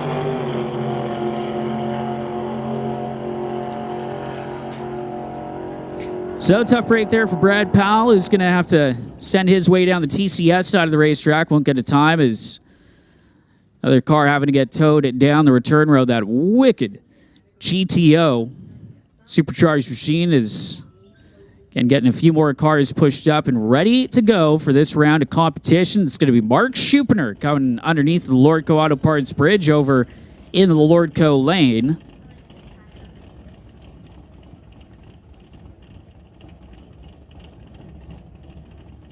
Also looks like Lane Woolley having to get towed back down the return road as well. And so Mark Schuppener coming up into the water box, and Mike McMahon His 1969 Chevy Camaro, again with the old school injector stacks.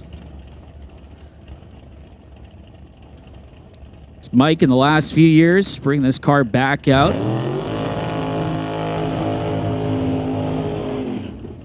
Formerly campaign. Dean Murphy, and over in the far side of the racetrack, that 1995 Chevy Lumina for the racer out of Kelowna, Mark Schuppener, came into this session in the number 5 qualifying spot. 7:40 with a 0, Mark's best run.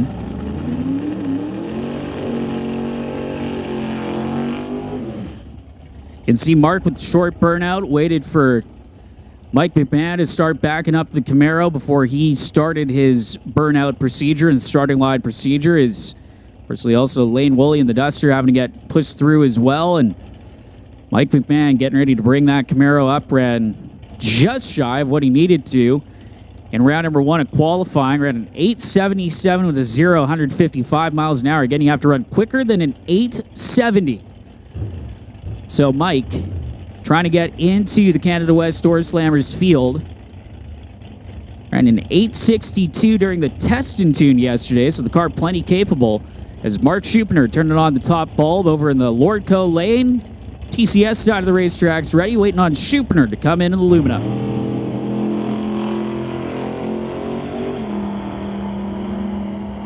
So problems on both sides of the racetrack happening at different ends of the racetrack. Schuppener getting to the 8th mile mark, getting just outside of the groove and having to shut it down early as Mike McMahon has come to a stop just before the 330-foot mark. And again, Mike wisely pulling out of the groove over towards the wall.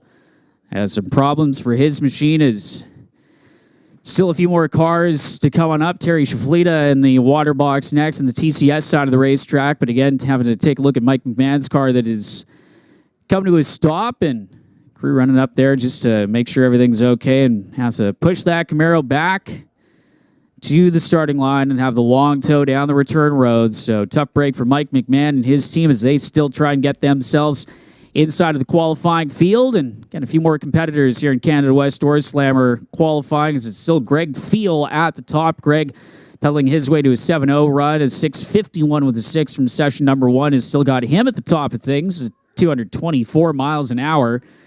Rod Leclerc, run number 1, his best run so far, as well as he struck the tires pretty much off the hit of the throttle in the Lordco lane in his second qualifying attempt, 6:71 with a 6 at 204 miles an hour. Mike Bedsworth also staying at the top of his run from session number 1, is everybody pretty much within a few tenths that has made it all the way down the racetrack of what they ran within the first session. So things still close up towards the top of the field as Mike McMahon's Camaro making its way back behind the water box. And we'll get ready for the next pair after a quick check of the racing surface. And just like that, you hear Terry Shaflita's car coming to life as he's going to bring the Firebird into the water box and start the burnout.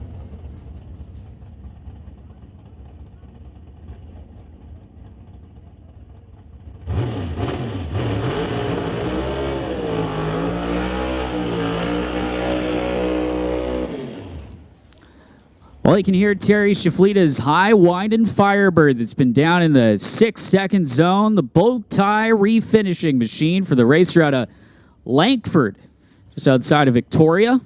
So we'll back that car up from the burnout, and Shaflita with some old Pro Stock style rule inspired engine combination. He plays a big part in getting that motor put together in this Pontiac Firebird. So from the burnout, made his first appearance of the year with the Canada West Door Slammers at Smoke, Fire, and Thunder, and trying to use this nice air that we have here at Mission Raceway Park, the cool fall conditions, to try and get a solid elapsed time in the books before he puts the car away for winter.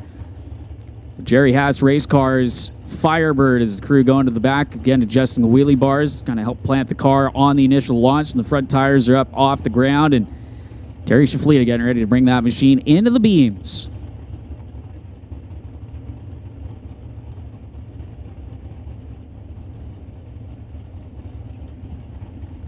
And again, you'll see in the side-by-side pairings, or as we go on into elimination, some of the teams with different Starting line procedures is a wide variety of different race cars. So communicate that before they come up to the line so that they can have their procedures sequenced. So both cars, in theory, come up to the line ready to race at the same time as Shaflita lights the pre-stage bulb, getting ready for the second to last car in Canada West Door Slammer qualifying. Well, Shaflita, you could see it kind of driving towards the center line. That thing had the wheels up and pretty much immediately pulled to the right as Shaflita is shutting it off. He'll reside in his 7:15 from the first qualifying session is his best laps time. Going into the third session for Canada West Door Slammers coming up a little bit later on. And they're ready for the next car to roll on up to the water box next.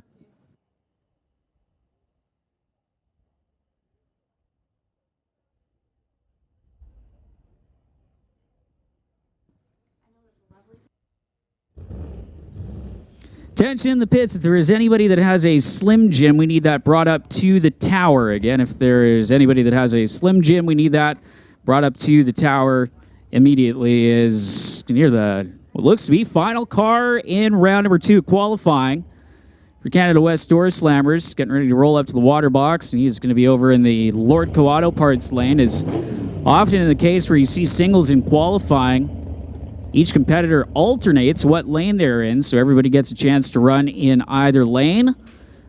Henry Zacharias, his 53 Corvette, was in the TCS side of the racetrack and had a wild centerline crossing moment in his first run. Now going to try the Lordco Auto Parts lane and trying to get this 53 Vet inside of the qualifying field.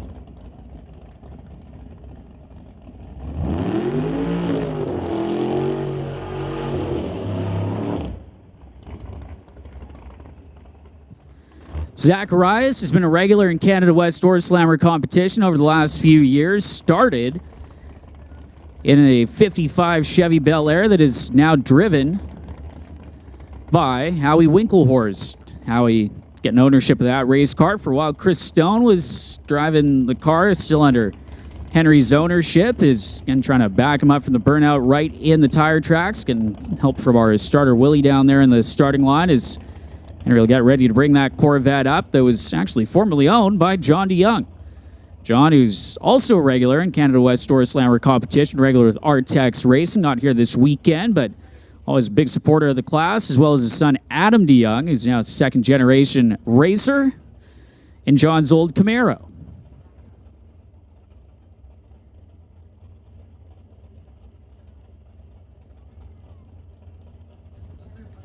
.660 cubic inches, naturally aspirated dart power. So again, going for the big cubic inch naturally aspirated combination as Henry getting ready to bring that car up to the staging beams. And they're just trying to make sure that the wheelie bars are set at the correct height at the back of the car, which is what they are waiting on at the moment. Just making sure that that is all adjusted. The crew backing away now, and Henry getting ready to bring her up to the beams. Again, looks to be the final car in Canada West Door Slammer qualifying session number 2. Going to be Henry Zacharias, and Henry's still yet to be in the field, trying to make his way quicker than an 870 in this car, capable of at least 760s, so definitely can do it handily if everything goes to plan.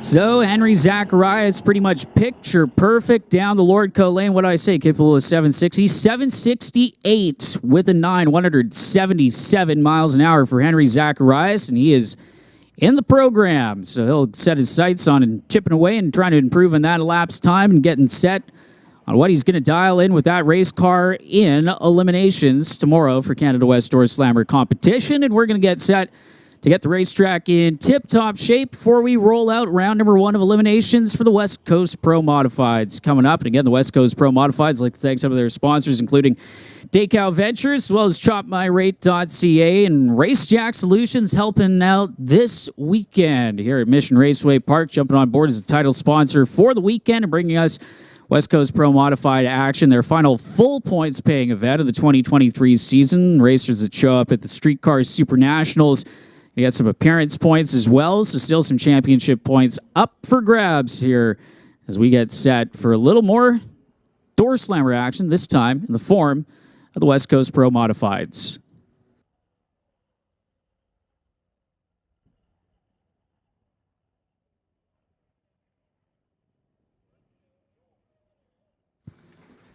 So again, Greg Fields still number one in qualifying for Canada West Door Slammers with Henry Zacharias, the final car to make a trip down the racetrack. That's 6:51 with a 6 from round number 1 of qualifying. Again, the Door Slammers running for $3,000 on the line to the winner of this weekend's race. And that is brought to us by Winter Harbor Marine and RV, as well as Artex Racing, Greenlight Auto Sales and Financing, Paradise Homes, Associated Tire and Auto, Comox Valley Bobcat and Excavating, TCS Performance Products, Mission Raceway Park, Bub's Speed Shop, and the Titanium Auto Group helping out with Canada West Door Slammers. And of course, the naming rights sponsor here at Mission Raceway Park, the Titanium Strip, which is owned and operated by the BC Custom Car Association, with, of course, a long history of drag racing here in the province of British Columbia. And getting set as soon as the equipment gets off the racetrack and the track prep finishes. Going to get ready. The tractor's at the top end, just doing a quick drag of the racetrack to lay down a little bit more rubber and spray down some of that sticky stuff and get ready for round 1 of West Coast Pro Modified Eliminations. Again, seeing who moves on to the semifinals.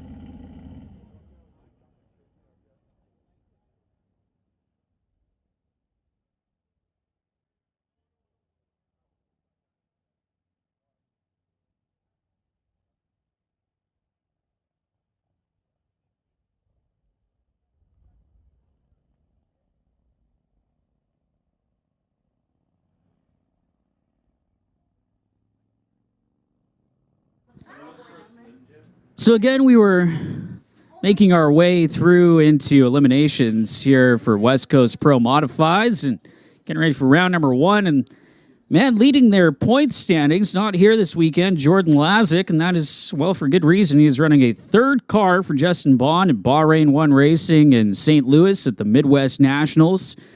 currently qualified at number 5 in the top half of the qualifying field with 580 at 246 miles an hour, running Justin's Pro Charge 69 Camaro that we saw in action at Door Wars last year. So Jordan Lazick still in the top half of the qualifying field up against some of the NHRA's best, behind Jason Scruggs, Justin Bond, Cal Belushi, Mike Castellana, then Rutland's Jordan Lazick, again currently 5th in the qualifying order at the NHRA Midwest Nationals. And of course, Justin and Jordan usually behind the wheel of the Bunker Junker 57 Chevy, and went to the final round of Door Wars this year. Got the win at the full-blown frenzy at Pacific Raceways earlier on in the year. So congratulations to Jordan Lazick, getting himself solidly into the field for his first ever NHRA Fuel Tech Pro Mod appearance. And again, Justin Bond challenging for the championship this year, currently in the number 2 qualifying spot at Gateway.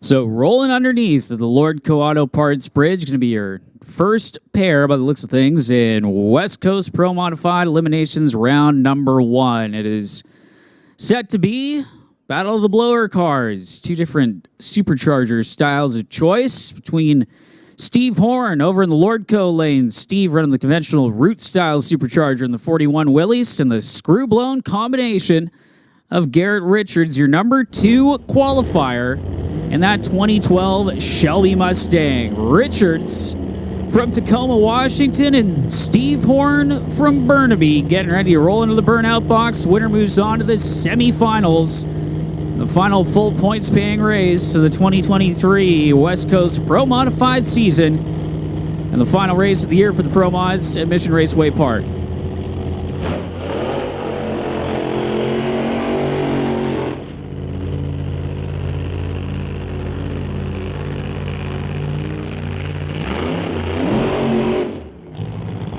A little bit of a weird burnout there from Garrett Richards from our vantage point in the tower. See the wheels kind of lazily spinning through the water, and then Garrett, without even really any smoke, looked like the thing pretty much hooked up in the burnout and practically did a dry hop. But Richards is engaged reverse and is backing up. You can see the crew talking to Garrett over the radio, and these Pro Mod competitors often utilize radio communication to help make sure that these cars are backed up in the correct spot and everything is good to go, and they have a point of contact for the entire time that the car is on the racetrack. Richards, the 378, 201 miles an hour, has top speed of the meet so far. They're, by the looks of things, trying to get that thing in gear as it almost weirdly jumped back on him. Steve Horn waited until the final session in qualifying to get a run on the board. Had an early shutoff and a boarded run. 6:06 for Horn in the 41 Willys is waiting on Garrett Richards, who looks like he's got the thing moving forward, found first gear, going to bring it up to the ready line. And that is the Ford-powered Shelby Mustang with the Walt Austin Racing Boss Hemi power plant with that massive injector hat on the screw supercharged combination. Going up against Steve Horn, the JS Power Sports Willys.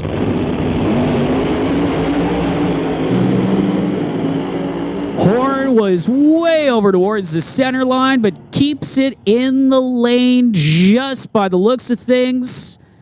399. One light coming on, though, for Richards over there in the TCS side of the racetrack. 453 with a 232 miles an hour. As Horn got perilously close to the center line and might have gotten over the line there at that 399 at 164 miles an hour. Horn trying to stay with it, as there you can see they're taking a look at the top end, making sure that everything is good to go.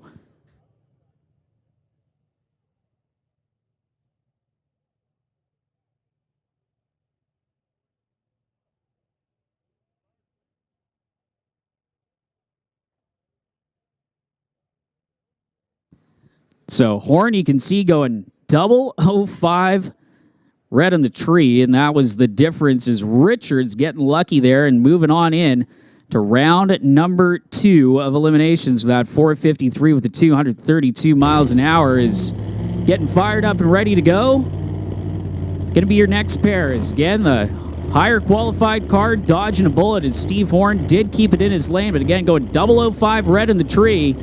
So it is going to be Ryan Hayward up against Dave Kowalski.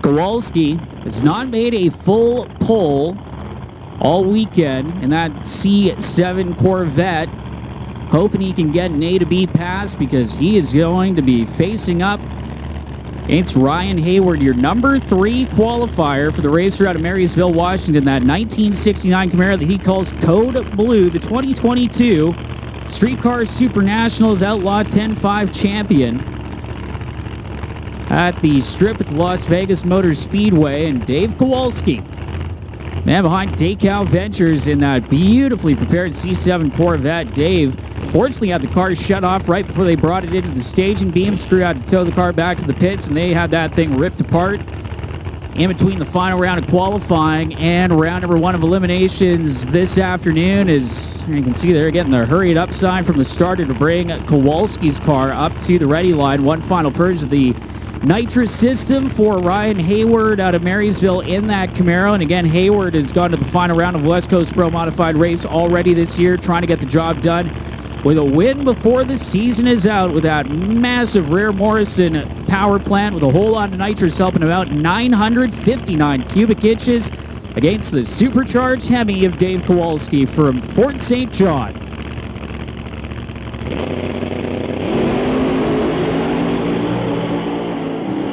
Side by side, and it's going to be Ryan Hayward getting the job done. 379 with a 4, 197 miles an hour. To Dave Kowalski's losing 395 with a 1 at 183. Kowalski running his best run of the weekend, but it was not enough to take down Ryan Hayward, who moves on into the semifinals, West Coast Pro Modified elimination. So Hayward out of Marysville getting the job done with the 379 with a 4, as the top 3 in qualifying have unleashed a flurry of 372nd runs. And Ryan Hayward going to move on into the second round of eliminations. Hayward better off of the tree, and Kowalski actually having better 60-foot, 951 to the 60-foot to a 962. But from then on, it was all Ryan Hayward in the nitrous-assisted Camaro moving on into the semifinals.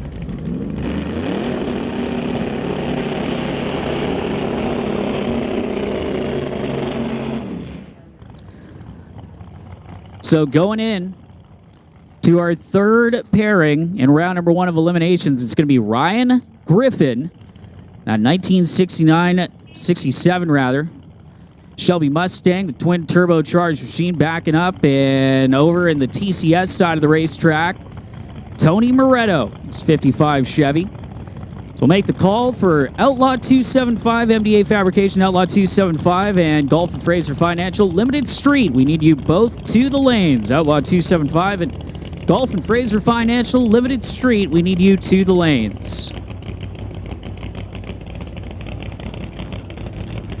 That will be their opening round of eliminations, as well as Tony Moretto, one of the series sponsors in that 55 Chevy.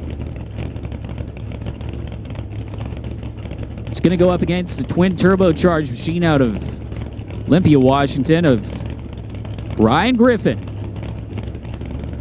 Twin turbos on that Hemi power plant, 903 cubic inches of nitrous-assisted power for Tony Moretto, which actually by today's standards is a little bit small as Moretto, having the previous generation of big cubic inch nitrous combos, and didn't really race for about 10 years or so before bringing back out this 55 Chevy. For the racer from Spruce Grove, Alberta, two of the closer match cars in qualifying, try to decide who moves on into the next round of eliminations.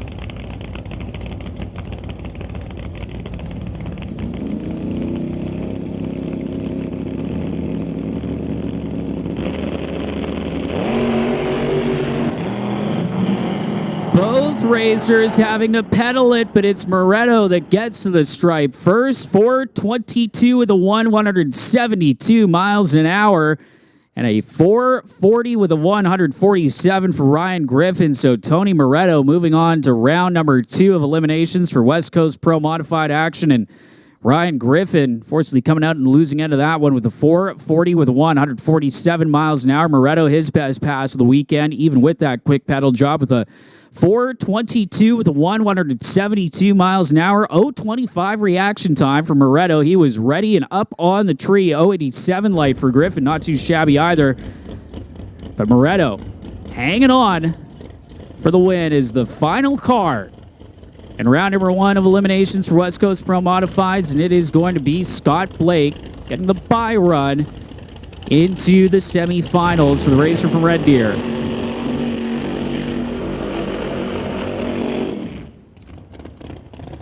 Scott Blake coming in as your number 1 qualifier, but only 0.003 of a second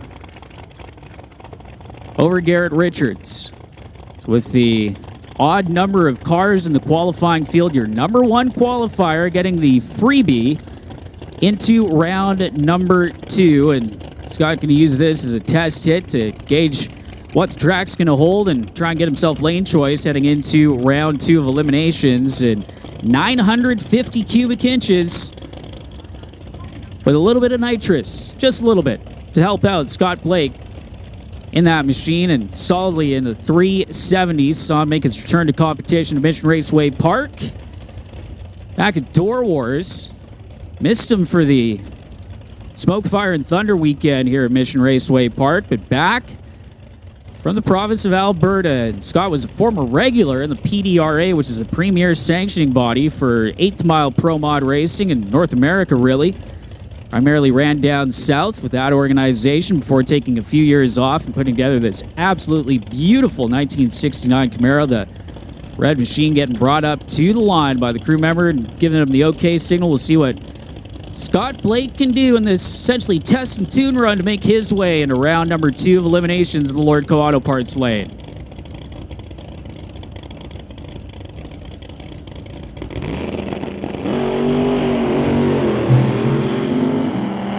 Scott Blake driving through some tire shake. How about another 370, 379 with a 199.29 miles an hour for Scott Blake. And that is going to wrap up round number 1 of eliminations for West Coast Pro Mod, presented by Race Jack Solutions. And we're getting ready for a little nitro, and it's going to be the Western Canadian Top Fuel Harleys coming up next, presented by Rad Torque Systems. Drop my rate, and Comox Valley Bobcats, little, hopefully 200-plus mile-an-hour action on 2, usually, for the most part of the racetrack, 1 wheel on the back of that big Mickey Thompson slick. And it is the first pair up at the ready line. The Big Kids Racing teammates going to go at it with Nate Gagnon and Pete Waugh lined up for your first pair of Top Fuel Harleys.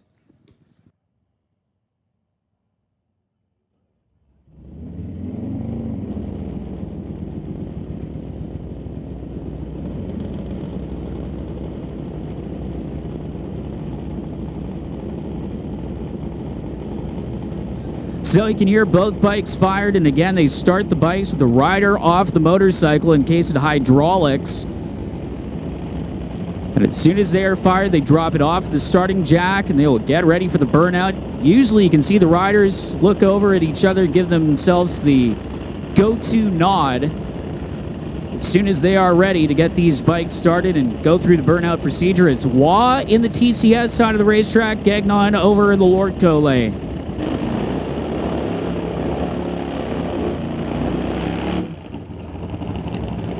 Big Kids Racing, of course, a fixture in Top Fuel Harley racing here in the Pacific Northwest. And Nate and Pete, both longtime riders. And Pete, probably one of the newer riders on the circuit there. As you can see, the starter just telling him to zip up the leathers just a little bit more. They also wear a ballistic vest underneath of the leathers in case, you had a piston to the chest or anything. Shrapnel. As Pete Wah from Nanaimo and Nate Gagnon out of Qualicum Beach getting ready for the first pair of Top Fuel Harley.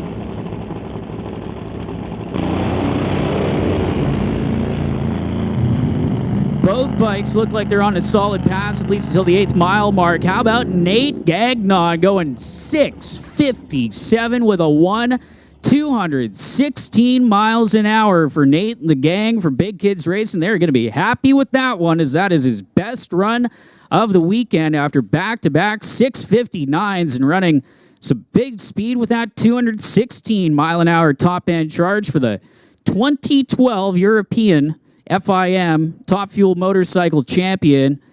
As the Big Kids Racing crew going to ride down the return road to pick up their riders. Pete Wah off of it early, coast through the top end to a 989 with a Ford only 92 miles an hour. Both riders in a solid pass. Pete actually having a better 60-foot number than Nate. And then right around the 330-foot mark is where it went a little bit south, and Pete had to shut that motorcycle off. But getting ready for our next pair, Ron, how neat.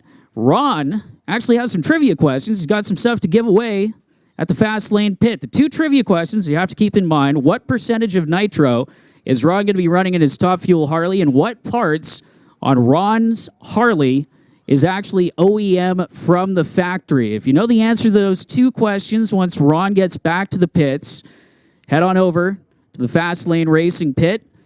Ron's got some stuff that he is going to give away to you, to the first two people with the correct answer. And the Great White North Distilling Co. Top Fuel Harley of Ron Howneat. It's over in the TCS side of the racetrack. He's going to go up against another veteran Harley rider, and that is Jim Schellenberg out of Surrey. The LMS-sponsored machine is both bikes cranked, and looks like actually Ron having some problems initially in the start, but they've got the starter cart tucked away, and Ron Howneat going to roll into the burnout box, again alongside Jim Schellenberg.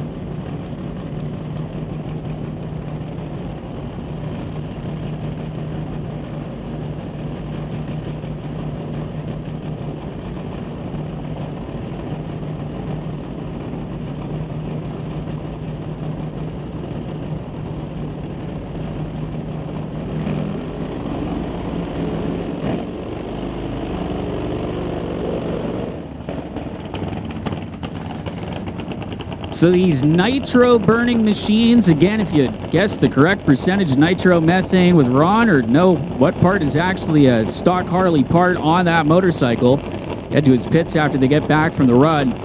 Jim Schellenberg been doing this for over 20 plus years. So's Ron Howneat, a rider from Mission who is many times CMDRA Top Fuel Harley champion. Pretty much had a walk in the category in the late 90s and early 2000s. Back on the bike in 2023 after a long layoff.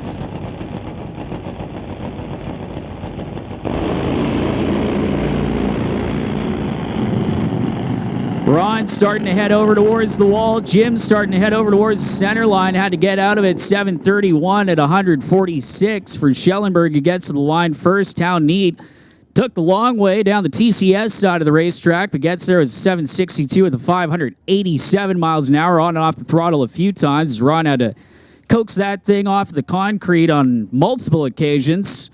Still gets her to the stripe under power. Schellenberg had the opposite problem. He was going cone hunting at the top end when he got to the traps and had to shut off his motorcycle just a little bit early, and that is going to wrap up Top Fuel Harley. We'll get ready for a little Pro Mod motorcycle action. It's going to be Austin Christopher from Hope. He's going to face off against Matt McKay-Smith out of Merritt. Austin Tower side, the TCS lane, up against McKay-Smith, who is a 4-time CMDRA champion. On board of his machine, the Suzuki, over for Smith. Austin Christopher, who is the world record holder on board of a Kawasaki that set that back at the CMDRA event in June here at Mission Raceway Park, is he's getting ready to tackle the TCS side of the racetrack. And again, the turbocharged machines. And you see Terry Schweigert, who is a multi-time champion in Pro Mod motorcycle and funny bike competition as well, down there at the starting line, checking things out as well. They get ready to await the signal to get those bikes fired up in the water box. Just a quick check at the top end, making sure that everything is okay after our final pair of Top Fuel Harleys, and get ready to roll on in the Pro Modified motorcycle, followed by some Pro Street bikes lined up back in the lanes. And already, MDA Fabrication, Outlaw 275, and Gulf and Fraser Financial Limited Street getting lined up and ready to go in the lanes as well. And again, to those competitors in those divisions, if you are not already in the lanes, you guys are a little bit late to the party.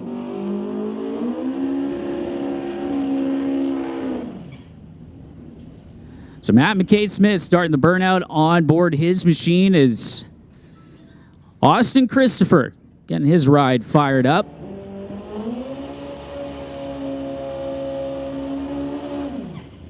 Seen Austin in the 640 zone, ET-wise, just a tick over 200 miles an hour on the TCS side of the racetrack. Is distinctly different engine note from the rumbling, poppling, cackling, nitro-fueled V-twins that we just saw, again, going over the turbocharged combination on either side of the racetrack. Back to more conventional fuels for both of these bikes, but still making up for it big time in the elapsed time department as McKay-Smith has lit the top bulb. Here comes Austin Christopher.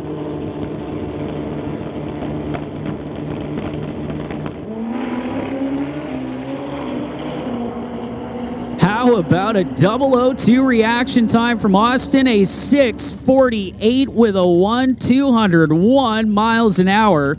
For Austin Christopher, 664 the 199 miles an hour for Matt McKay-Smith, and a 002 reaction time for Austin Christopher. That is only 0.02 of a second away from being perfect on board of a Pro Mod motorcycle. Austin was ready for the tree to come down as Steve Abusini going to be our final competitor of the two-wheeled variety. It's Steve on board of his DOT-tired CBR 1100 XX, the PRP Automotive sponsored machine. We mentioned that Steve is a regular with our Mopac Auto Supply Street Legals, and this bike is an absolute wild ride for Steve as soon as it gets hooked up. A lot of boost and can pick up the tire pretty much in every single gear down the quarter mile. Around a 795 is his best run so far on the weekend, as Steve getting ready to turn on the top bulb on the TCS side of the racetrack.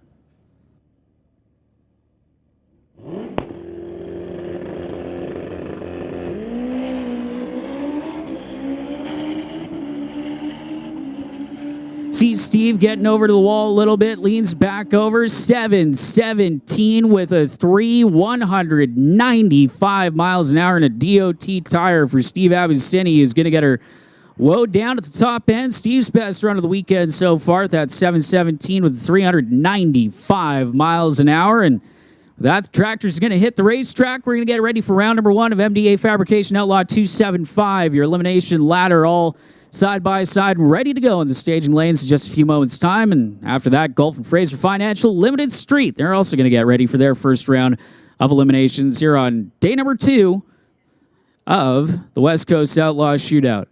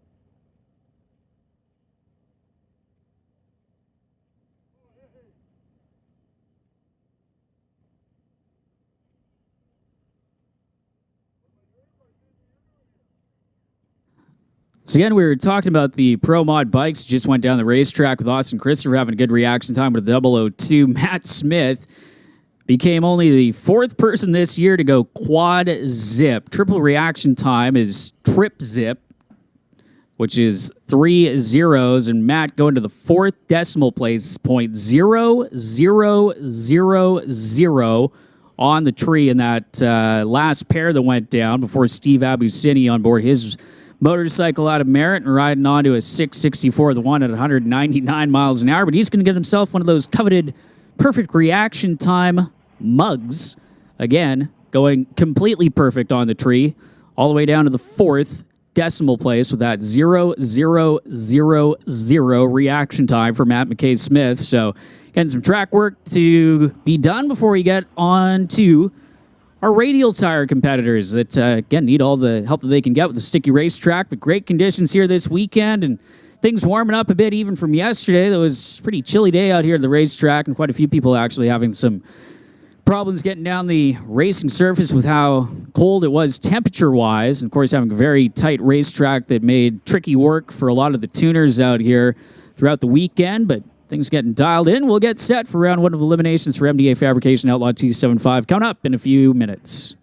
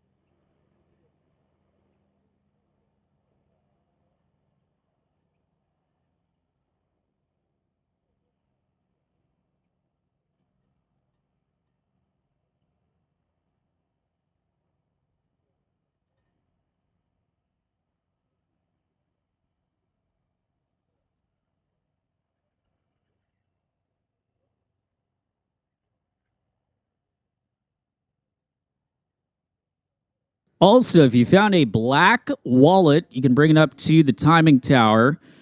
You have somebody that has lost their wallet, so if anybody finds a black wallet, you can bring it up to the second floor of the timing tower, and we will reunite it with its owner. Once again, if anybody finds a missing wallet, bring it up to the second floor of the timing tower. As you can see, the spray being laid down, the final stages of track prep. In a few moments, we'll have the tractors and equipment moving their way off, and we'll get into Outlaw 275 for the West Coast Outlaws coming up.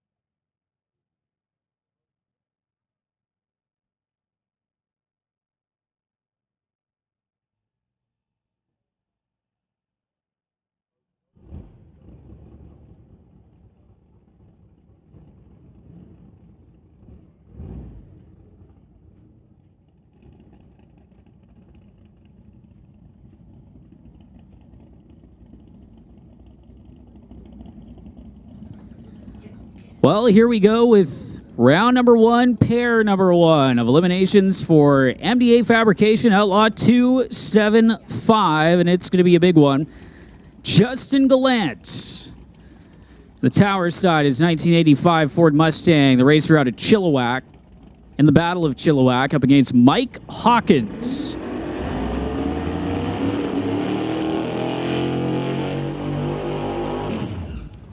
Hawkins, nitrous, the power out of choice. That 1981 Chevy Malibu for Ken Specialty Automotive and Diversified Metalworks, and Justin Gallant, the turbocharged small block Ford. And that Fox-bodied Mustang, and Justin in the final session stepping it up big time in terms of where he stood in the qualifying lineup. Came in as the last car in qualifying and jumped up into the number 7 spot. He is going to face, as a reward, the number 8 qualified car of Mike Hawkins.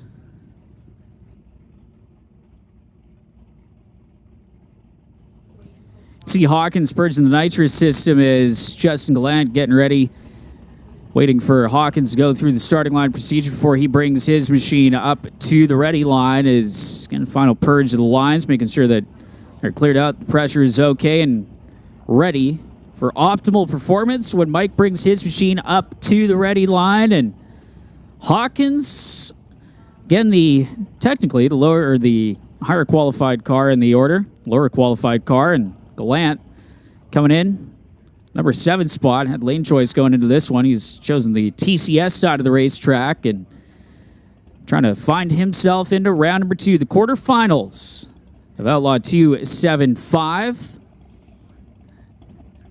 Hawkins, crew member, backs away. One final purge of the nitrous system as Gallant is already pre-stage. Here comes the Malibu into the pre-stage beam as we get set for the first pair in round number 1 of eliminations for Outlaw 275. Even off the tree and even to the line, it's going to be Justin Gallant getting to the stripe first. 456 with a 461 miles an hour, 458 with an 8 at 159 for Mike Hawkins. And Gallant was ready on the tree, 060 or 086 rather, reaction time to a 156 light for Mike Hawkins. And getting to the stripe by 0.09 of a second over Hawkins on the Lordco Auto Parts side of the racetrack. Jordan Brandon going to get the bye run into round number 2 by virtue of being your number 1 qualifier.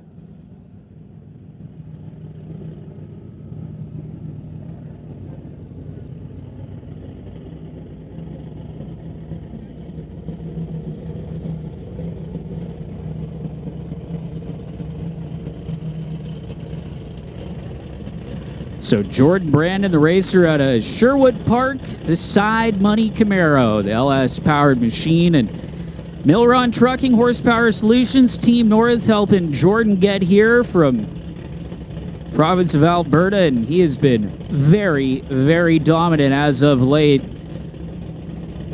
in Outlaw 275 competition. Getting ready to build up the boost and turn on that bottom bulb. Brandon, no trouble in the TCS side of the racetrack, and another 440. 443 with a 0, 173.34 miles an hour. So back-to-back 440s. Jordan currently with low ET and top speed of the meet for Outlaw 275. Ran a 441 in the final round of qualifying, 176 miles an hour. And again, moving on into that next round of competition is Rick McLeod up at the ready line and his Dodge Dart.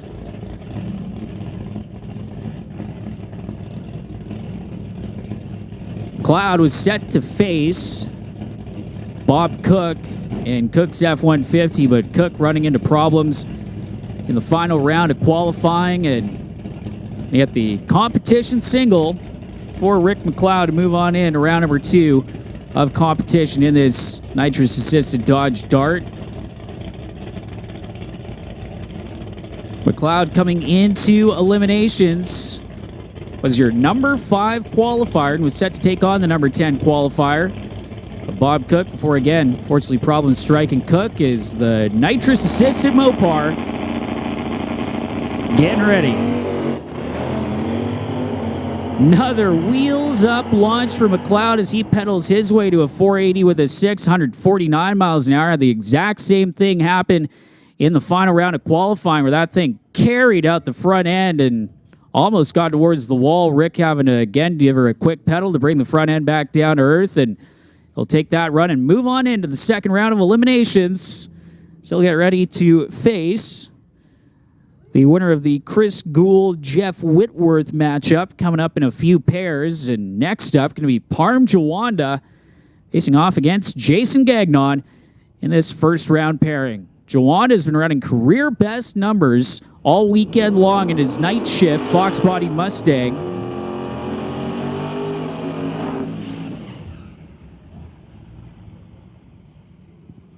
Jawanda coming in is the number 6 qualifier, facing up against your number 9 qualifier. And Jason Gagnon, the racer from Kelowna. Jason, for the last few races on the schedule, has been running a radial flyer as opposed to his usual angle plug 1970 Nova.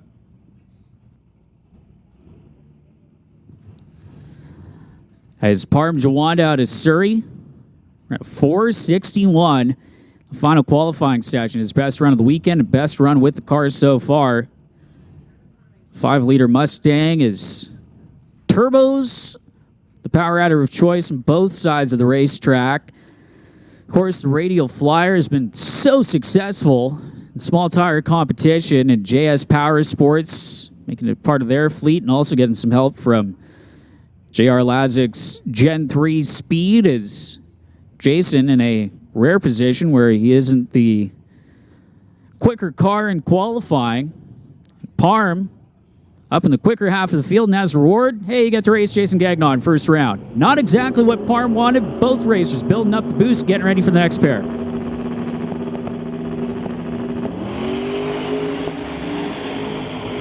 Both cars carrying out the front end. It's going to be Parm Jawanda, 461 again. 461 with the 659 miles an hour.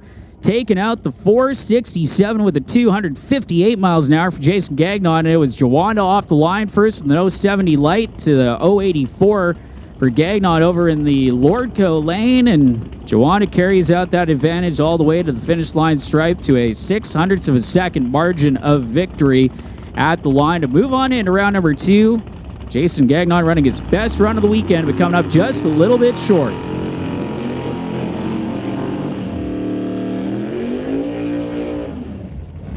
Next pairing going to be Dan Rodrigue and Tony Souza. Rodrigue, the number 2 qualifier, was the number 1 qualifier until Jordan Brandon uncorked a 441 in the final round of qualifying. Rodrigue a 450 in the number 2 qualifying spot.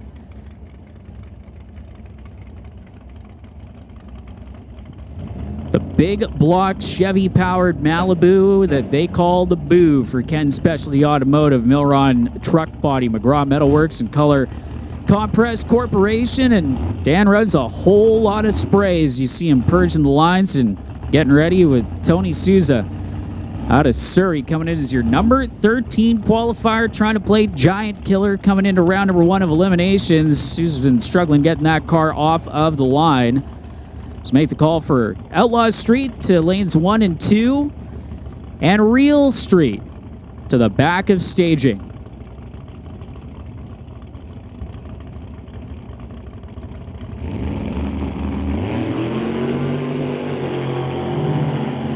Well, safe to say it's Dan Rodrigue on this one, and Dan's first 440 run of the weekend. 449 with a 3, 158 miles an hour. So far, saving his best run of the weekend.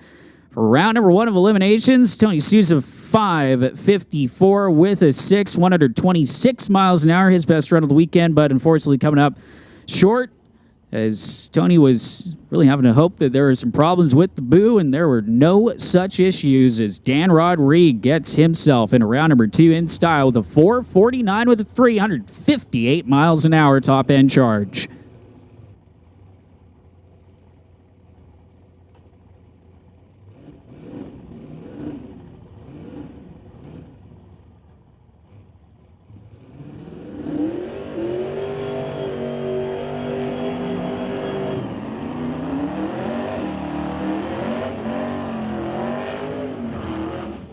So it is going to be Chris Gould, TCS side of the racetrack out of Spruce Grove, Alberta.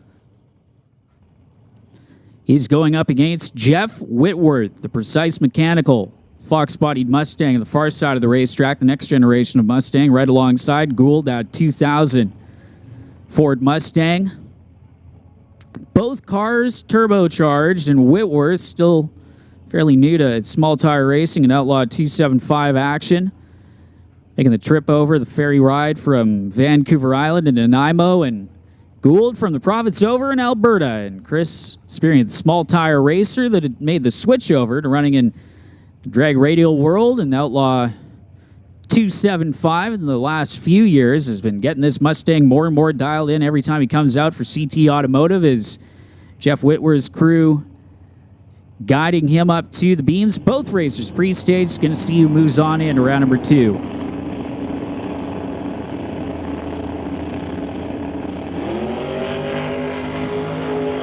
Wheels up for Whitworth, but it is not going to be enough. 464 the 157 miles an hour for Chris Gould.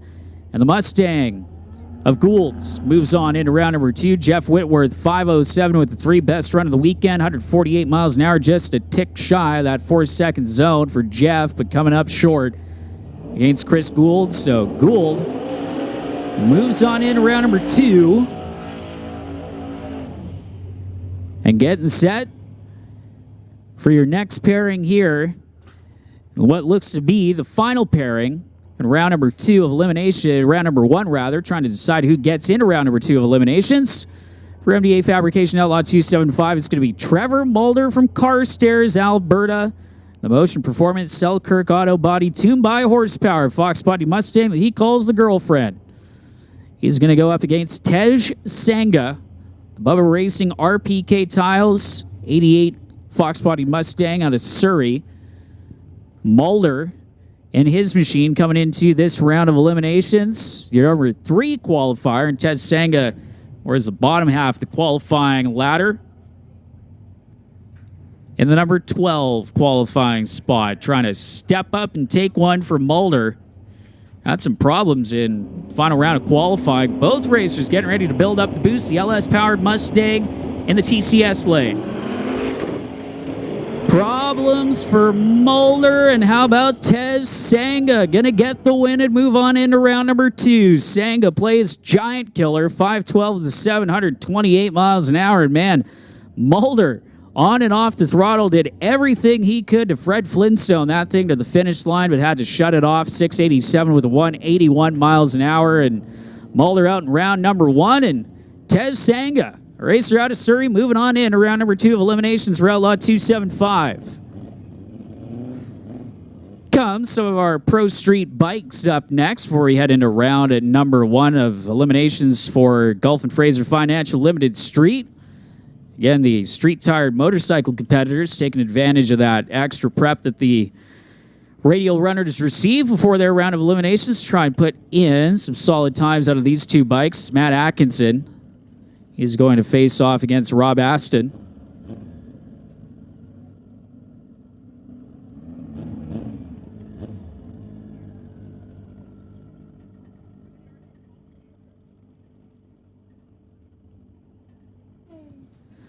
So Rob Aston, the rider out of Calgary, up against Centralia, Washington's Matt Atkinson. Rob over there in the Lordco lane.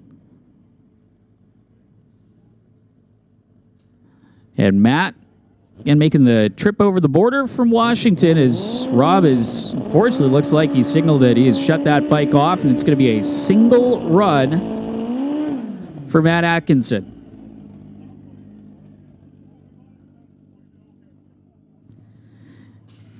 Atkinson on board the Kawasaki, trying to get at least into the 7-second zone as he guides his bike up to the beams, and Limited Street coming up for round number 1 of eliminations. Their pairing's already decided with an 8-car field, and Matt Atkinson getting ready for yet another pass, try to get into the 7s.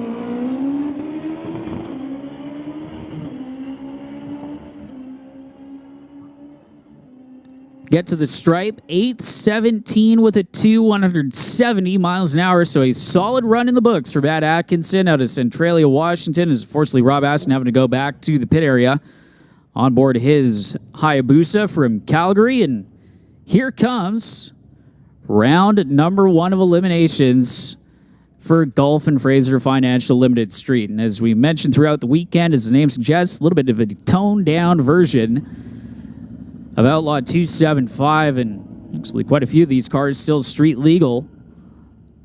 A 8th mile heads-up class with a small tire in the back. Actually, a lot of these quicker cars here in competition are pushing the times that some of the lower qualified cars in the field and Outlaw 275 have been running here is a big step up in the competitiveness of this category here on the West Coast. Is Max Nielsen backing up his Mustang, the 1997 Ford Mustang for the racer out of Sturgeon, Alberta. He's going to face off against Justin Lee from Langley, his 1993 Fox-bodied Mustang. Both cars turbocharged. Nielsen, the winner, is Smoke, Fire, and Thunder from earlier on this year in limited street competition. One of the ones to watch heading through eliminations, and Justin Lee, who has had a hit-or-miss time in qualifying, trying to land in the hit section and take out the higher qualified car.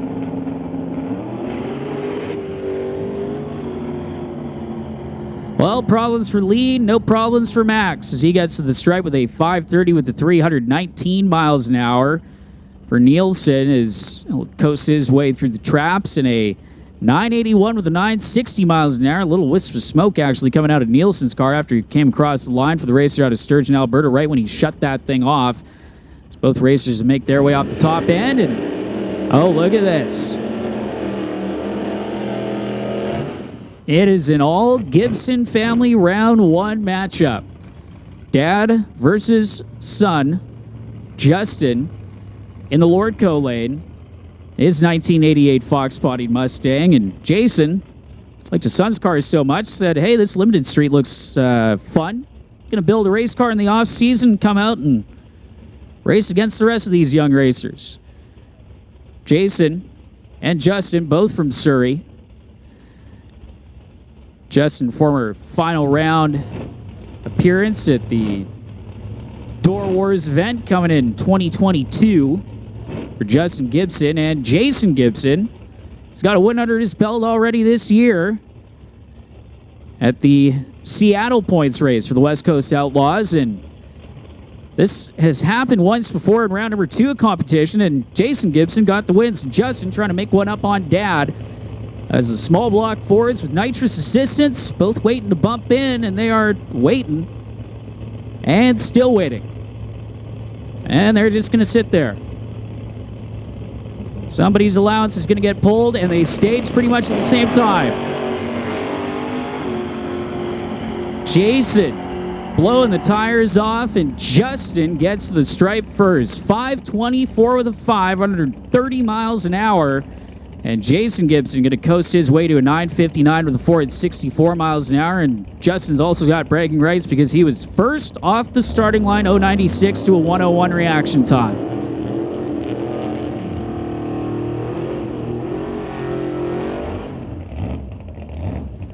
Vanessa Richards, who's your number 1 qualifier with a 520, going to face up against the number 8 qualifier in Cade Shirt. Dennis Drummond ran a 5:18, but actually ran quicker than he was allowed to with the roll cage and safety equipment that he has in the car, so that run was disallowed. So Drummond still in amongst the top 3 in qualifying, but Richards going to have the matchup against Cade Shirk in that Chevy S10 pickup truck, part of the Titanium Auto Group fleet out here at Mission Raceway Park.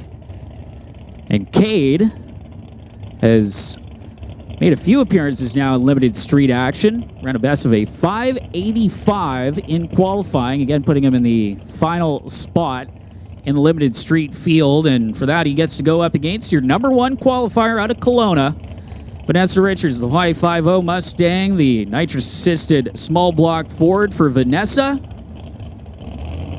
She is staged, waiting on Kay to bring in the truck.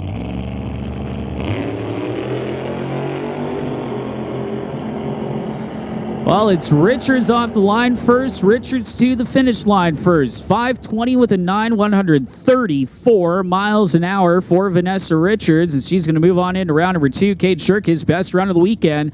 5:83 with a 3, 119 miles an hour, and unfortunately going to go home in round number 1 of competition as it's Will Wood up against Dennis Drummond.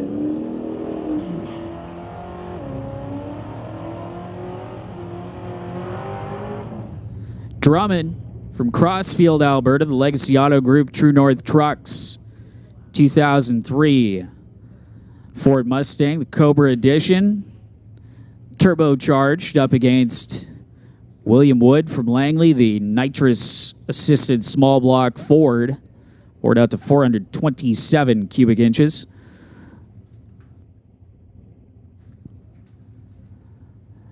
Two cars, again, closely matched in qualifying. Wood going into the 540s. Drummond flirting with the 520s. As Wood is staged, here comes Dennis.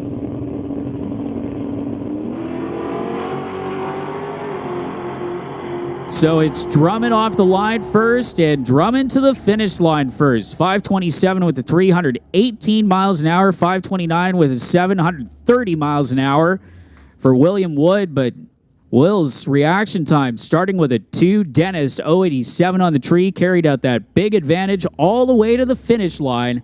And Dennis Drummond will move on in round number 2 of Gulf and Fraser Financial Limited Street. That's actually going to finish things off for round number 1 of eliminations for Limited Street. We're going to go into Outlaw Street coming up next.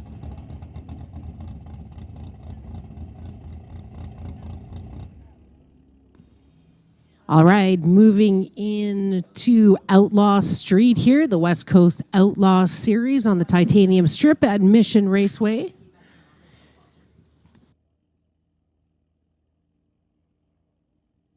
Just 3 competitors left in Outlaw Street. First up will be Tom Turand.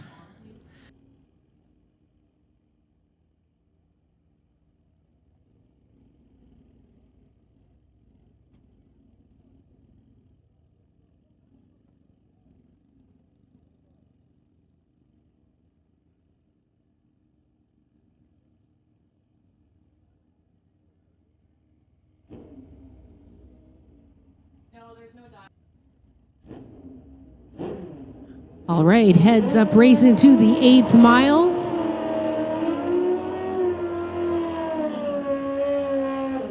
Tom Turand in the Lordco lane from Maple Ridge, the 2017 GSXR he calls the Kraken, sponsored by Daytona Motorsports and Boulder Designs, going against Brad Thomas from Squamish in the 2019 Mustang. He calls his car Mean Green, sponsored by Lordco Auto Parts. So the winner of this will move on into the final round. Wow, what a great race. Tom Turand, a 5.42 at 131 with a 2. Brad Thomas, 5.38 at 136 with a 4. 1 on the tree. Next up, Corey Craig with a bye run into the final round. So it'll be Corey Craig and Tom Turand facing off in Outlaw Street.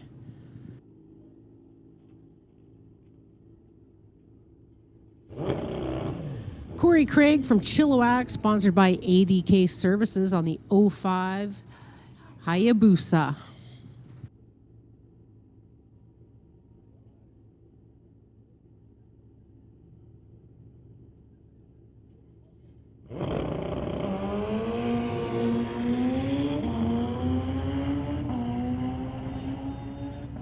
A 5.31 at 146 even for Corey Craig. So we'll see Corey Craig and Tom Turand in the final round of Outlaw Street.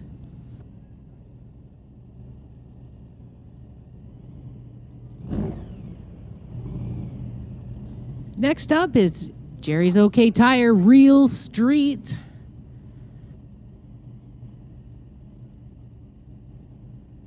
And some great racing here in this class, folks. Rob Monroe Sr. in the Tower Lane. Going against Joel Smith.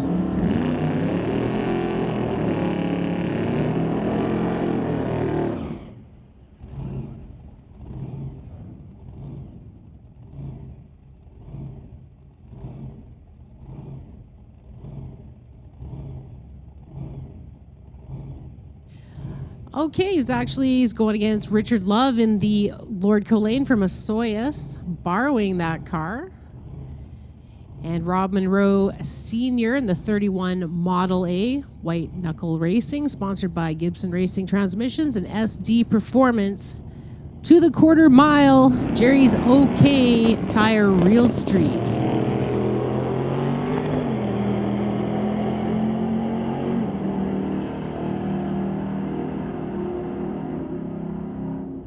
An 899 on an 896 dial for Mr. Rob Monroe Sr. He'll be moving on into the next round.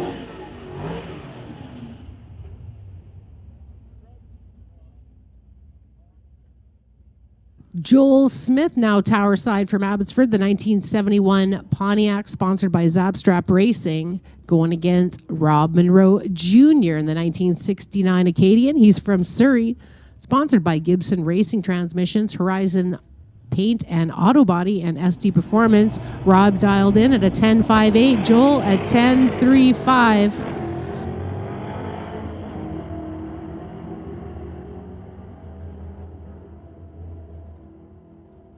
Tough break for Rob Monroe Jr. going red as Joel Smith moves on into the next round at 10.47 on his 10.35 dial-in.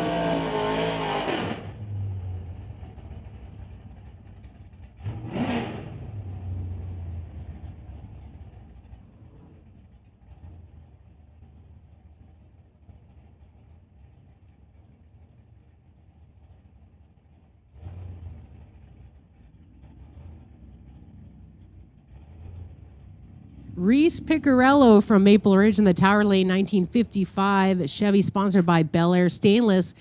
Reese is dialed in at a 10.25, going against Bobby Ehlers in the Fox Body Mustang, dialed in at a 10.31. Bob Cocatello. Can we get you over to the winner's circle, please? Bob Cocatello. Attention in the pits. Attention in the pits. Can we get non-electronics to the lanes, please? Non-electronics to the lanes. Bobby Ehler moving on into the next round as Reese broke out on his dial-in. So Bobby at 10.41 on his 10.31 dial.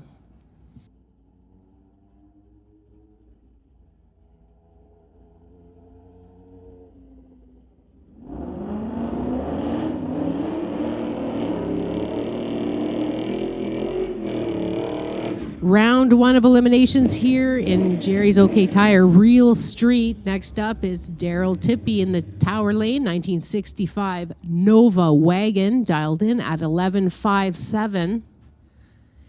And Brad Thomas in Mean Green, 2019 Mustang, sponsored by Lordco Auto Parts. Brad dialed in at a 5.8, or an 8.58 rather. Brad Thomas double classing here into the Real Street class.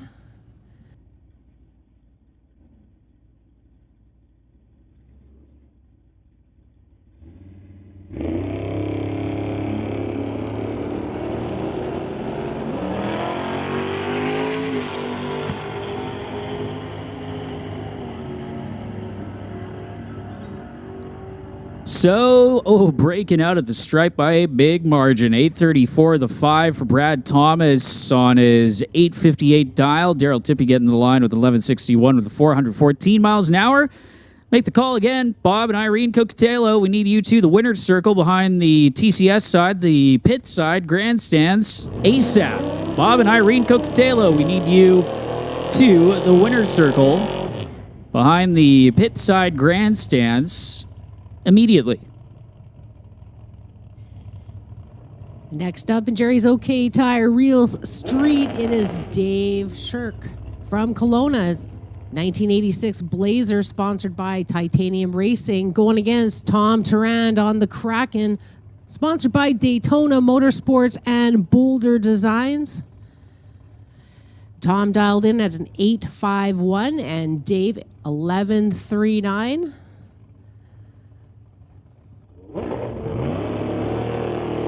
There's the head start for Dave Shirk, and here comes Tom Tarand, but tough break. Big old red light for Tom Tarand, so it's Dave Shirk. Moving on, 1148 on his 1139 dial. Quarter mile racing here in Reel Street on the Titanium Strip at Mission Raceway. The West Coast Outlaw Series, and plenty of racing yet to come, folks. Non-electronics, you should be in the lanes, please. If not, please make your way to the lanes. Non-electronics, please, to the lanes. Attention in the pits, attention in the pits. Electronics, you are on standby. Electronics on standby.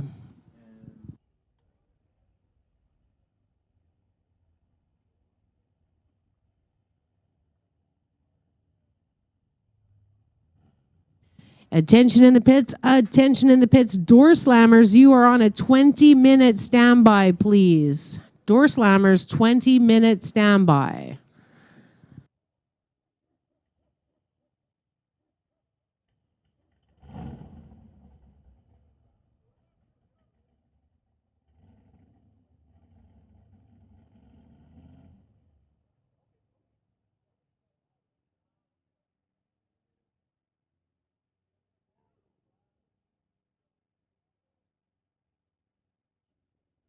Attention in the pits. Attention in the pits. Juniors, can you make your way to the lanes, please? Juniors, to the lanes.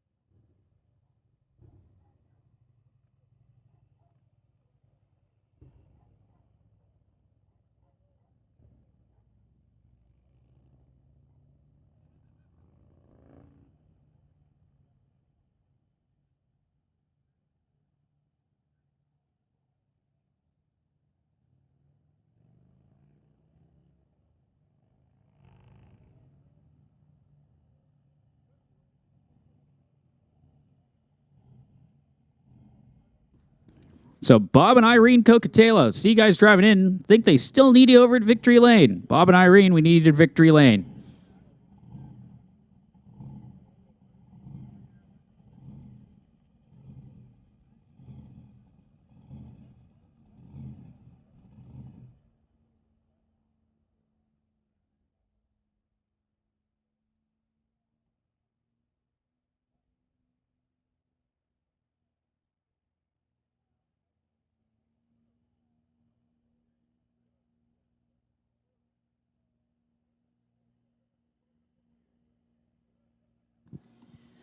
All right, the West Coast Outlaw Series here at the Titanium Strip at Mission Raceways. We'll be moving into our non-electronic class momentarily. Big congratulations to Colton Morin, who has set up all of his trophies next to his junior dragster. It's his last year this year in junior dragsters, and he's got a brand new big dragster he's going to be moving into Super Pro, so I can't wait to see him lining up against the likes of Emily Gerard and Jan Christensen. It's going to be a great time for Colton Morin So congratulations, sir. And I can't wait to see you next year in your big brand new dragster.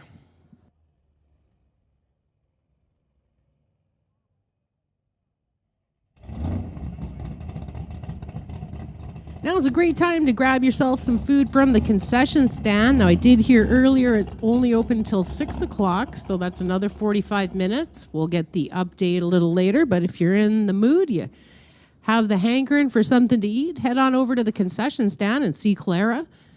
I'll tell you, I had the fabulous fries and gravy. It was delicious. I know Guntus came up here with a poutine, but I don't know, it had lettuce on top, so he's smiling. It was good, wasn't it, Guntus?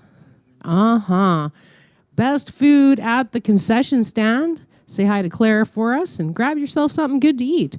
Also, of course, the Pro Shop is open and they've got all sorts of cold drinks and ice creams, freezies, chocolate, and chips, all the yummy stuff, as well as some great deals on merch. So be sure to get yourself a Door Wars hoodie or some other merchandise on sale.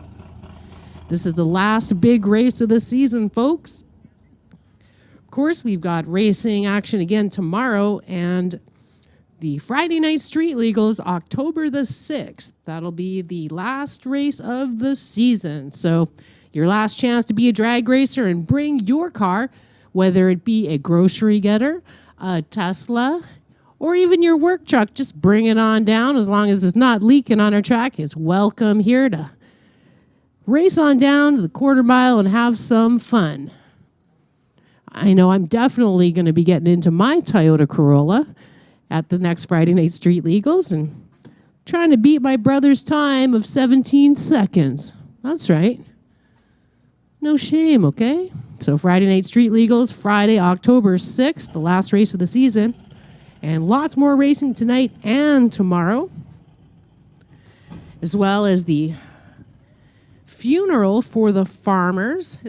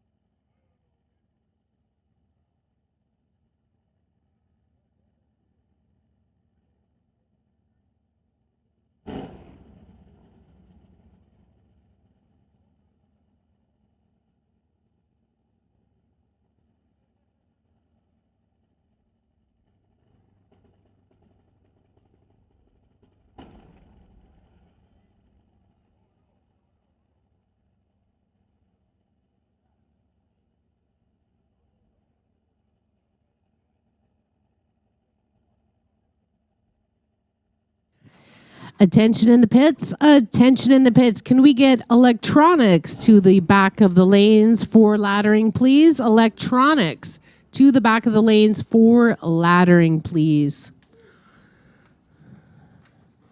Wow, lots of racing action to come. I just turned over my page and holy moly, we've got tons of racing to go. Wow.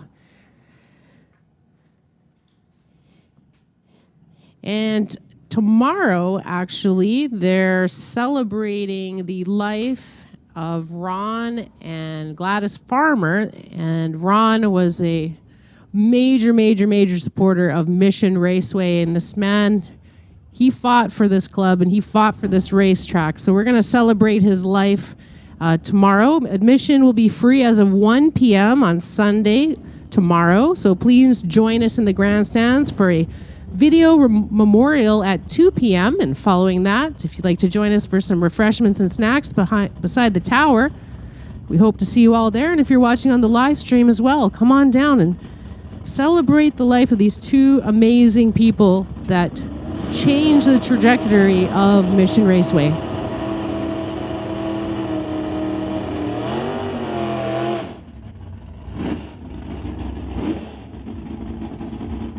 Moving into National Tire non-electronics class here at the West Coast Outlaw Series.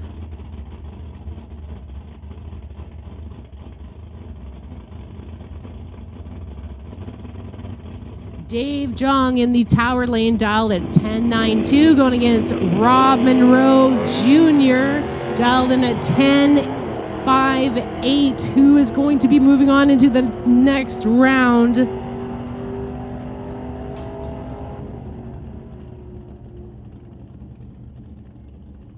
Dave Jung as Rob Monroe Jr. breaks out at 10.56 on his 10.58.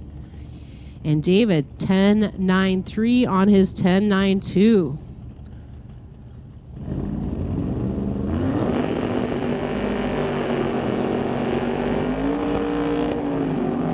Now Rob Monroe Sr., the 1931 Model A, running a 414 small block Chev, sponsored by White Knuckle Racing, Gibson's racing transmission, Horizon paint, not a body, and SD Performance.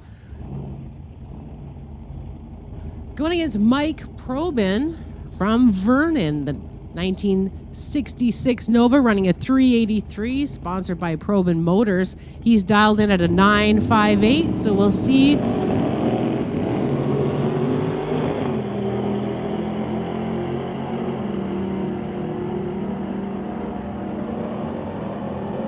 Oh, Mike breaking out, a 9.05. On his 8.96 dial for Rob Monroe, moving on into the next round, and Mike breaking out a 9.52 on his 9.58. Next up is John Tabak from Maple Ridge, 1989 Chevy S10, sponsored by Rad Torque Systems. John dialed in at a 10.37, going against Ralph Ehlers, the 1991 Fox Body Mustang called Junkyard Dog. He's dialed in at a 10.79. Who will it be, Bobby or John? It is John Tabak, 10.44 on his 10.37 dial, and Ralph at 10.79. On his 10.79, but the reaction time tells the story. John Tabak moving on into the next round. Next up, it's Jim Benke, 1967 Plymouth, sponsored by Rad Torque Systems, Titanium Auto Group, and Bucky's Mini Excavating, dialed in at a 10.04, going against Bobby Ehlers in the 1989 Mustang at a 10.32.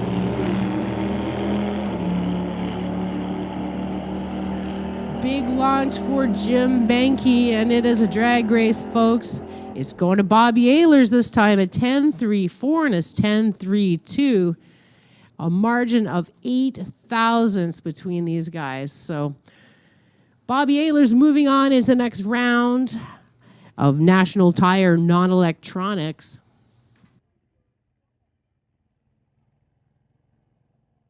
Moving into Peden Industries Junior Street. Final round racing action here. Pretty exciting stuff.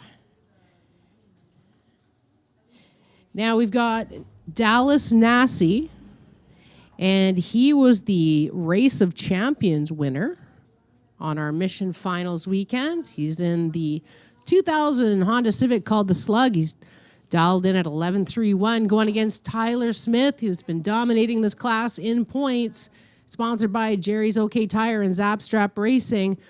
Both of these gentlemen dialed in at 11.31. We're racing to the 8th mile. This is Peden Industries Junior Street Final.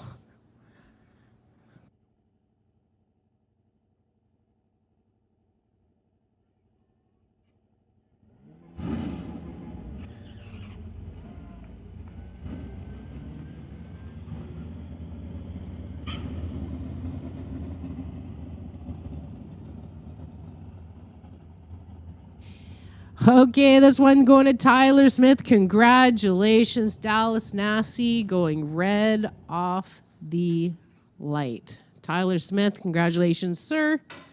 11 13. Well, he broke up. It didn't matter with the red light from Dallas. So that wraps up the Peden Industries Junior Street. Of course, if you have a 13 to 19-year-old teen and you'd like to get them into drag racing, or if they'd like to get into drag racing, or just make them get into drag racing, we'd love to have you out here. Junior Street.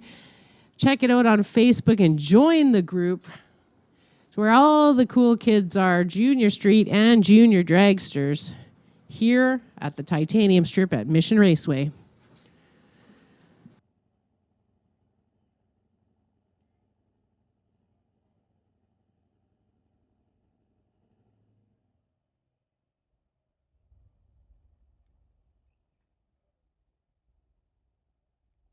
Next up should be our Junior Shootout, the Peden Industries Junior Shootout. And after that, we'll have the Peden Industries Junior Quick 8. So we're getting down to the nitty-gritty here in both of these classes. In the Quick 8, the next races are going to decide who is going to the final round. Very exciting.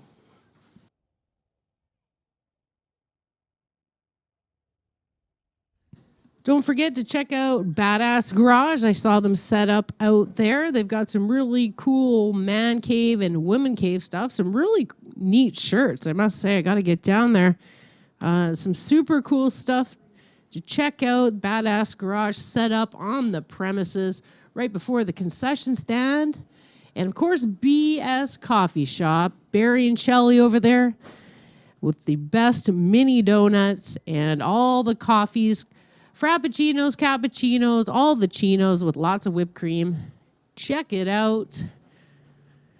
It's 17.7 degrees Celsius here at 5:24 p.m. on the Titanium Strip. So glad to have you out here with us today. And shout out to everybody on the live stream. We hope to see you down here for tomorrow.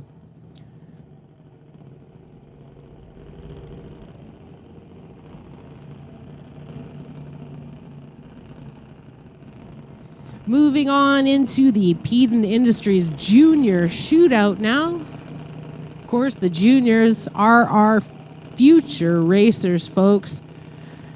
They may be juniors now, but you just watch. They're going to be in Hot Rod. They're going to be in Super Combo. They're going to be in Pro Mod one day. Jack Green in the Tower Lane. Sponsored by Global Container Terminals and Bumper Stand. Jack, part of the Green Brothers racing team. He's dialed in at the 13.95. Going against Cadence Rodrigue from Chilliwack. Sponsored by Ken's Specialty Auto, Ernie's Speed Shop, and Grandpa Joe. Cadence is dialed in at a 900, so she's going to have to be very patient as she watches Jack Green take off down the track.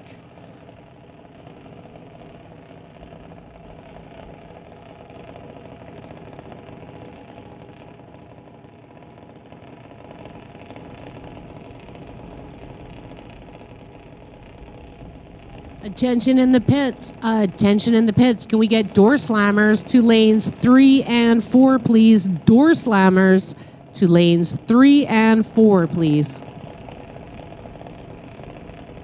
Jack Green and Cadence Rodrigue. There goes Jack, and Cadence very, very patient. And off she goes, chasing after Mr. Green. Can she get around him without breaking out? She can. Cadence Rodrigue, 9.02 on her 900 dial. Moving on into the next round in the Junior Shootout, sponsored by Peden Industries.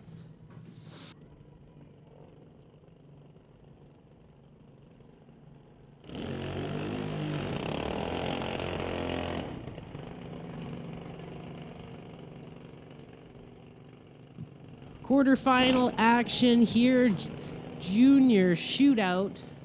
Natanya Peterson from Grand Prairie, Alberta in the Tower Lane, sponsored by Peterson Fabrication, Van Ross Services, and Big Rig Construction. She's dialed in at a 12.40 going against Ashton Katnick, sponsored by TK Performance and Lordco Auto Parts. Ashton dialed in at 11.98. So Netanya in the Tower Lane at a 12.40 versus Ashton Katnick an 11.98.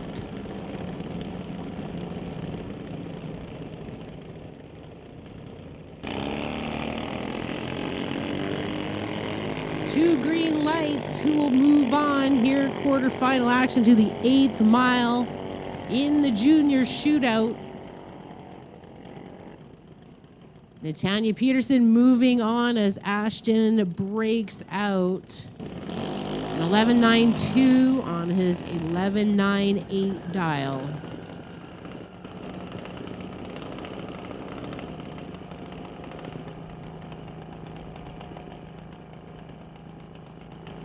Lyndon McKay Smith from Merritt, British Columbia in the Lordco lane, sponsored by MTMM Performance and Lordco Auto Parts.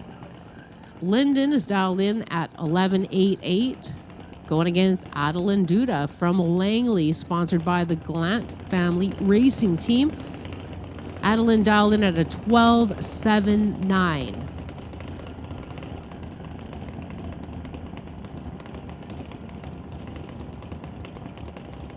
The winner of this race moving into the semi-final round.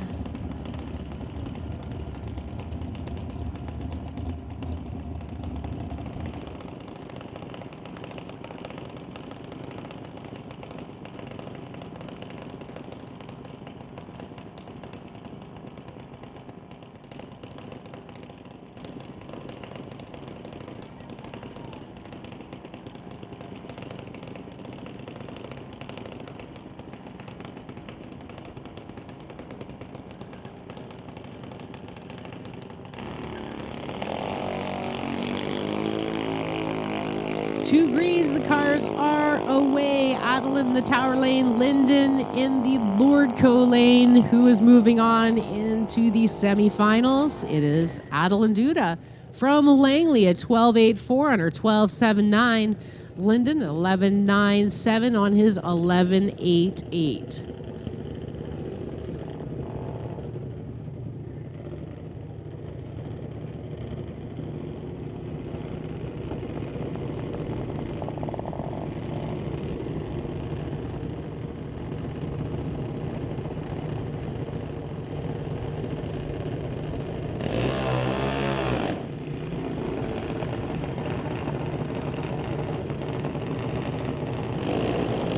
Moving into the Peden Industries Junior Quick 8. Now, this started with the 8 fastest junior vehicles on the property, the junior dragsters.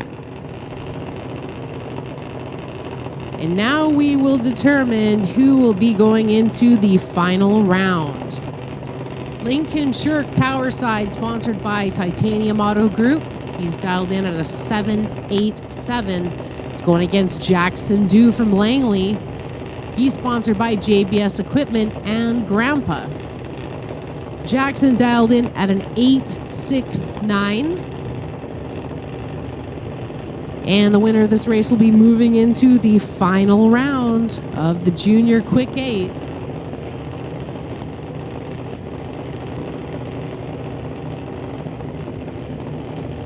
All the last minute adjustments are done. Lincoln and Jackson pulling up to the bulbs.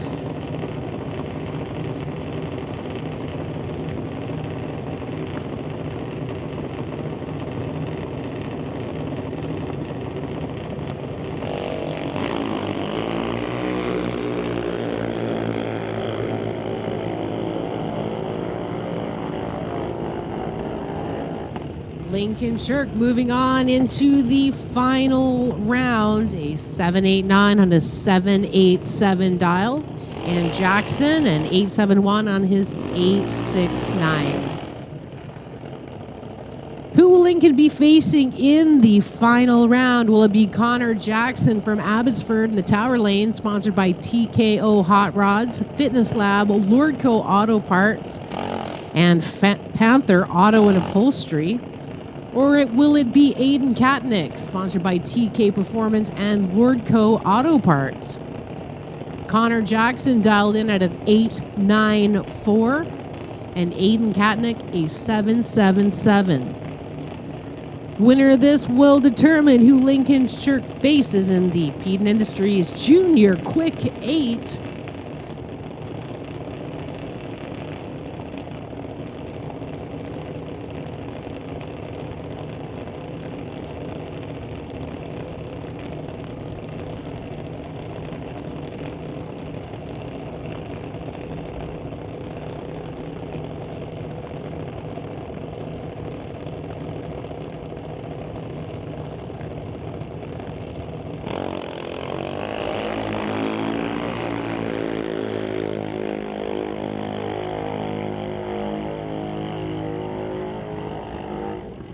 Connor Jackson, a 901 on his 894 dial, and Aiden a 785 on his 777.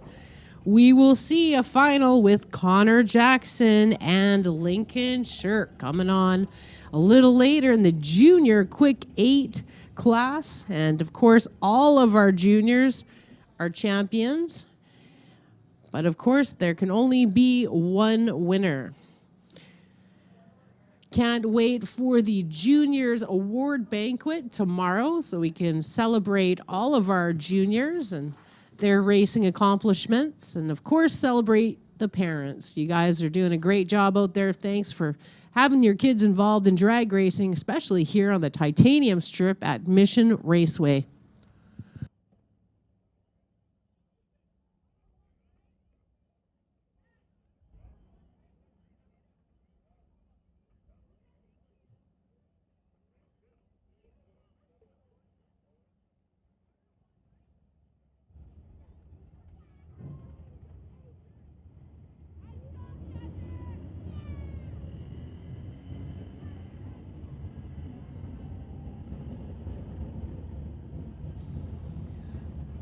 Moving into the electronics class here, the Rad Torque Systems electronic class here at the West Coast Outlaw Series. Quarterfinal racing action here. This should be very exciting.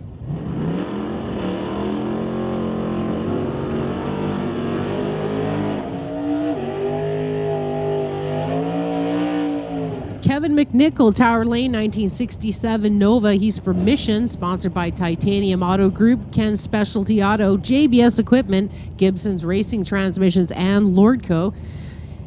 Kevin was the Race of Champion winner in Super Pro. He's dialed in at a 10.05, going against Daryl Stobie from Abbotsford, the 1964 Chevelle. Sponsored by Stobie Construction, he is dialed in at a 10.27. Wheels up for Daryl Stobie.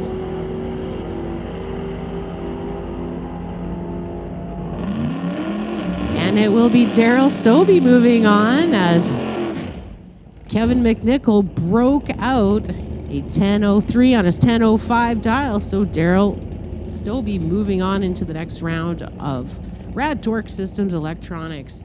Next up, Warren Jacobson from Mission, 1967 Chevy 2, running a 454. He is dialed in at a 10.84, going against Brad Vingy in that 1968 Camaro.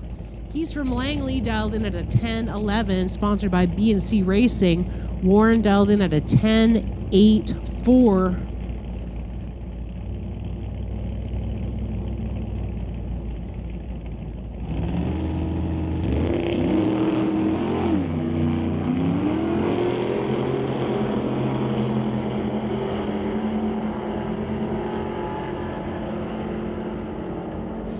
Brad Vingy moving on, a 10.17 on his 10.11 dial. He's car doing the super combo thing.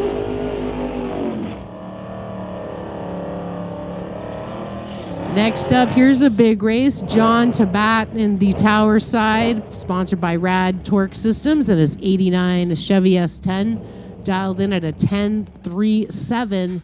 It's going against Andy Hatton in The Grinch, sponsored by Titanium Auto Group, Bubba Speed Shop, and Taves Roofing in his 69 Camaro with the 584 big block Chev.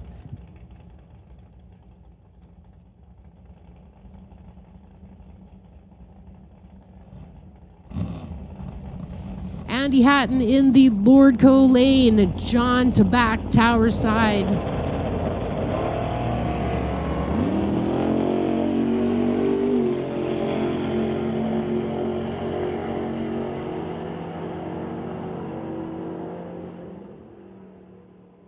John to back, moving on.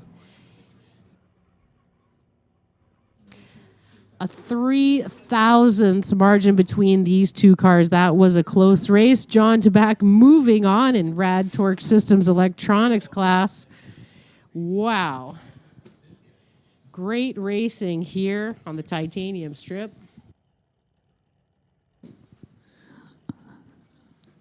So that is going to finish things off for electronics. And as we mentioned, man, that was a very, very close race to the stripe. 0.003 of a second, the margin of victory for John to back. To back runs 10:37.5 on his 10:37 dial. And Andy Hatton goes 8:26.8 on his 8:26 dial. To back was 0:14 on the tree. Hatton was 0:15 on the tree. And just carries out that margin to the stripe. So 1,000th of a second on the tree, pretty much. Then running only 5 thou off the dial-in for Tabac. Hatton running 8 thou off the dial-in, and that is pretty much the margin of victory at the stripe between the two of them.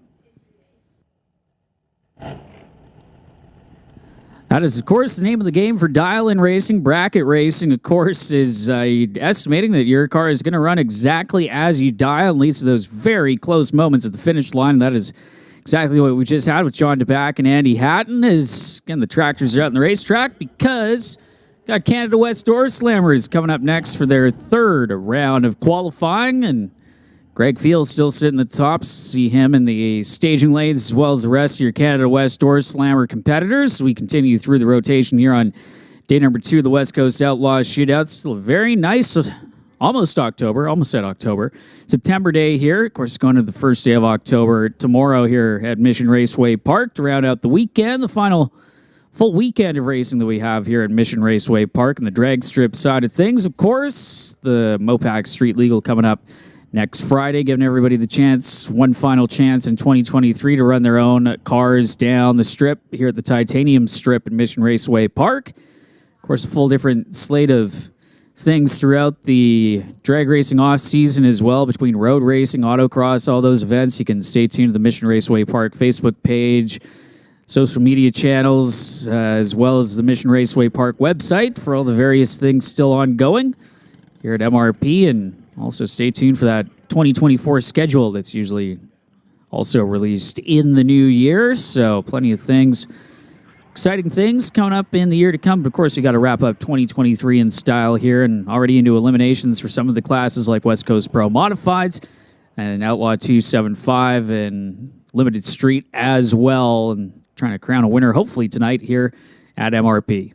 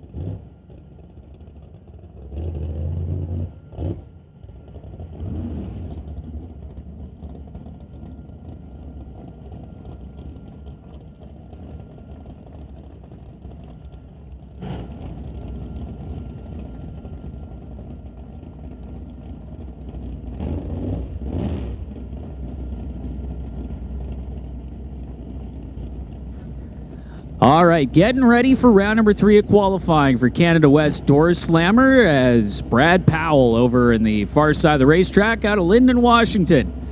Up against Dave Warren.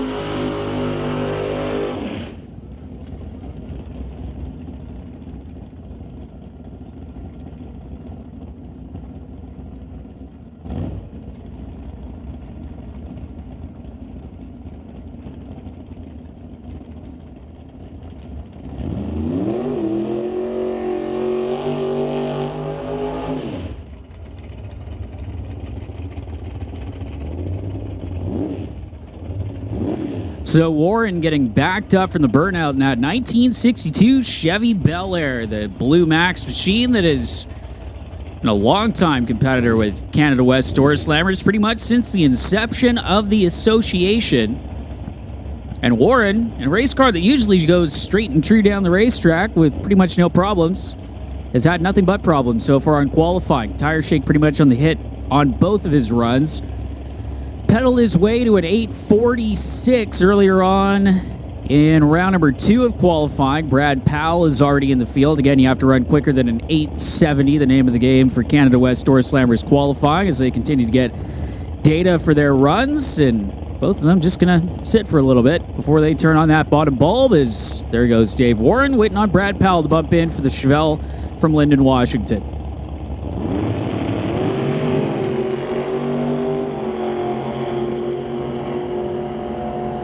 Both cars straight and true down to the finish line, and it's going to be a 7.95 with a 9 at 155 miles an hour as Dave Warren was getting over towards the center line and actually popped the chute a little bit early before he got through the traps and the TCS side of the racetrack, which is why it robbed a little bit of mile an hour off of it. Brad Powell, 850 with a 256 miles an hour for the Outlaw Garage Custom Chevelle.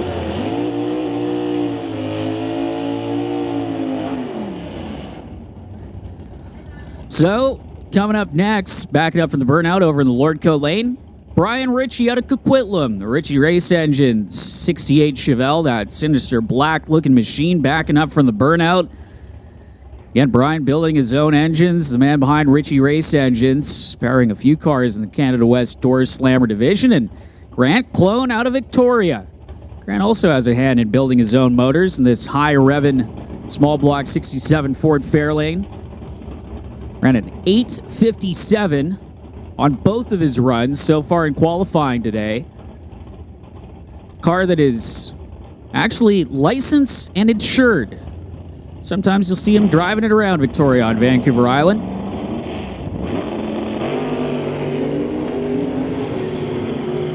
And sometimes it'll pick the front end up way off the ground. 001 red for Brad Ritchie, 795, 169. Grant Clone still in the 850s, even after going to the moon and back. 859 with a 555 miles an hour for the Fairlane on the TCS side of the racetrack. Ritchie solidly in the 7s.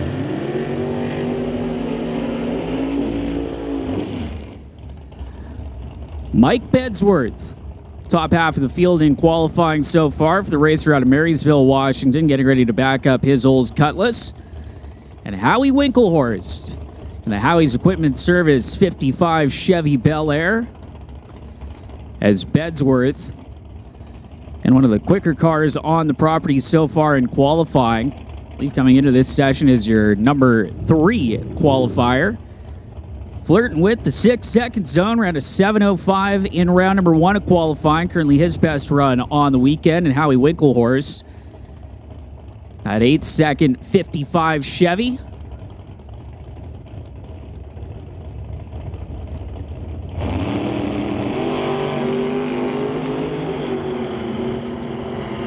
How about Mike Bedsworth on the tree? 002 goes 7:06 with a 492 miles an hour, just a tick slower than his best run of the weekend so far, to 7:05. Howie Winklehorst, 8:27 with a 559 miles an hour for the 55 Chevy, and that is also about a 100th of a second slower than his best run of the weekend. Ray Rusiani, TCS side of the racetrack. The Dexy Paws Online Pet Supplies 66 Chevy 2 getting ready to back up that machine from the burnout. He is up against Paul Soares. Unfortunately, looks like Ray's having some problems with the Chevy 2.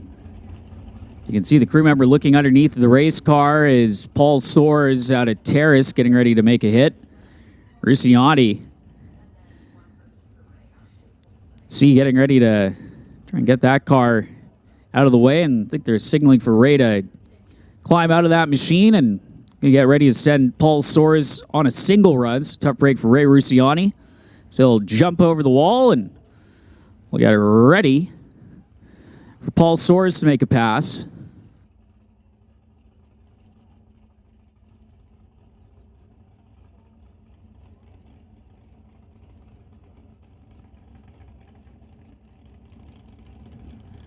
Soares has been in the 7 so far in the Soares Transport Pontiac Le Mans and getting ready for his third run.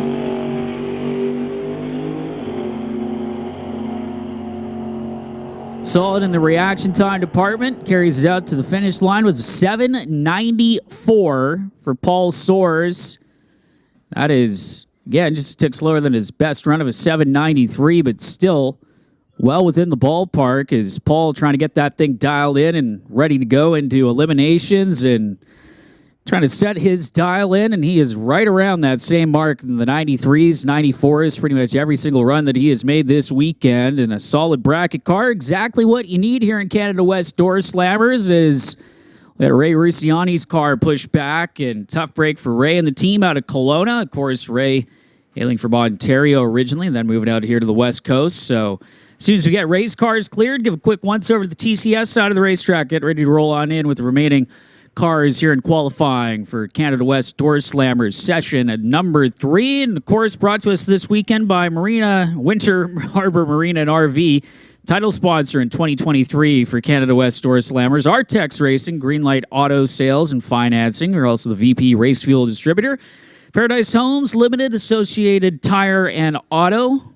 Comox Valley Bobcat and Excavating, TCS Performance Products, Mission Raceway Park, Bubba Speed Shop, and the Titanium Auto Group, all coming on board to help out with this weekend's shootout. $3,000 on the line to the winner tomorrow in eliminations for Canada West Door Slammers. Again, bit of a unique format that the Door Slammers run. Of course, bracket cars, very quick bracket cars on the end of the spectrum, and instead of running the Sportsman tree, they run the Pro tree, where all 3 lights blink on simultaneously.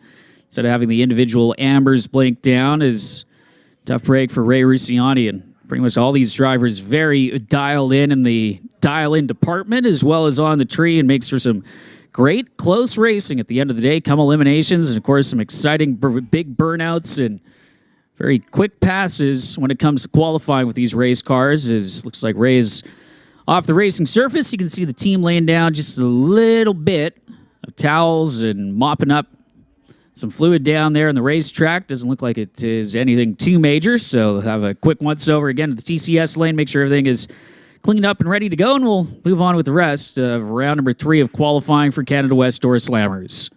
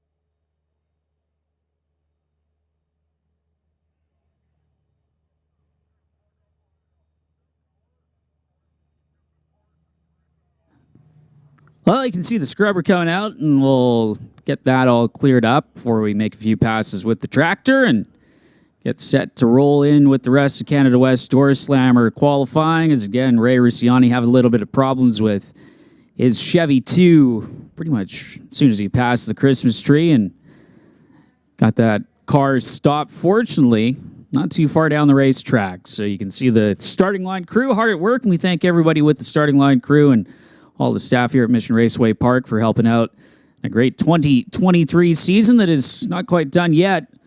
Still ongoing, and still with some Canada West Door Slammers in the lanes, getting ready to see a few pairings again, snaking their way around the tower. So a lot of action still to come. Of course, round number 2 for West Coast Pro Modified action still up in a few moments. And continuing on with the schedule here at Mission Raceway Park for day number 2 of the West Coast Outlaw Shootout.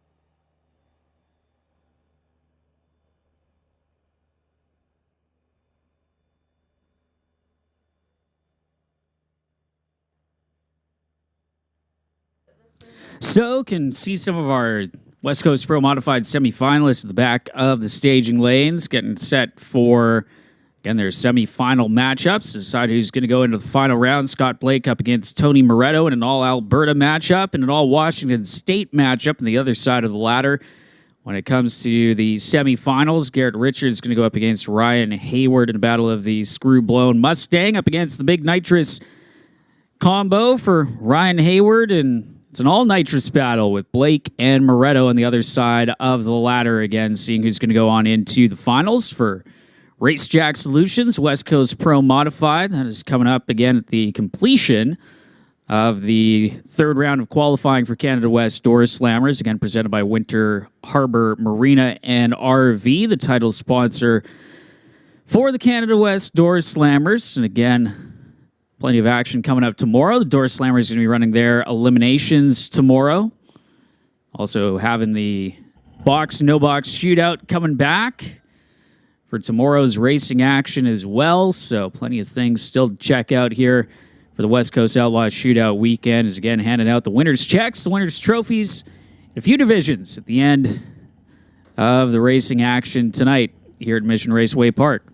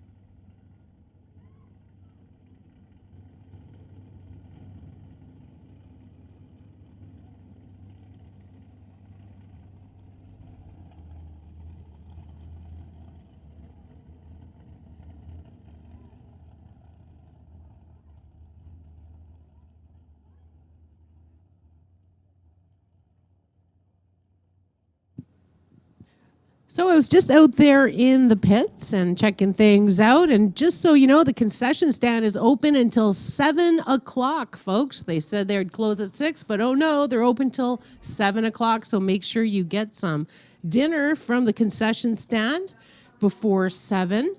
Also, if you head on down to the motorcycle row, kids, the motorcycle row, they've got candies there for you. Free candy. So if you're a kid right behind the grandstand where the motorcycle class is, they have some candies. Then they also have these little pumpkins.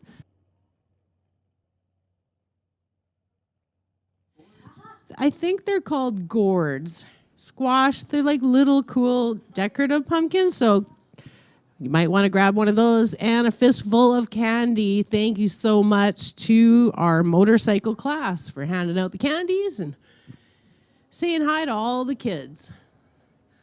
Looks like our track officials are getting a handle on the oil down situation. We'll be able to carry on with the Canada West Door Slammers here at the West Coast Outlaw Series.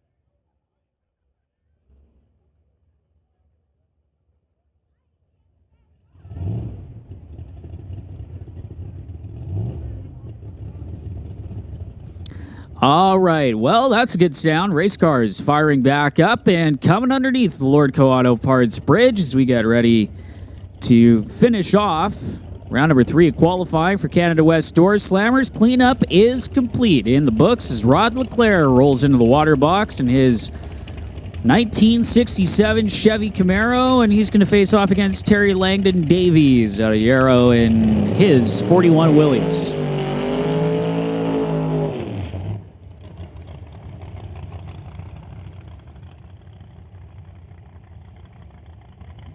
So you can see Leclerc with the longer burnout procedure as Langdon Davies waiting for Leclerc to back up from the burnout. And the Paradise Homes Camaro, that, of course, the composite replica, you should say, of a Camaro that is completely purpose-built for quarter-mile action and drag racing competition, is Rod backing up from the burnout. Again, the nitrous-assisted machine that has also been in Pro Mod competition on the odd occasion. Terry Langdon Davies over in the Lordco lane has been running this Willys for a very long time out here at Mission Raceway Park. Solid low 8-second player. Best run of an 8:08 this weekend. As Rod Leclerc, currently your number 2 qualifier coming into this session. Of course, he struck the tires on his machine in round number 2 of qualifying, had to shut it off early. Rod Leclerc getting ready to bring it up to the ready line against Terry Langdon Davies and maybe try and step his way into the 660s, or at least the low 670s for the racer from Victoria.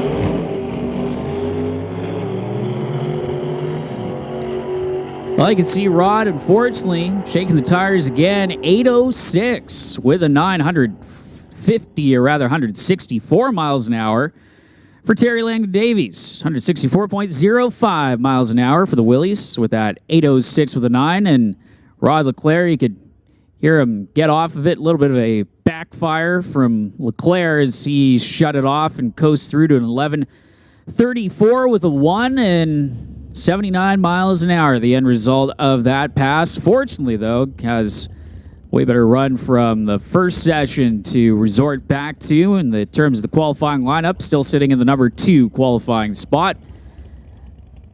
As Mark Thompson up at the line next.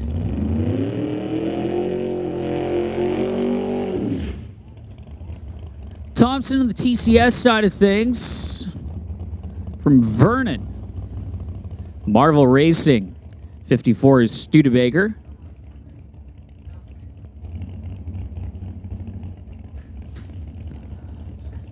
The Vernon Recreational Products. That's the VRP you see on the side of that machine. Helping out Mark with the 598 cubic inch big block Chevy, helping to send the Studebaker down the racetrack. The mid-7 second zone as Mark Thompson has already got that thing staged. Again, kind of driving over towards the center of the lane. Mark able to wrestle her back in the groove as it made a little bit of a move as well, just past the 330-foot mark, 753 with the 781 miles an hour for Mark Thompson. So they'll get that run in the books and has some decent data to look over going into the next round of qualifying. Again, that beautifully prepared Studebaker is Henry Zacharias, who got himself solidly into the field with a 768 in round number 2 of qualifying after striking the tires and the hit of the throttle in round number 1 of qualifying back in the TCS lane. The Zacharias Industries Limited sponsored Corvette getting brought into the water box.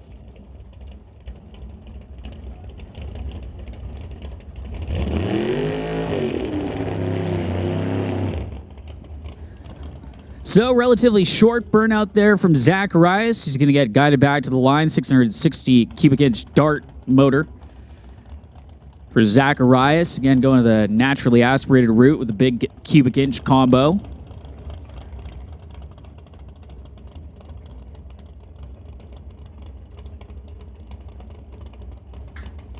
And next to some of the Pro Mods running upwards of 900 plus cubic inches.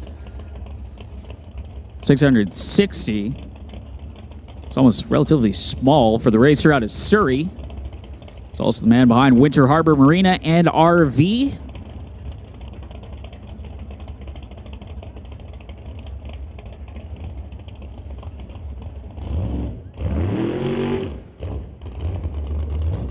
Well, I could see some problems at the line there for Zacharias. It looks like he's just going to coast it down the TCS lane as Henry pretty much turned on both bulbs on the top of the Christmas tree at the same time, and then when the tree came down, didn't really have the revs up. The car kind of lurched forward and killed the ET, so Henry going to just idle his way down the TCS side of the racetrack. 1897 going to make that first turn off and head back to the pits and try her again for another run as Greg Field is back up at the ready line.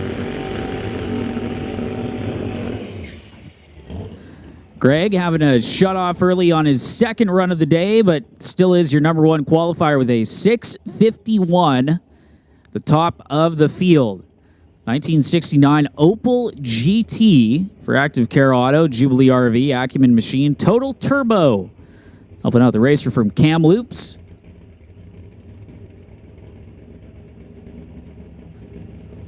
Yeah, Greg, one of the quicker cars in Canada West Door Slammer competition, and again showing that variety of fast door cars. Again, all you got to do to make it into the field is run quicker than an 870, and even then you can have a car almost 2 seconds quicker than you in the qualifying field, over 2 seconds quicker, and at 200 plus miles an hour approaching speed. Heading into the traps, trying to judge that and not break out come eliminations time. It is a challenge for these racers, and Greg Field bring the Opel up. Is the quickest car in Canada West Door Slammers on the property at the moment. Getting pre-stage, you'll hear the boost build from the twin turbos.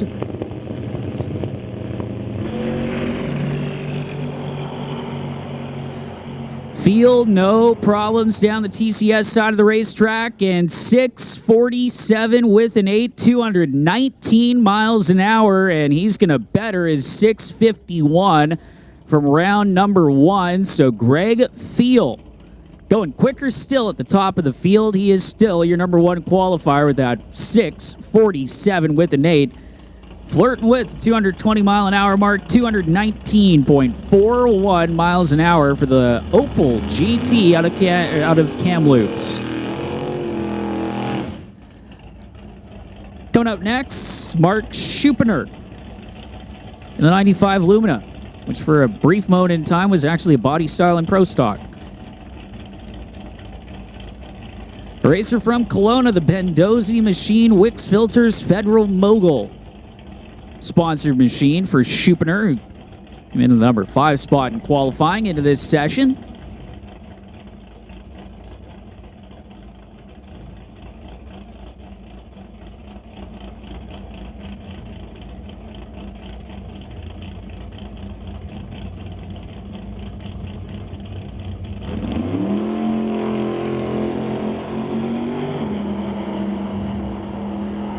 Schupener kind of drifted off to the left side of the lane, still drifting way over by the wall, but managed to reel it in. He was out of it early at 8:28 with an 862 miles an hour, but man, that thing was dancing through the traps, and Mark doing a good job to reel that thing back in without any drama, and it's going to make the turn off at the top end of the racetrack. But a little bit of a Nancy moment there at the top end for Schupener as we get ready for our next pair in qualifying and getting towards the tail end of the Canada West Door Slammers field.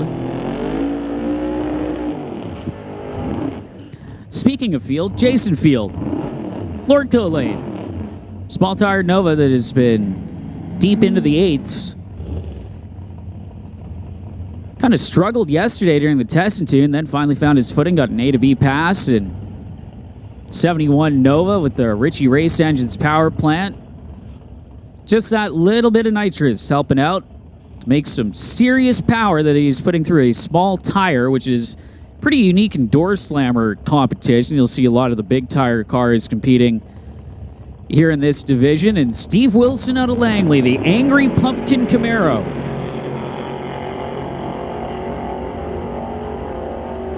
Evenly matched on the tree and pretty much evenly matched all the way down to the stripe. An 816 with an 868 miles an hour for Steve Wilson. 822 with a 9 at 164 miles an hour for Jason Field. And again, you can see how evenly matched these cars are, even if Jason Field has a few less inches of tire in the back of his machine. It's going to be Grant Howell coming up next, and it is an all Vancouver Island matchup. Over in the Lordco lane, going to be Terry Shaflita, racer out of Lankford. The bow tie refinishing Pontiac Firebird backing up from the burnout. And both these racers started out drag racing at the now closed Western Speedway on their little 300-foot drag strip that they had in the front straight of the oval, and have carried it into running with the Canada West Door Slammers. With Grant Howell getting ready to bring his car up to the line. Howell, former Canada West Door Slammers champion and on the naturally aspirated route, and so is Terry Shaflita.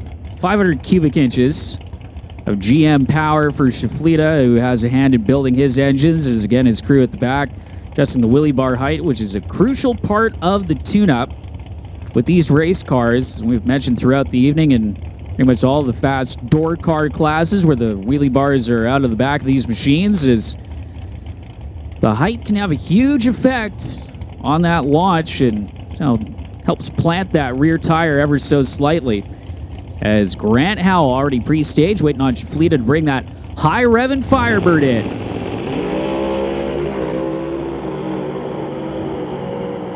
Shaflita going through the gears in that 5-speed 713 with a 191 miles an hour. Shaflita's best run of the weekend so far. 773 with an 874 for Grant Howell on the TCS side of the racetrack. And again, Terry Shaflita having to go through the gears. That 5-speed Firebird getting to the stripe. Lordco Auto Parts lane first, which in action for Canada West Door Slammers, a little bit of a unique combo. As see that starting line crew's just going to go out and take a look at the racetrack down there. One of the sensors at the 330-foot mark, and make sure that everything is A-OK with that. As Tom Katnick has pulled up his 1968 Chevy Camaro for TK Performance and Lordco Auto Parts. The cool metal flake paint job in that car, which really glistens in the sun when it comes off of it. Tom, by the looks of things, is going to be the final car in round number 3 of qualifying for Canada West Door Slammers. Katnick yet to make a run so far, so trying to get quicker than that 870. Of course, this Camaro well capable of doing just that. Formerly piloted by Derek Shirk, and Tom getting this car last year when Derek moved over to running his 55 Chevy Bel Air and having quite a lot of fun with this race car. And again, mentioned put the paint job on that machine for TK Performance and Lordco Auto Parts. And in fact, when we had Lordco out here for Smoke, Fire, and Thunder, that car was over at the Lordco Auto Parts tent as they're going to give him the signal to fire that machine up in the water box.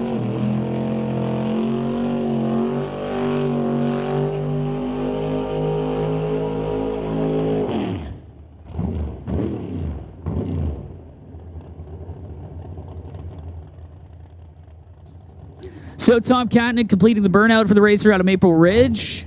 Just down the road, not too long of a commute here to Mission Raceway Park. And of course, the Katnick family involved in various different classes from junior dragsters and everything else in between. Also got a pretty cool Fox Body Mustang that occasionally comes out. And at least during Smoke, Fire, and Thunder, tried to be a part of the qualified field in Canada West Door Slammers. That 8-second small tire combo. 632 cubic inches naturally aspirated power for Tom Katnick is again trying to get this car into the show, his first qualifying attempt of the weekend.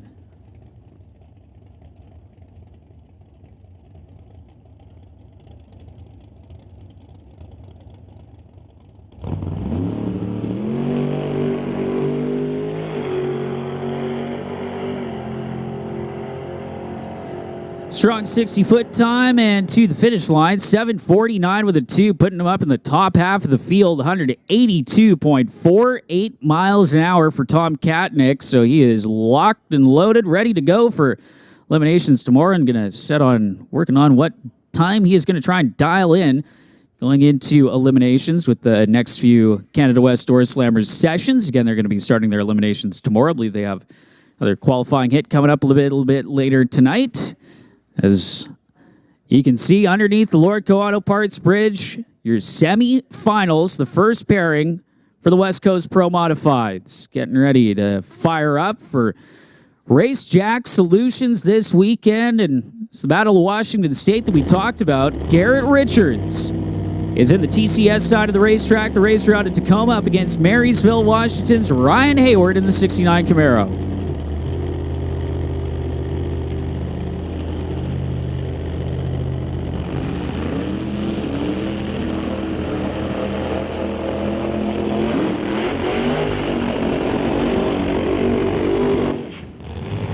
Well, you gotta love when a car at idle almost drowns out the car in the other lane when he does the burnout, and Garrett Richards getting ready to back up that wicked screw-blown 2012 Mustang, the Shelby Mustang, the car that they call the Shelby 1000, is 511 cubic inches of screw-blown Ford Hemi.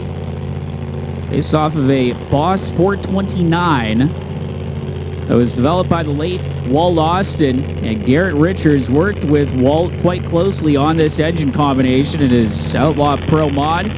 Unfortunately, Walt just passing away a few weeks ago, and I know Garrett and the team racing with heavy hearts. Brett Yagi helping out with the tune-up on that race car, and Ryan Hayward over on the far side, forced to be reckoned with as well. He is on the hunt for a win heading into Street Cars Super Nationals, where he already is a winner in Outlaw 10.5. Strapped the big Hoosiers on the back of that Camaro and has really been threatening the rest of the field to get a win here in his appearances in West Coast Pro Modified action throughout the 2023 season. Comes in with a 370. Pretty much every single run he's made this weekend where he's made it to full power. Both cars staged. Side by side to the stripe. How about a 374 with an 8 low ET of the weekend for West Coast Pro Modifieds at 198 miles an hour for Ryan Hayward. Garrett Richards, 384 with an 8, 199 miles an hour. That thing was wandering all over the TCS side of the racetrack, but kept his foot in it, and what a side-by-side drag race to the line. How about the reaction times? 0.32 light for Ryan Hayward and an 0.37 for Garrett Richards. Both racers up on it for the tree, but it's going to be Ryan Hayward going into the final round for the West Coast Outlaw Shootout here at Mission Raceway Park. And We know it's going to be an all-nitrous final round. We just don't know which nitrous car is going to face off against them. Tony Moretto and Scott Blake about to decide that.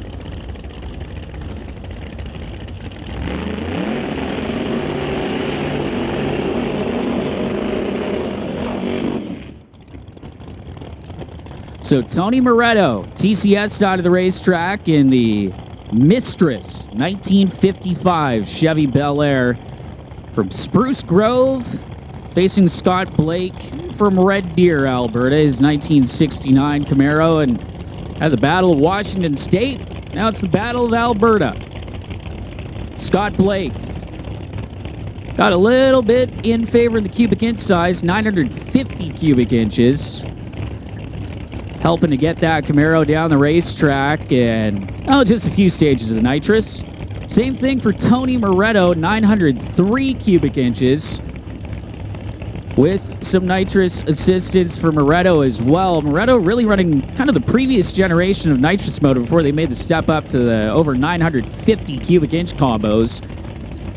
As Tony spent some time out of the world of pro modified racing, and just in the last few years brought back this beautiful 55 Chevy to run with the West Coast Pro Mods. And Scott Blake debuting this 1969 Camaro earlier this year, the full-blown frenzy at Pacific Raceways just outside of Kent, Washington, and former PDRA regular has been laying down 370s left, right, and center, and low 380s all weekend long. Moretto's been hit or miss.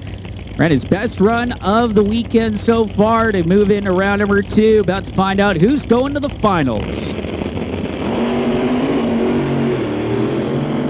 Moretto's shake, rattle, shut off, and Scott Blake is going to face off against Ryan Hayward in the battle of the nitrous-assisted 69 Camaros, 385 with a 197 miles an hour for Scott Blake, and he's going on into the final round to decide who's going to win the West Coast Outlaw Shootout for West Coast Pro Modifieds and Race Jack Solutions. Moretto, pretty much before he got to the Christmas tree, ran into some serious tire shake in that 55 Chevy. They have been fighting that thing all weekend, and unfortunately, it's going to come to an end in the semifinals. 921 with a 5, coasting his way to only 53 miles an hour. And Scott Blake was also up on the tree. 027 light for Scott Blake and .958 to the 60-foot timers.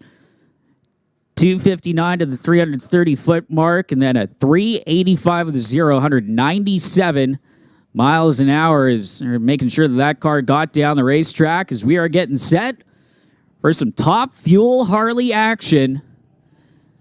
It's going to be Nate Gagnon up against Ron Howneat. Nate running his best run of the weekend so far. Last time the Harleys were on track for their first pass of the day, 6:57 for Nate. As we go back into quarter mile mode, and they're going to get the signal to fire them up and roll into the water box.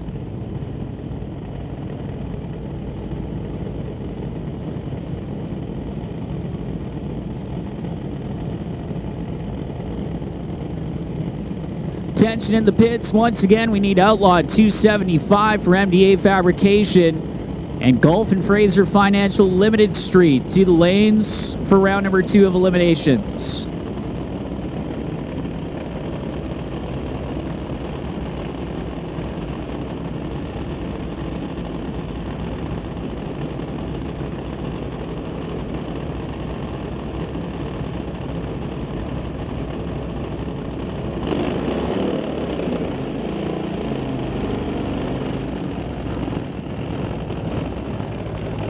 So Ron Howneat over in the Lordco lane from right here in Mission. The Braden Sport Fishing, Fast Lane Racing, Fast Lane Customs, Harley, the nitro-powered machine, and also helped out by Great White North Distilling Co. and Nate Gagnon, the 2012 European Top Fuel Motorcycle Champion, when he spent the entire season in Europe running at various different drag strips across the continent, getting ready for their second qualifying run of the day.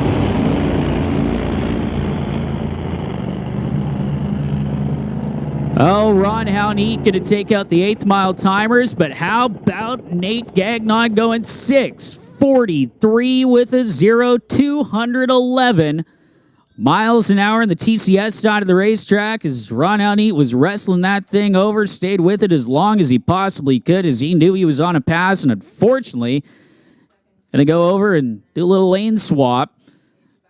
And not going to get a time, obviously, as he crossed the line in the opposite lane, and looks like he took out the 8th mile blocks as well. You can see at the stripes, so you need to get those back in working order. Shouldn't be too much longer. As you can see the quad going out to make sure that the blocks are back in place. As went from back in the day being cones and sometimes concrete blocks to developing into these foam blocks with the timing sensors.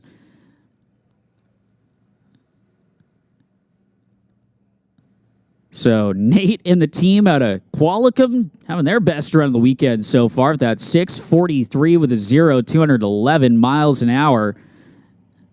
As getting ready to roll up next, going to be Jim Schellenberg and Pete Waugh. Again, for Ron, when he comes up to the line, I have some trivia questions, as Ron has already went down the racetrack. You can head on over to Ron's Fast Lane Pits. If you can tell what percentage of nitro Ron was running in his bike and what parts on his motorcycle are actually OEM from Harley-Davidson.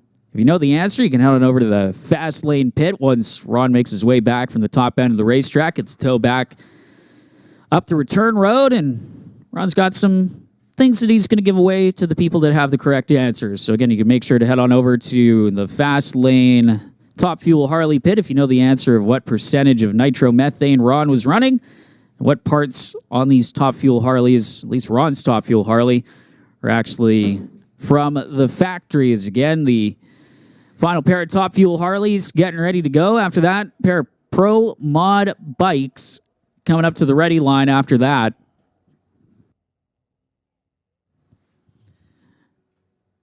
Again, one last call for Limited Street and Outlaw 275 to the lanes. You guys should be in the lanes. If you are not, well, you're late to the party.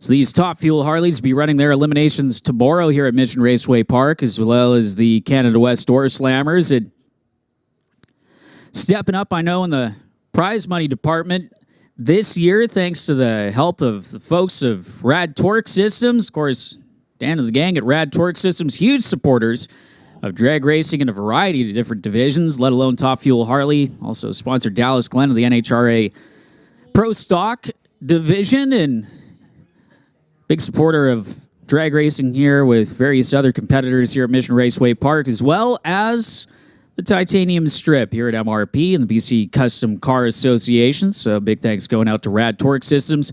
ShopMyRate.ca also helps out the West Coast Pro Modifieds throughout their season as well. They've been on board in the sponsorship department. And again, the ShopMyRate.ca QR code at the West Coast Pro Modified tent. You can scan that as well throughout the evening. Fill out the form and potentially get yourself West Coast Pro Modified hoodie here to round out the season, as they've got one more race in the schedule down at the Strip at Las Vegas Motor Speedway for the Street Cars Super Nationals, which this year have been moved to October, a little bit earlier on in the year, as opposed to running them in November as they usually have been over the years at the Strip at Las Vegas Motor Speedway. Also, Comox Valley Bobcat helping out not only the Canada Door Slammers, but they're helping out with the Top Fuel Harleys for 2023, as well as kind of just making sure that those blocks are back in place at the 8th mile and getting things set for the final pair of Top Fuel Harleys to go down the racetrack.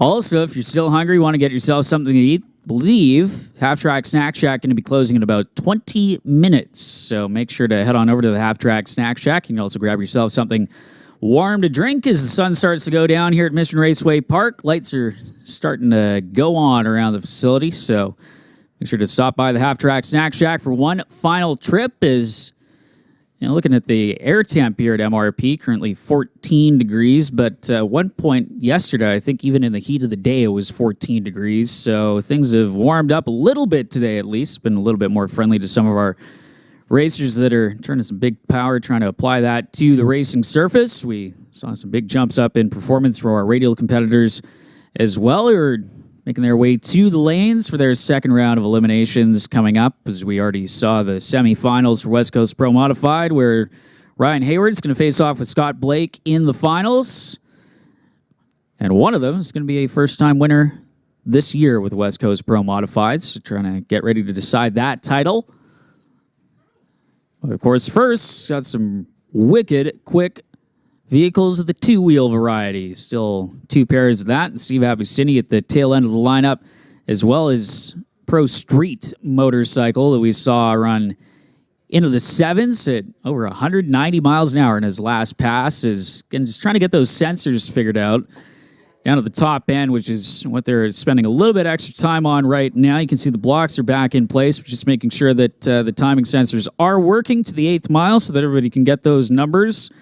Of course, helps out with the tune-up and deciding what works, what does not work when they go out on the racetrack. And obviously, with some of our next classes running to the 8th mile, it's imperative that that sensor gets fixed. So that is what they're spending a little bit of extra time on down there at the top end. And of course, just as soon as we get the go-ahead signal, we are going to send the next pair of Top Fuel Harleys and move on with the rest of the program and get the track in shape for Outlaw 275, round number 2 of eliminations.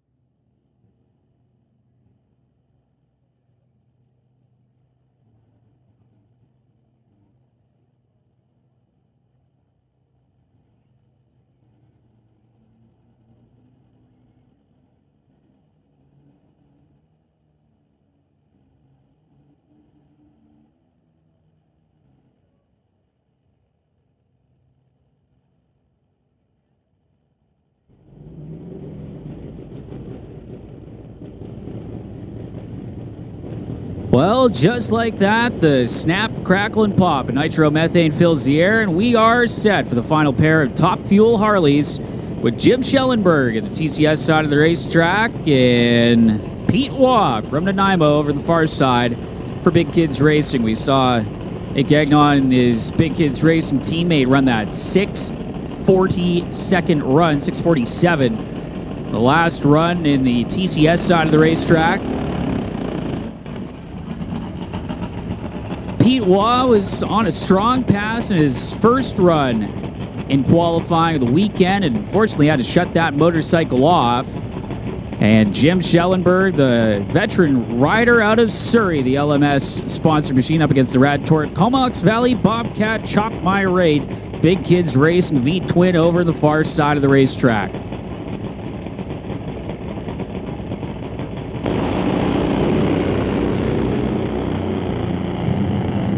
Both motorcycles relatively in the center of the group, both under power all the way to the stripe. 709 at 195 miles an hour as Schellenberg just shuts it off a little bit early. 791 with a 9 at 132 miles an hour. And you get ready for a little Pro Mod motorcycle action coming up next with Matt McKay-Smith and Austin Christopher rolling into the water box, getting ready to fire both of their bikes.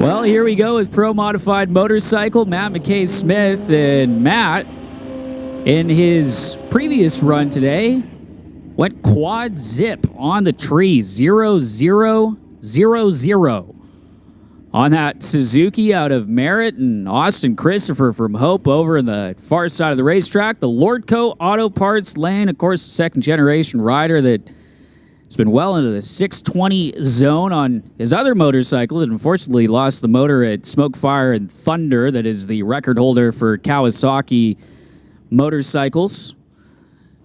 Pro Modified Motorcycle competition is Austin going to turn on that top bulb. Here comes Matt McKay-Smith getting set for the next pair, and Matt ready for it off the line again. 003 on the tree. Top end of the racetrack. 6:56 with a 198.94 miles an hour. And a 6:47 with a 203 miles an hour for Austin Christopher. And that was an elimination round. It would have been a whole shot win for Matt McKay-Smith with that 003 light. Christopher, though, getting to the stripe second, but with the quicker elapsed time and better mile an hour with that 6:47 with a 203 miles an hour. Is Steve Abicini from Port Coquitlam going to round out the two-wheeled action before we're down for a little bit of track prep and roll on into Outlaw 275 action for MDA Fabrication.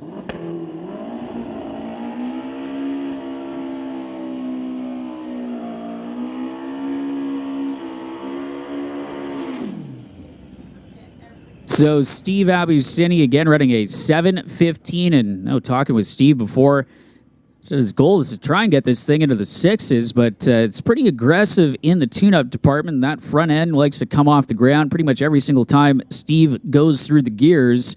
Try to calm that bike down to keep the front end on the ground and try and make his way, hopefully, towards the low 7-second zone. Again, ran that 7:15 from earlier on, 195 miles an hour. He's got the top bulb lit. Getting ready to make another pass.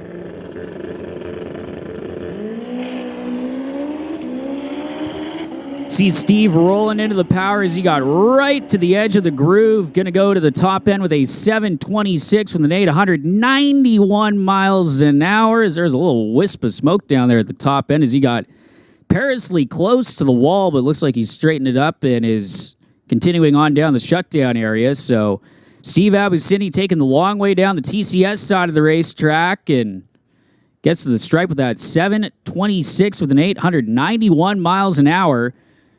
The safety team going to roll out there at the top end just to have a check over things. But it looks like Steve has made it off of the racing surface. So the tractor's going to head out, do a little track prep. And we got Keith Peterson up here with the West Coast Pro Modifieds. I know, Keith, you guys are going to wind up running your final tomorrow here at Mission Raceway Park, just with things cooling off. Those high horsepower race cars, giving them the best chance that they can to get a hold of the racing surface. But you guys got a long list of sponsors that have helped you out throughout the 2023 season and all the travels throughout the Pacific Northwest that I know you like to thank.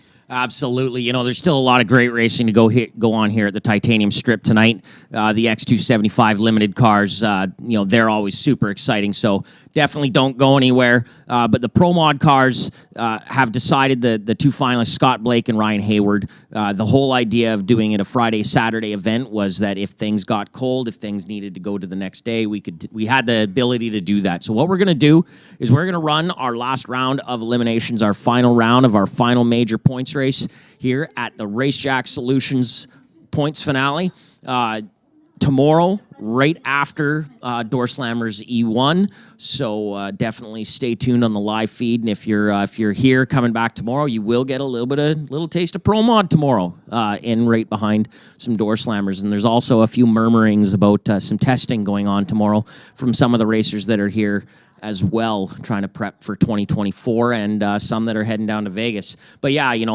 it's just been a great year with West Coast Pro Mods. We've had 3 awesome events here at the Titanium Strip Mission Raceway, along with Summit Rad Torque Raceway down at Pacific. And we're heading down to Vegas here in a few weeks. We're going to be having a ton of fun down there. So keep an eye on our Facebook pages. We're going to be going Facebook Live, chatting with the chap a whole bunch out of some of the pit areas. But there's just a ton of sponsors that we got to thank. A lot of people over scanning that QR code, and we'll be there continuing. If you come over, you scan the QR code, the Chop My Rate discount, you'll get a free hoodie. It's cooling down, so if you're cold, you need a hoodie, come scan that QR code, get yourself a hoodie. We're down to the XLs and down.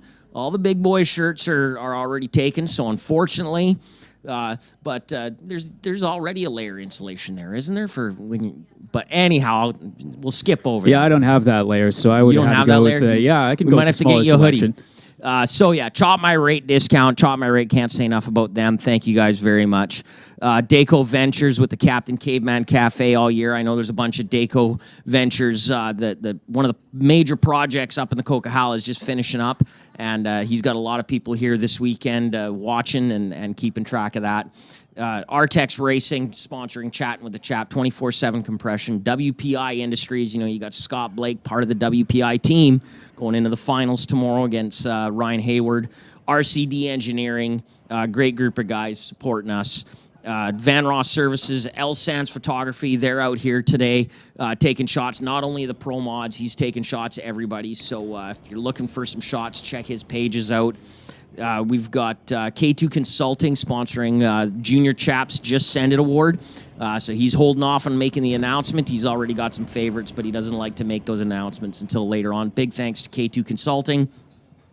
Chesco Wellsite Consulting, JS Power Sports, Big Rig Collision Group, the Badass Garage over there. They've been out here all weekend, all year. They're a great group of people that they've been helping us out. Sportswear Plus, Hollish Race Cars and Fabrication out in Alberta, building some wicked cool project cars right now. I can't wait to see some of them coming out for next year. Mountain West Services, TNT Motorsports, CT Automotive, Racejack Solutions, Simply Automated, EM3 Services, and Stitches by Shireen's and Naughty Nan's Creations. Can't forget those lovely ladies helping us out, especially up at the Just Send It Shootout. And I also got to send a huge shout out right now to Total Performance Automotive. I don't think I got that totally right. Out of Tacoma, Washington, but the Total Performance Shop. Those guys stepped up in such a huge way here in the last part of the season to sponsor as well. Them and Racejack Solutions coming on to sponsor this final event here at the Titanium Strip. Big thanks going out to them. There is a Canadian supplier right here in Mission of Racejack Solutions. Superior product to its competitors. Of course, everybody claims that, but when you're 4 months behind trying to get your product out, just because there's that many orders coming in right now, it's a product that everybody's looking for. So check them out online, Racejack Solutions, and we've got a supplier right here out of Mission for Western Canadian and the entire Northwest. Thanks again for giving me the time to come up here and thank the sponsors. Enjoy the rest of the night here. My daughter's still in juniors, so I'm going to be out there on the starting line. She's pretty stoked. She's got a bye into the final, so we're looking forward to what the rest of the night's going to bring for that as well. Yeah, still not no rest ahead for you, Keith, and thanks again for coming up. And we're looking forward to seeing you again in 2024 for some West Coast Pro Modified action as well. Absolutely. Titanium the Strip will continue to see Pro Mod racing for many years to come, as long as this group keeps doing what they do. Thank you.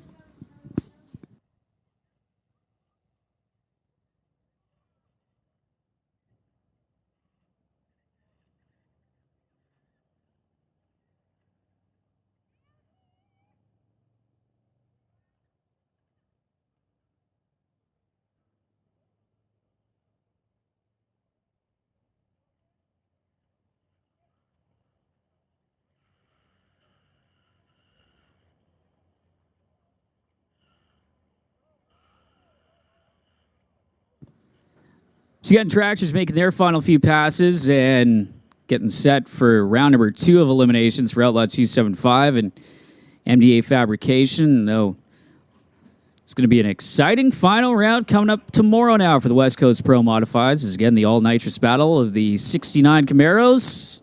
Ryan Hayward versus Scott Blake as they both look for their first wins of the 2023 season, and both of them with their first full seasons with the West Coast Pro Modified organization. So see the sprayer down there getting set again for round number 2 to see who's going to move on in semifinals of Outlaw 275, getting down to the nitty-gritty of eliminations.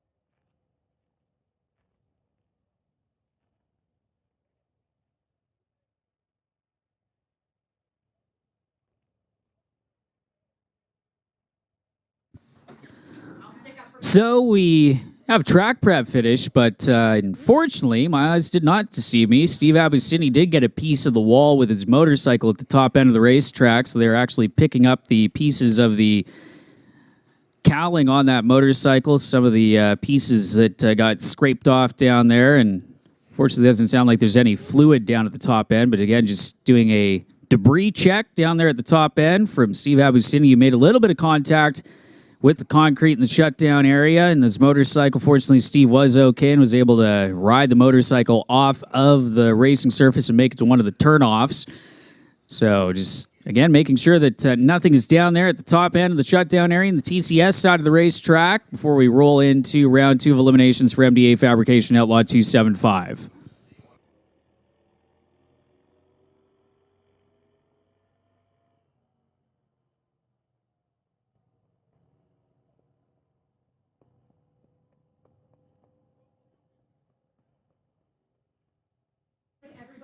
So again, just picking up those fairing pieces at the end of the racetrack, and as soon as that is cleared, we should be good to go for the next round.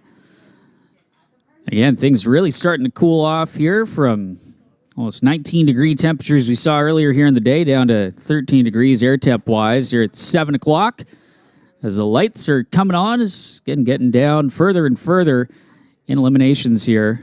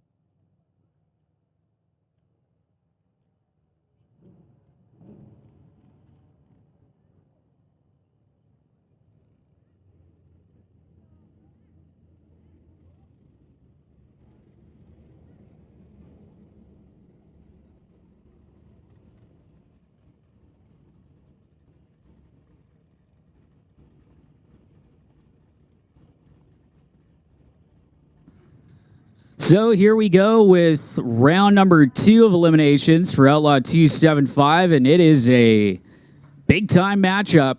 To see who gets into the semifinal is going to be Justin Gallant. He's going to be facing off against Jordan Brandon.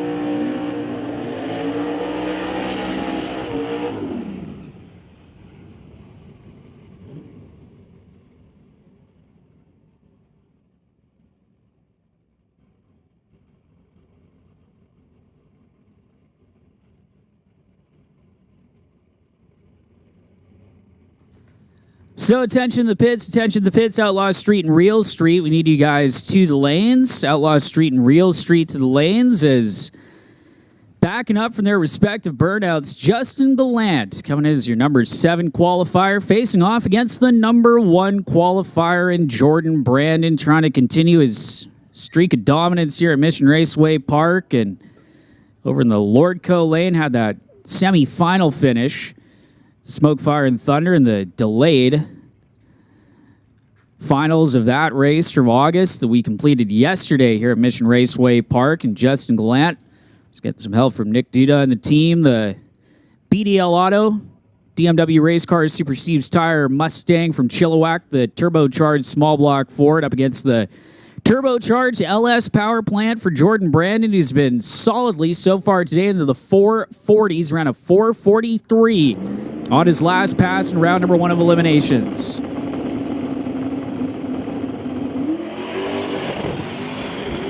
Justin Gallant going to get to the finish line first, 4:57 with a 5, 160 miles an hour as Jordan Brandon runs into problems pretty much as soon as he got to the 60-foot timer and tried a quick pedal job, but it was too little too late, and it's going to be Justin Gallant going on into the semifinals here for MDA Fabrication Outlaw 275, 036 in the treat of the 045 light for Jordan Brandon, and Brandon out in round number 2 of competition.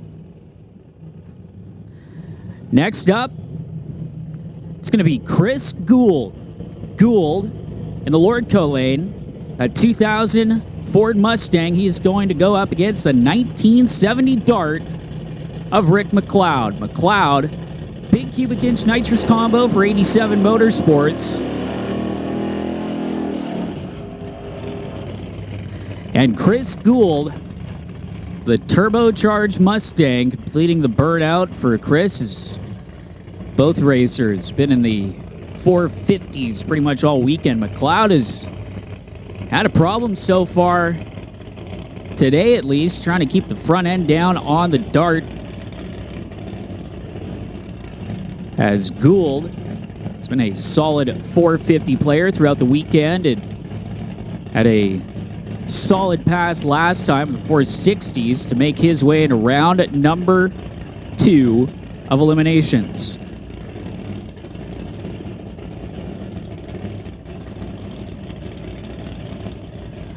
Rick McLeod from Vernon, getting that 87 Motorsports Dart, the CT Automotive Mustang out of Spruce Grove, Alberta, for Chris Gould. Gould already pre-staged. You'll hear the boost build on the Lordco side of the racetrack. McLeod already purging the nitrous system, ready to roll in the TCS lane.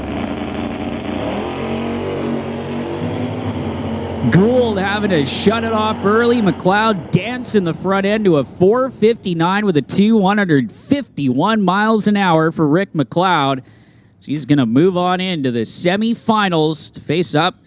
It's Justin Gallant.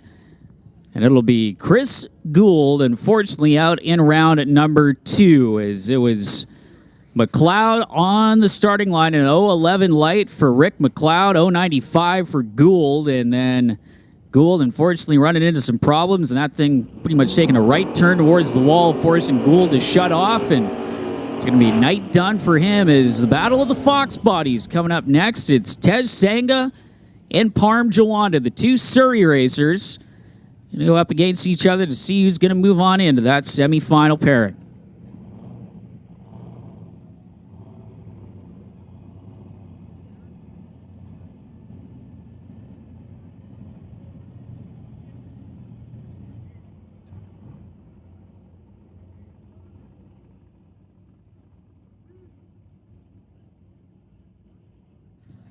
So Parm Jawanda, who's run a series of 460s and continuing to chip away at his personal best, going to face up against Tej Sangha, who knocked out a higher qualified car and Trevor Mulder in round number 1 of eliminations.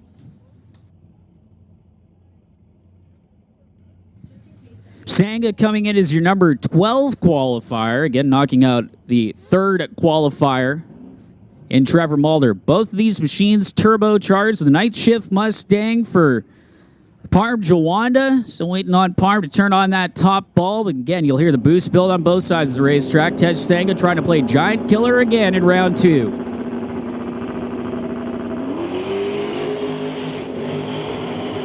Here, a quick pedal for Parm, who is carrying the front end. 473 with a 158 miles an hour. And Parm Jawanda going on to the semifinals. Tej Sanga, 574 with a 991 miles an hour. Off it early is Jawanda getting the job done. Continues his run through eliminations. What has been a solid weekend for the night shift crew. And Jawanda Motorsports is, we'll get it ready for our next Outlaw 275 competitor.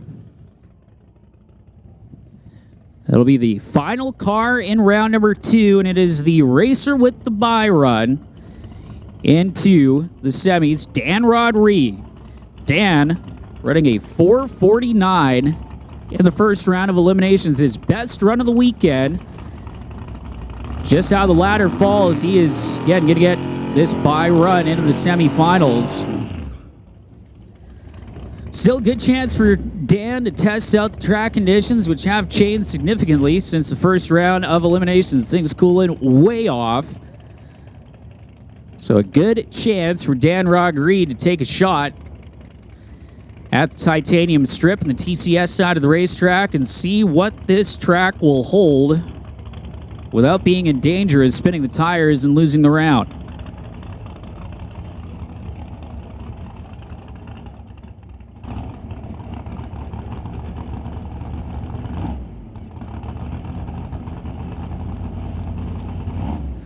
So Rodriguez to face Parm Jawanda in the next round as purchasing the nitrous system on the boo. The big block Chevy for Dan Rodriguez, the defending winner of this race, defending West Coast Outlaw champion in the Outlaw 275 division for MDA Fabrication, getting brought up to the ready line.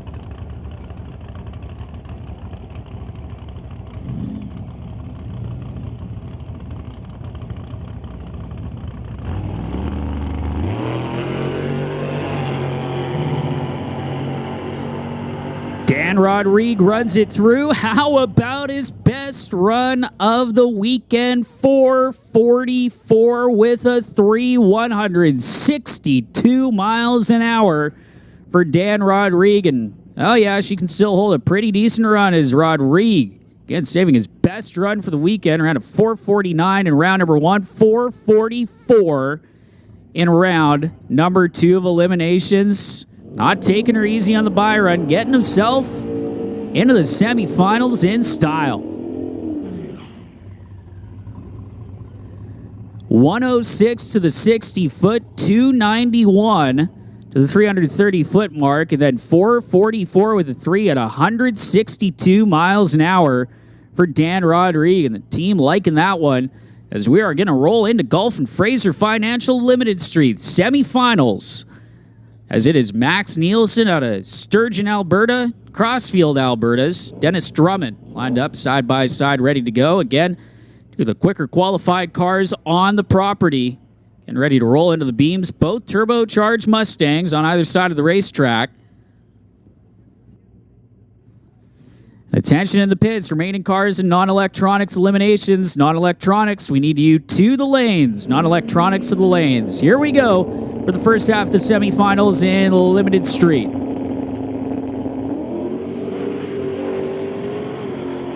And this one was decided at the starting line. Dennis Drummond, 009 red. And Max Nielsen will move into the finals with a 521 with a 1. Easy for me to say.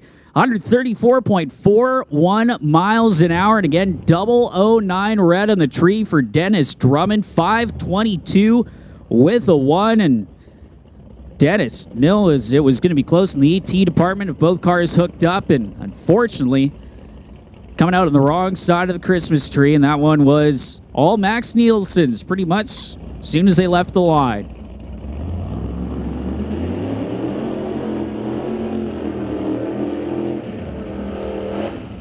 So we are now going to decide who Max Nielsen is going to face in the final round of Limited Street.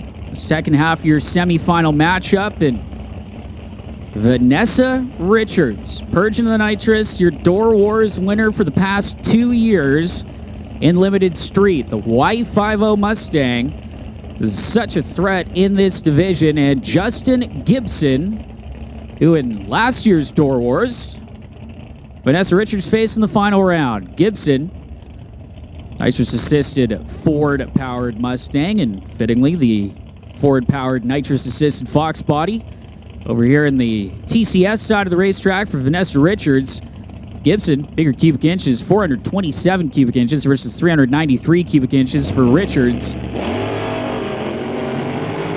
Gibson up and ready on the starting line, and he's going to carry it out, wins it on a hole shot. 5:25 with a 218 miles an hour to a losing but quicker 5:23 with a 4 at 133 miles an hour, and on the line 006 reaction time for Justin Gibson to Vanessa Richards. 124 light, carries it out to the finish by 0.09 at the stripe, almost a tenth the margin of victory at the line for Justin Gibson.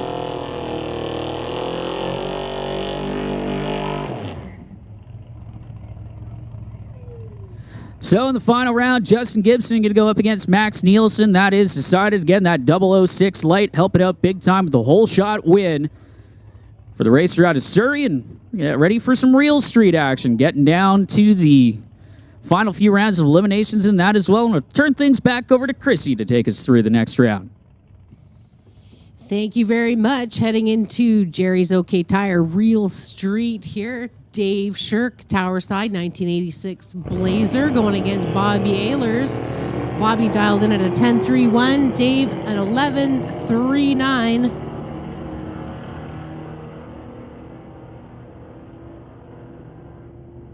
Double breakout, but it's going to Bobby Ehlers at 10.27 on his 10.31 versus Dave's 11.34 on his 11.39.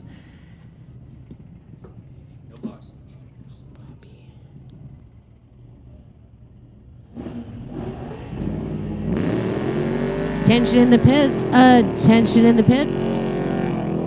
Attention in the pits. Can we get non-electronics to the lanes, please? Non-electronics to the lanes.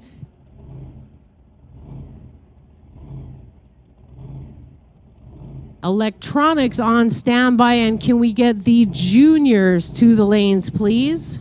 Non-electronics and juniors to the lanes. It's Rob Monroe Sr., Tower Lane, dialed in at 8.96, going against Joel Smith at 10.35.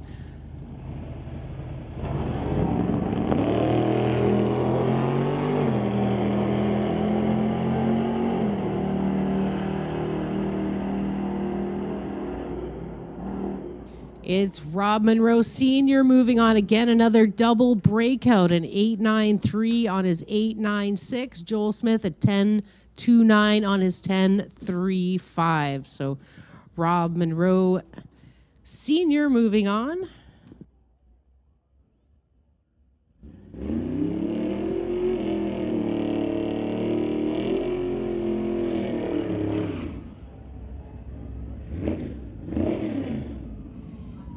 Daryl Tippy, single pass on into the next round, 1965 Nova Wagon. 11.57 is the dial-in.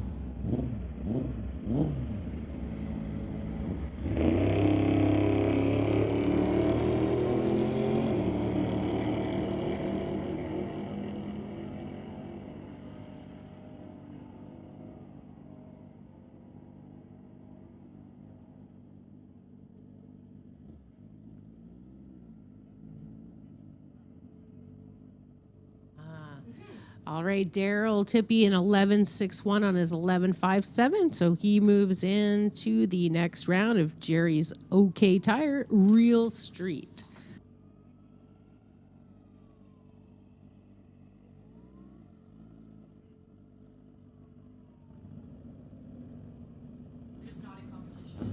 All right, these guys just doing some test pass here. Test pass.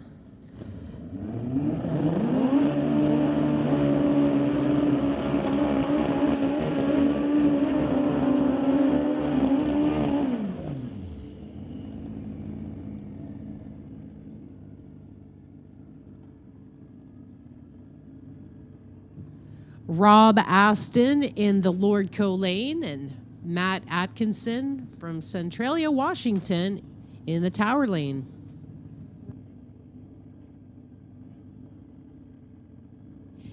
Rob Astor calls his bike The Cure. It is a Suzuki going against Matt on the Kawasaki.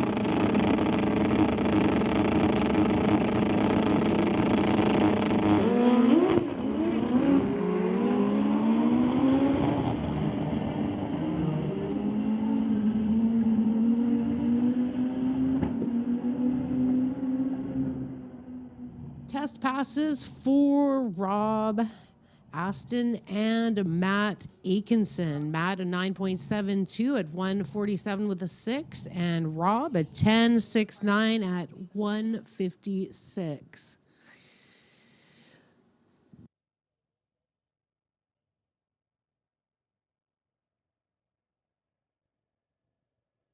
Okay, we have some emergency vehicles coming in. If you could stay clear of lane number 1 and let them get into the racetrack.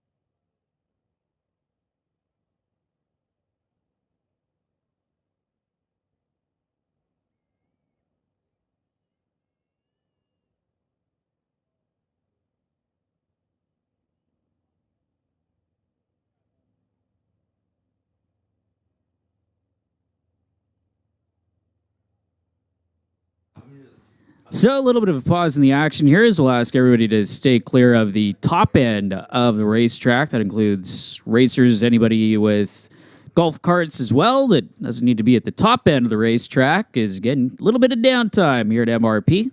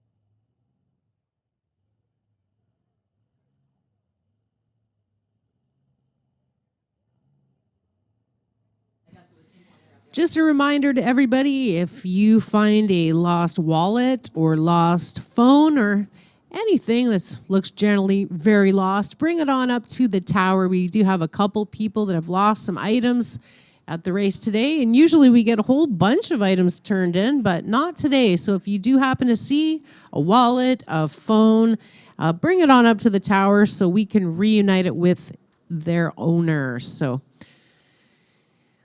looks like a break in the action, but we may be running our juniors. Just waiting for the word.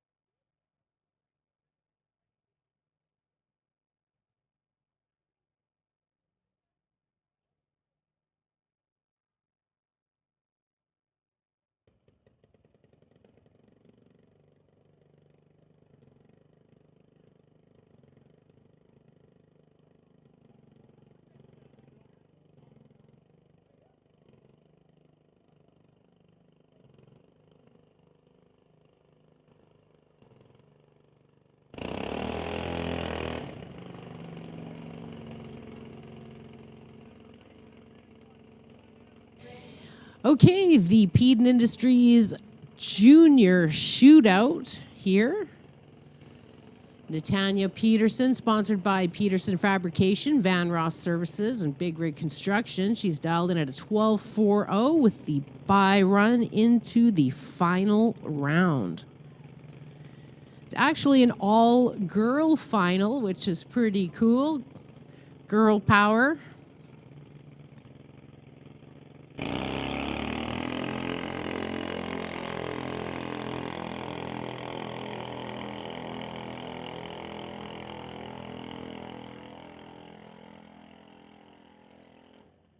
Twelve four 151 with the 1.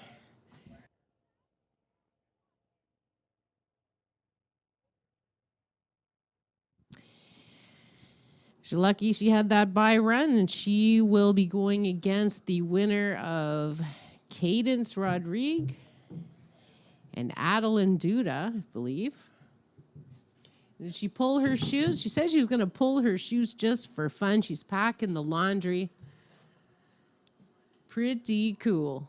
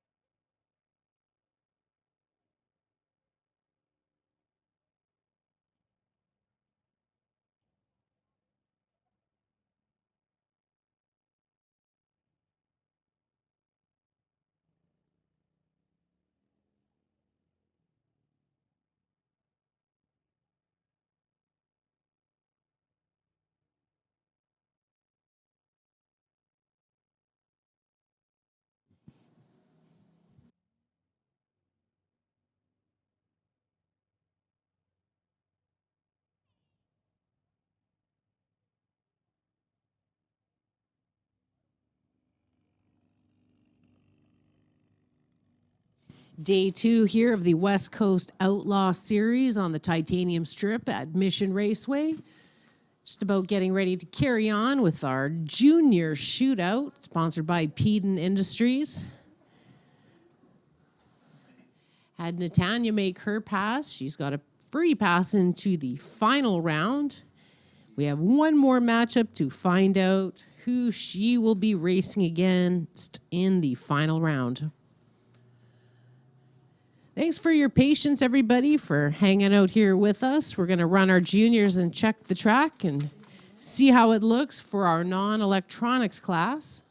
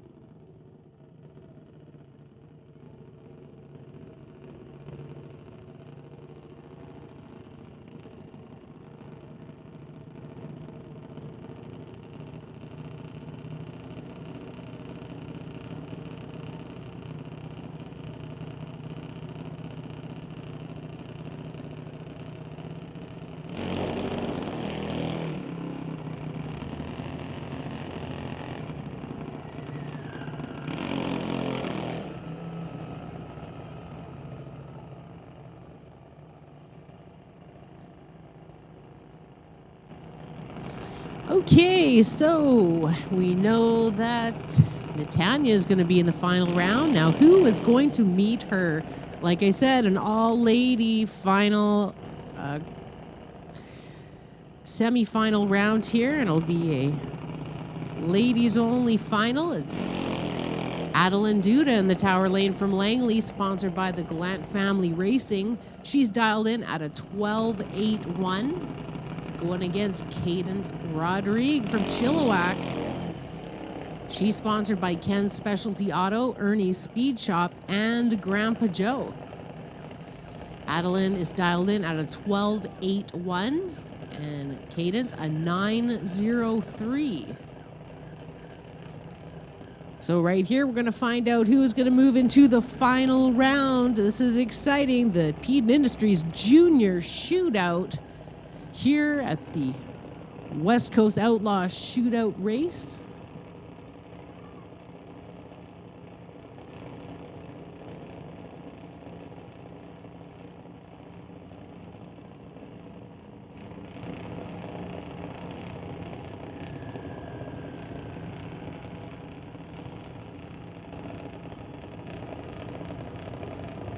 Top bulbs are lit. And here we go.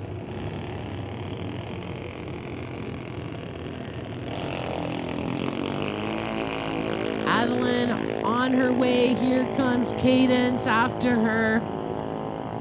Who is going to the final round? It is Cadence Rodrigue, a 908 on her 903 dial. Adeline breaking out 800. So the final round in the Girl Power Junior Shootout is going to be Cadence versus Natanya.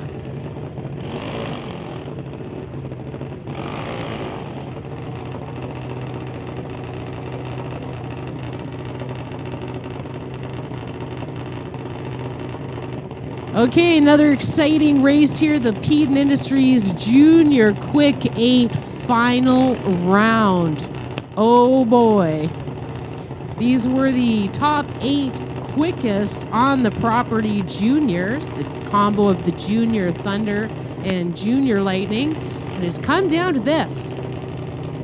It's Connor Jackson in the Lordco lane, going against Lincoln Shirk in the Tower lane. Final round, the Peden Industries Junior Quick 8. Lincoln dialed in at a 7.85, and Connor a 9.08. So, oh man, this is gonna be crazy. Final round, Peden Industries Junior Quick 8.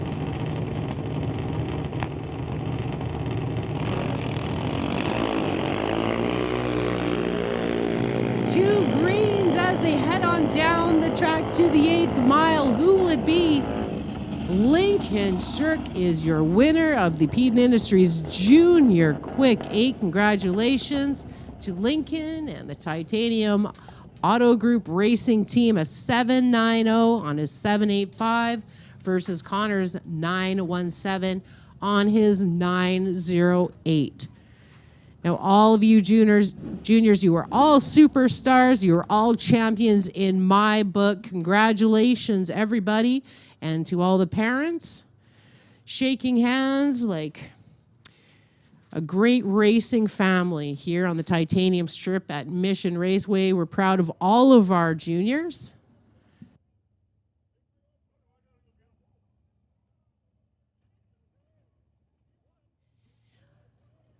All right, so yes, the juniors won't be racing tomorrow, so we do have that one last final round in the junior shootout, and tomorrow will be the juniors banquet. So really looking forward to celebrating all of our juniors there at the junior banquet tomorrow.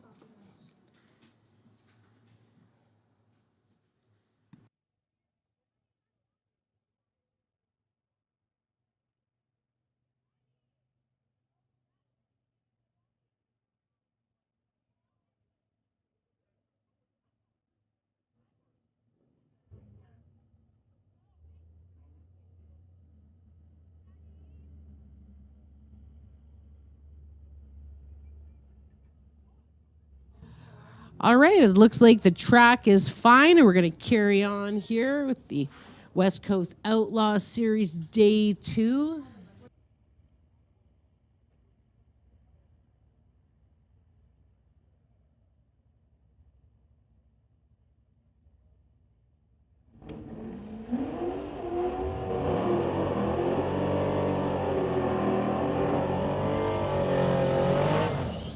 Okay, semi-final action here in the National Tire non-electronic class. We've got John Tabak in the Tower Lane.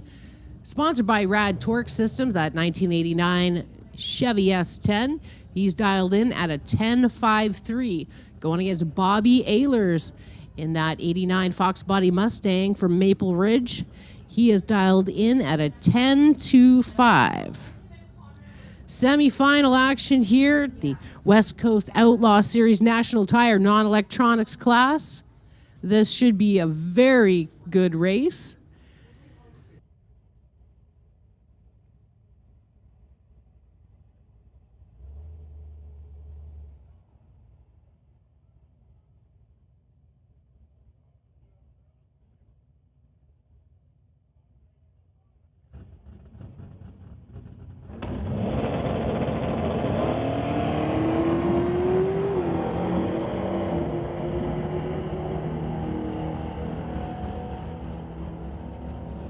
Wow, what a race. It is John Tabak moving on a 008 reaction time at 10.38 on his 10.33.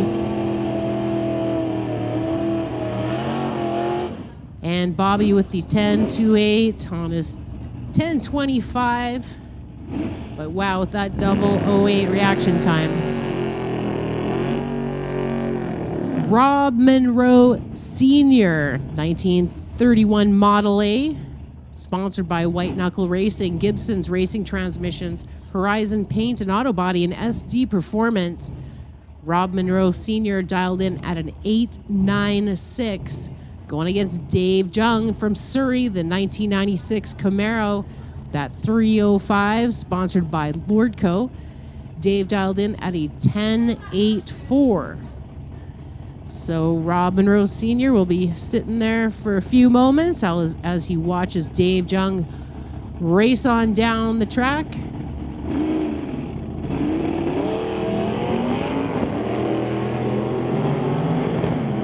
Here comes Rob Monroe Sr.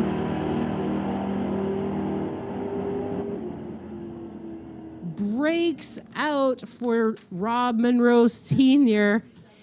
1/1000th. 14 10,000ths off his dial, guys. Dave Jung moving ahead into the next round at 10.95 on his 10.84. All right, attention in the pits. Attention in the pits. We need Outlaw 275, Gulf and Fraser Financial Limited Street, Real Street, and Outlaw Street to the lanes. Again, that's MDA Fabrication, Outlaw 275, Gulf and Fraser Financial Limited Street, Real Street, and Outlaw Street. We need you to the lanes. So in the National Tire non-electronics class, we're looking at a John Tabak and a Dave Jung final. So that will be super exciting there. National Tire non-electronics class.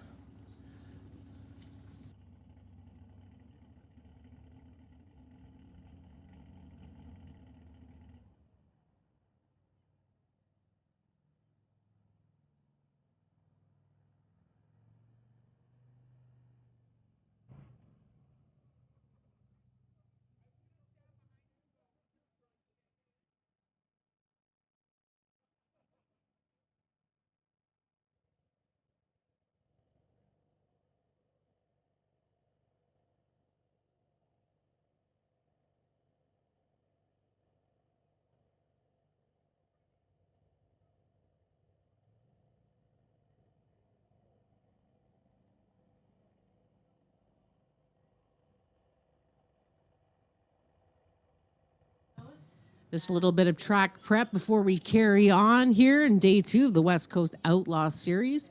Of course, lots of racing action coming up tomorrow. And we do have the Friday Night Street Legals brought to you by Mopac Auto Supplies on Friday, October the 6th. That's your chance to be a drag racer, your last chance, actually, of the season to get behind the wheel of your car, your grocery getter, or, hey, anything you got. bring it on down and have some fun racing on the quarter mile. Friday Night Street Legals, brought to you by Mopac on October the 6th.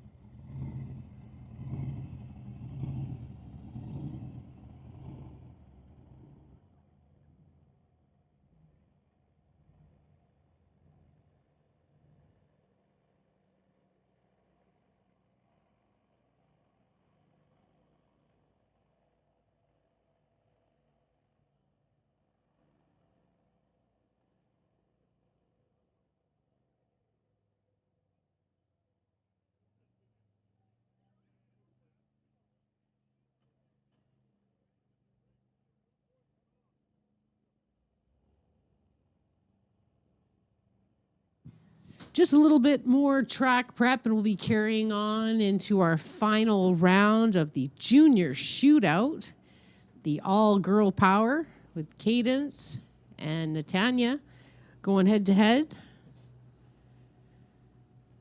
Then we'll be moving on into electronics class. Still quite a bit of racing yet to come. Hopefully we can get a whole bunch more racing in before we have to turn in for the night due to the dew on the track, but definitely lots of racing action coming again tomorrow, the Sunday edition of the West Coast Outlaw Series.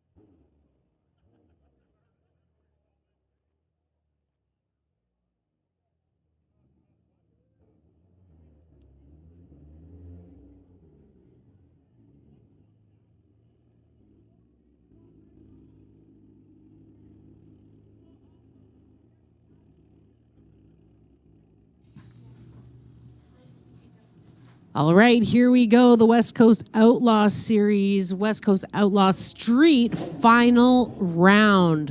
Here we go.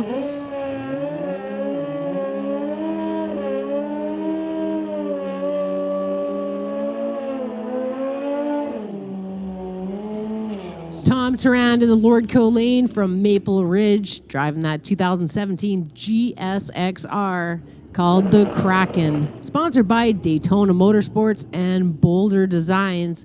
It's going against Corey Craig from Chilliwack, the 05 Hayabusa, sponsored by ADK Services. Final round here for these guys. Who will it be? Who will be the champion, West Coast Outlaw Street?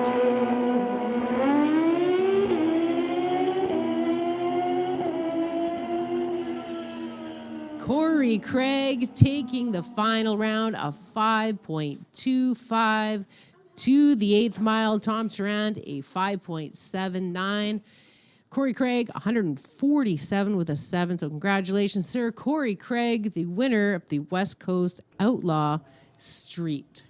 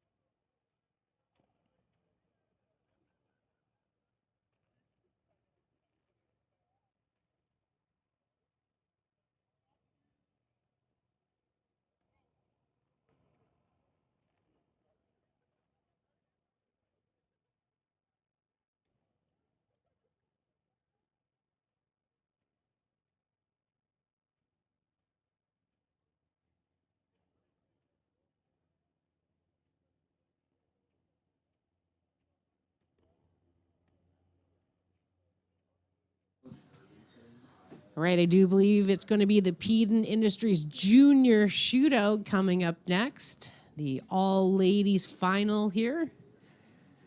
Looking forward to watching this race.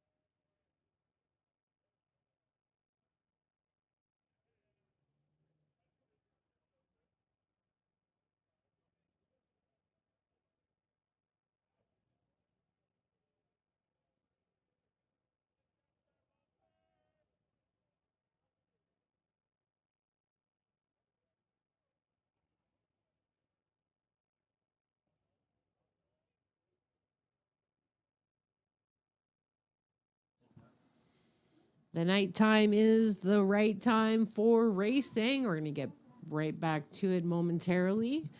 Notice the blankets have come out. It is a little chilly out there, that's for sure. 11.9 degrees Celsius out there to be exact. Shout out to everybody on the live stream. We hope to see you down here tomorrow for the final day of the West Coast Outlaw Shootout. Tons of door slammer and pro mod action tomorrow, as well as a whole new race for non-electronics and electronics classes. So it will be a great day of racing, as well as the celebration of life for the farmers.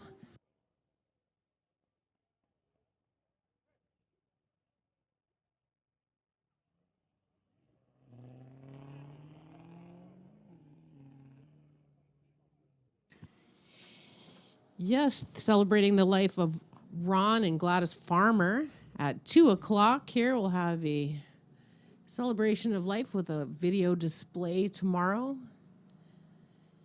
And then afterwards, we invite you to come and have some refreshments after the service. Some snacks and refreshments next to the tower. So it's a big day tomorrow. Lots going on, as well as the junior banquet. I heard the door slammer banquet tonight, so that should be a fun time.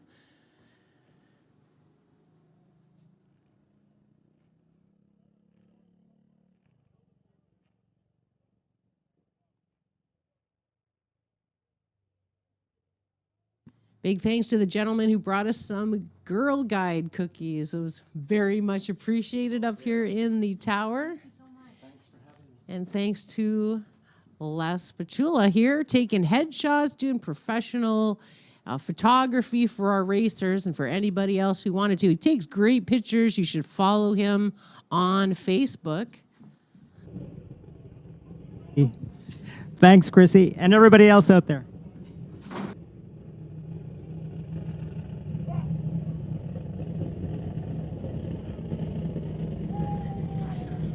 Well, switching up the program, we are going to roll into Outlaw 275 semifinal action here. As again, making sure the track at least has still some semblance of heat in it as we continue on in eliminations. It's going to be Justin Galland up against Rick McLeod in your first semifinal pairing.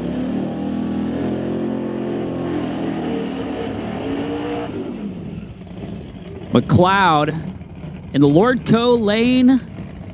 That nitrous-assisted dart we were talking about, fittingly having that Mopar power, 689 cubic inches of Mopar power for Rick McLeod, one of the bigger engine combinations in the Outlaw 275 class. Off a solid run in round number 2 to work his way into the semifinals, trying to find himself in the final round. And Justin Galland, who rebounded from a little bit of a rough time in qualifying until the final session when he got himself into the number 7 spot in his 1985 Ford Mustang with a small block Ford turbocharger. As you can see, Rick McLeod purchases the nitrous system here in these cool conditions, getting the headlights on as well in the dart to help him see down the titanium strip here at Mission Raceway Park, as we are fully in darkness tonight and getting ready to roll with this first semifinal pairing. Gallant being brought into the beams, getting ready. See if he can find himself into the finals as he is pre-staged. And here comes Rick McLeod.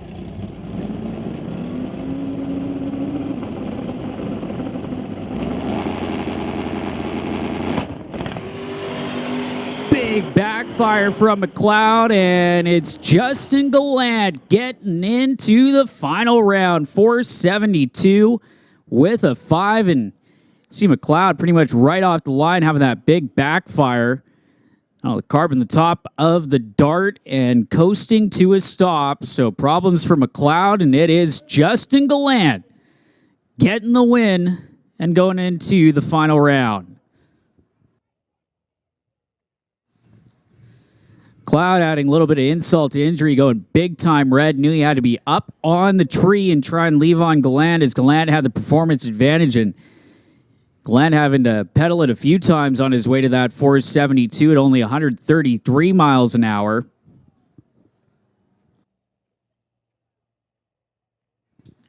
Definitely a tough way for Rick McLeod's weekend to end with that big boomer. You saw the flame coming out from McLeod's machine. Unfortunately, got the hole cut out in the hood just for that reason, for just a little bit of space for that concussion and flame to go.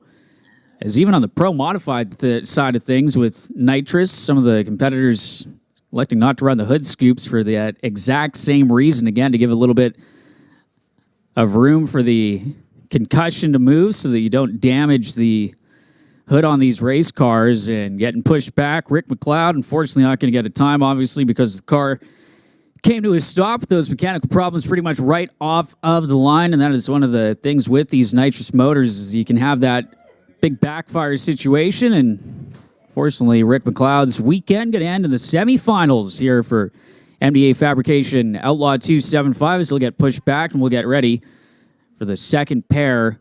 See who is going to move on. That is going to be between Dan Rodrigue and Parm Jawanda. Jawanda having one of his best weekends in Outlaw 275 competition in his night shift Mustang, 1991 Fox body machine. The turbo combo versus the nitrous combo, just like what we saw here in this first semifinal pairing.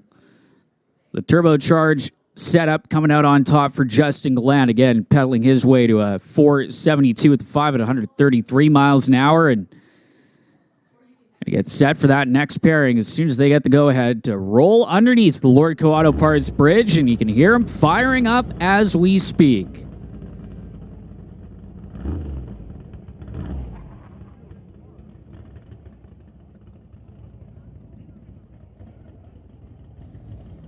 There is the sinister black 81 Malibu, known as the Boo, for Dan Rodrigue. 598 cubic inches of big block Chevy, and all the spray in the world. Up against Parm Jawanda, the 5-liter Mustang over the far side of the racetrack with some turbocharged Ford power.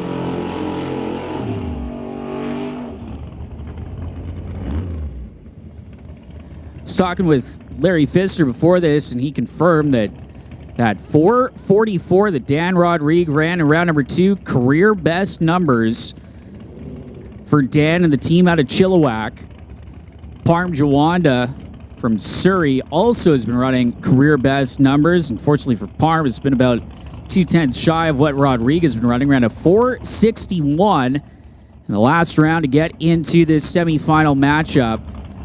It is Ford versus Chevy. Another classic matchup. As the purge of the nitrous system in this cool nighttime air having just that added effect for Dan Rodrigue as it cascades over the vinyl roof in that Malibu. Your defending winner of this race, your defending champion in Outlaw 275, is in the TCS side of the racetrack. Has picked his lane as the quicker car. Parm Jawanda trying to keep the streak going, get himself into a final round as Rodrigue is pre-staged. Here comes the Mustang.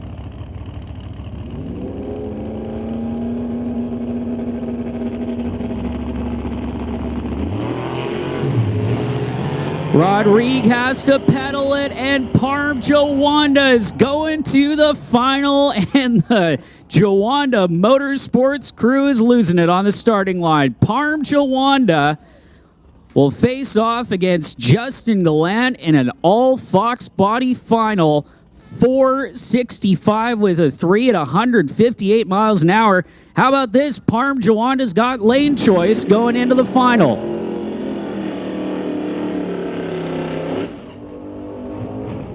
Speaking of final rounds, into the final of Gulf and Fraser Limited Street.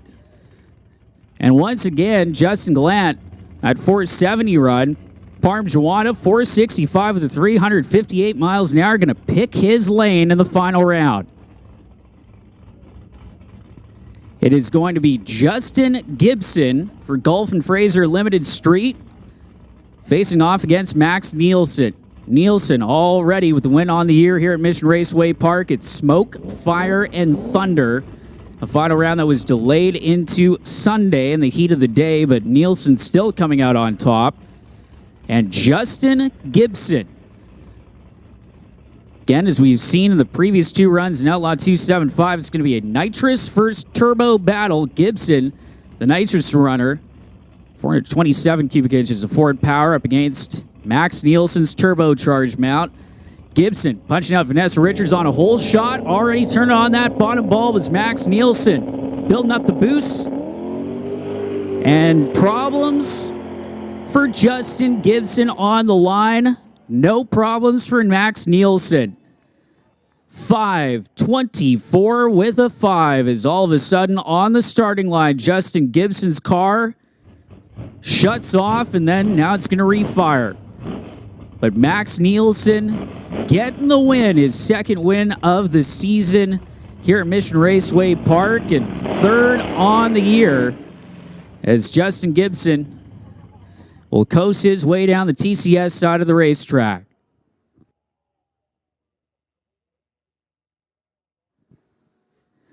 So Max Nielsen, your winner in Golf and Fraser Limited Street, adding that to his tally of wins that includes Smoke, Fire, and Thunder and the Just Send It Shootout. And that's been 3 straight final rounds, 3 straight wins for Max.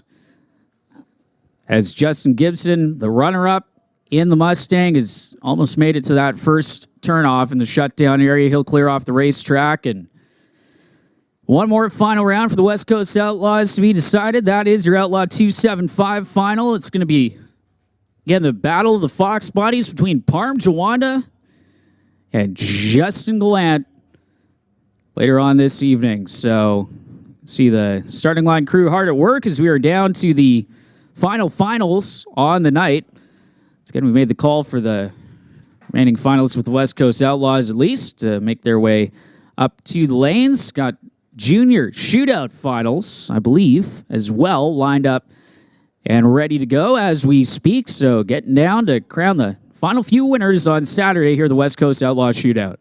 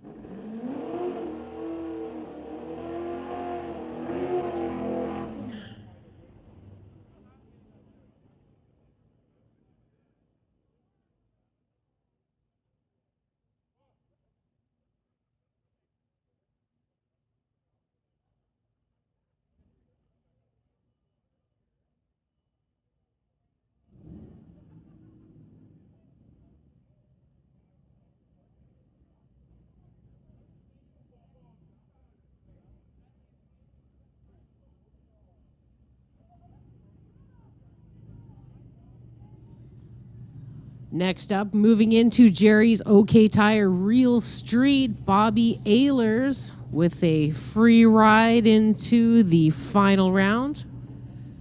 It is 89 Fox Body Mustang with a dial-in of 10.31.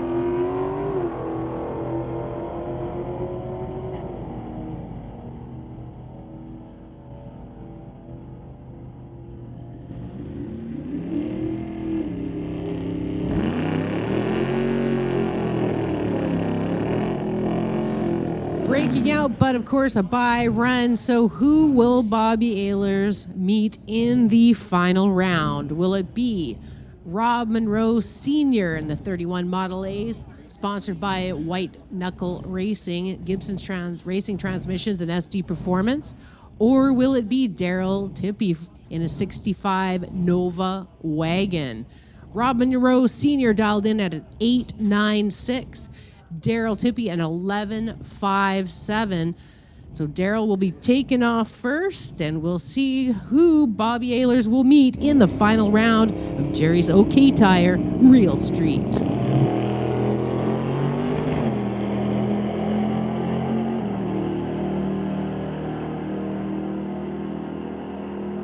Bad luck for Daryl Tippy. It is Rob Monroe Sr. moving on into the final round against Bobby Ehlers. Wow, that's going to be a great race.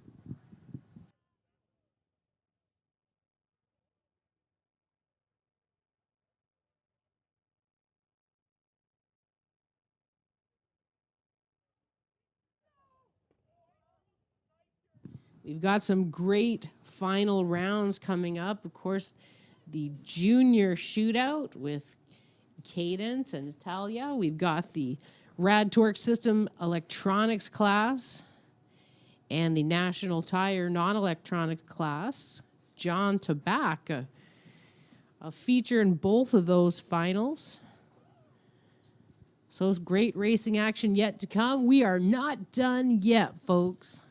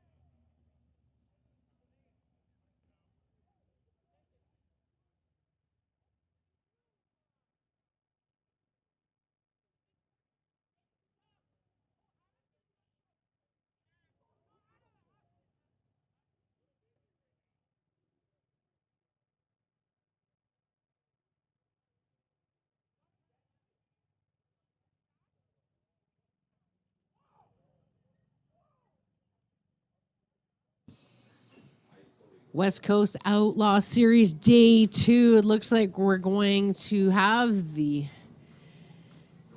Peden Industry Junior Shootout final here. Pretty exciting stuff for the juniors. We're all so proud of them.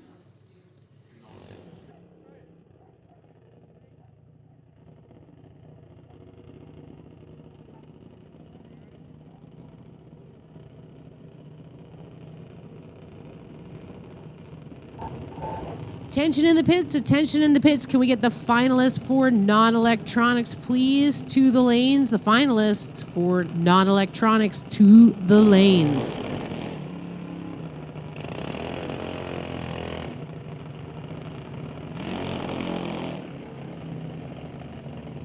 Natanya Peterson in the Tower Lane from Grand Prairie, Alberta. Sponsored by Peterson Fabrication, Van Ross Services, and Big Rig Construction. Natania's dialed in at a 12.42. She is going against Cadence Rodrigue from Chilliwack, sponsored by Ken Specialty Auto and Ernie's Speed Shop. And Grandpa Joe, she's dialed in at a 9.08.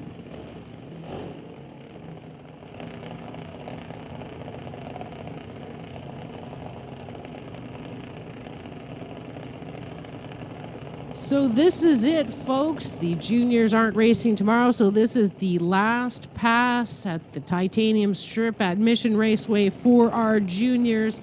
The final in the Peden Industry Junior Shootout. It's up to this.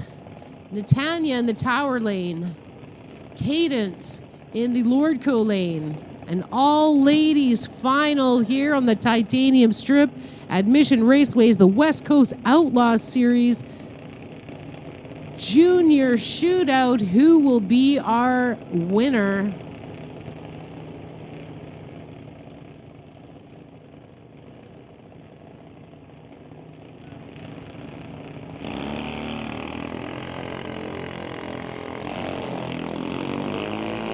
Tanya's off and Cadence chasing after to the 8th mile. Who will be the winner of the Pete Industries Junior Shootout? It is Natanya Peterson. Congratulations.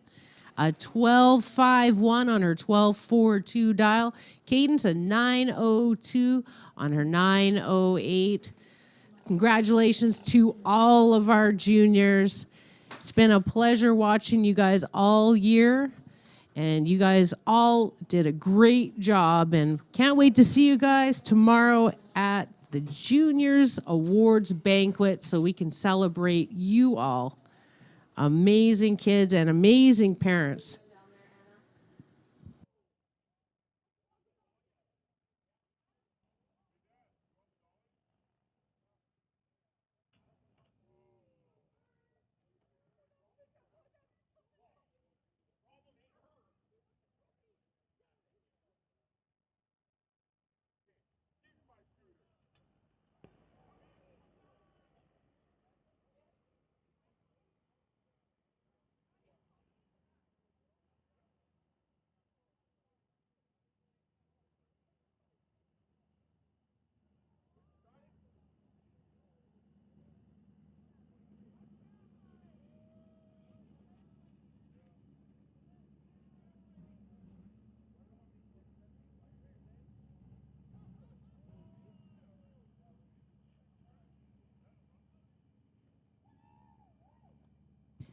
Okay, we've got 3 final rounds left to go, folks. Thanks for hanging out with us here on the Saturday night of the West Coast Outlaw Series.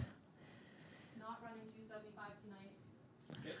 Okay, it looks like we have 2 finals left. We will not be running the final for the Outlaw 275 tonight. That will happen tomorrow. But we do have the National Tire Non-Electronics and the Rad Torque Systems Electronics final to come.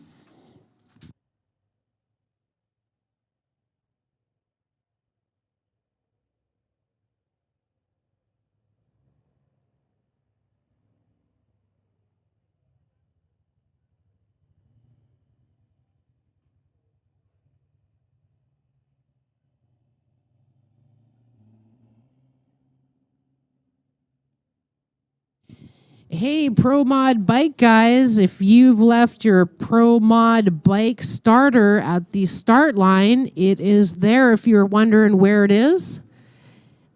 There is a Pro Mod bike starter left at the start line. You will probably want to grab that.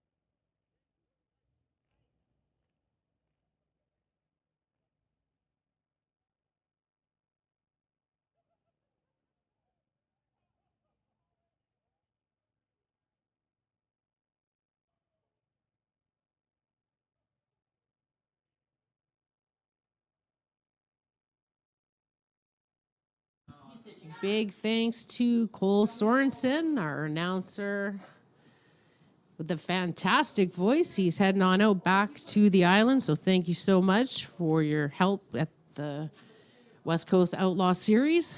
Again, we've got 2 more finals, the National Tire Non-Electronics and the Rad Torque Systems Electronics to go here tonight. And lots of racing action again tomorrow. Outlaw 275 finals, the door slammers eliminations, and final rounds, and of course the pro mods. So a ton more racing happening this weekend. And of course, the last big race of the season, this is it. We do have the Friday Night Street Legals, brought to you by Mopac Auto Supplies on Friday, October the 6th. So I hope to see you there for the last race on this side of the Mission Raceway track.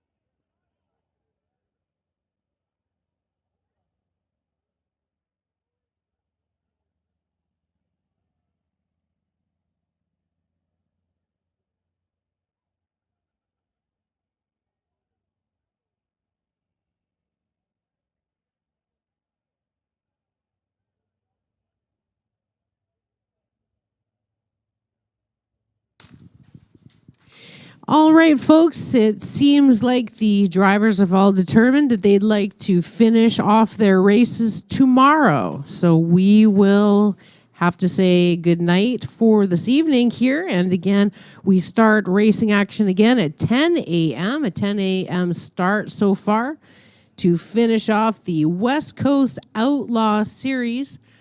So congratulations to all of our finalists that we had so far in the West Coast Outlaw Series. It's been a great day of racing. Big thanks to everybody who hung out here until the bitter end with us. And big thanks, of course, to our track officials. Wow, you guys are amazing today. So again, racing will start again at 10 a.m. Big thanks to our sponsors of this race. And I won't be with you. My name is Chrissy Anderson, but you're going to have Nolan as an announcer tomorrow, that lucky duck. So again, on behalf of myself, Chrissy Anderson, and the staff here at Mission Raceway, we bid you a great night and congratulations to all of our winners today and a big day of racing tomorrow. So have a great night, everybody.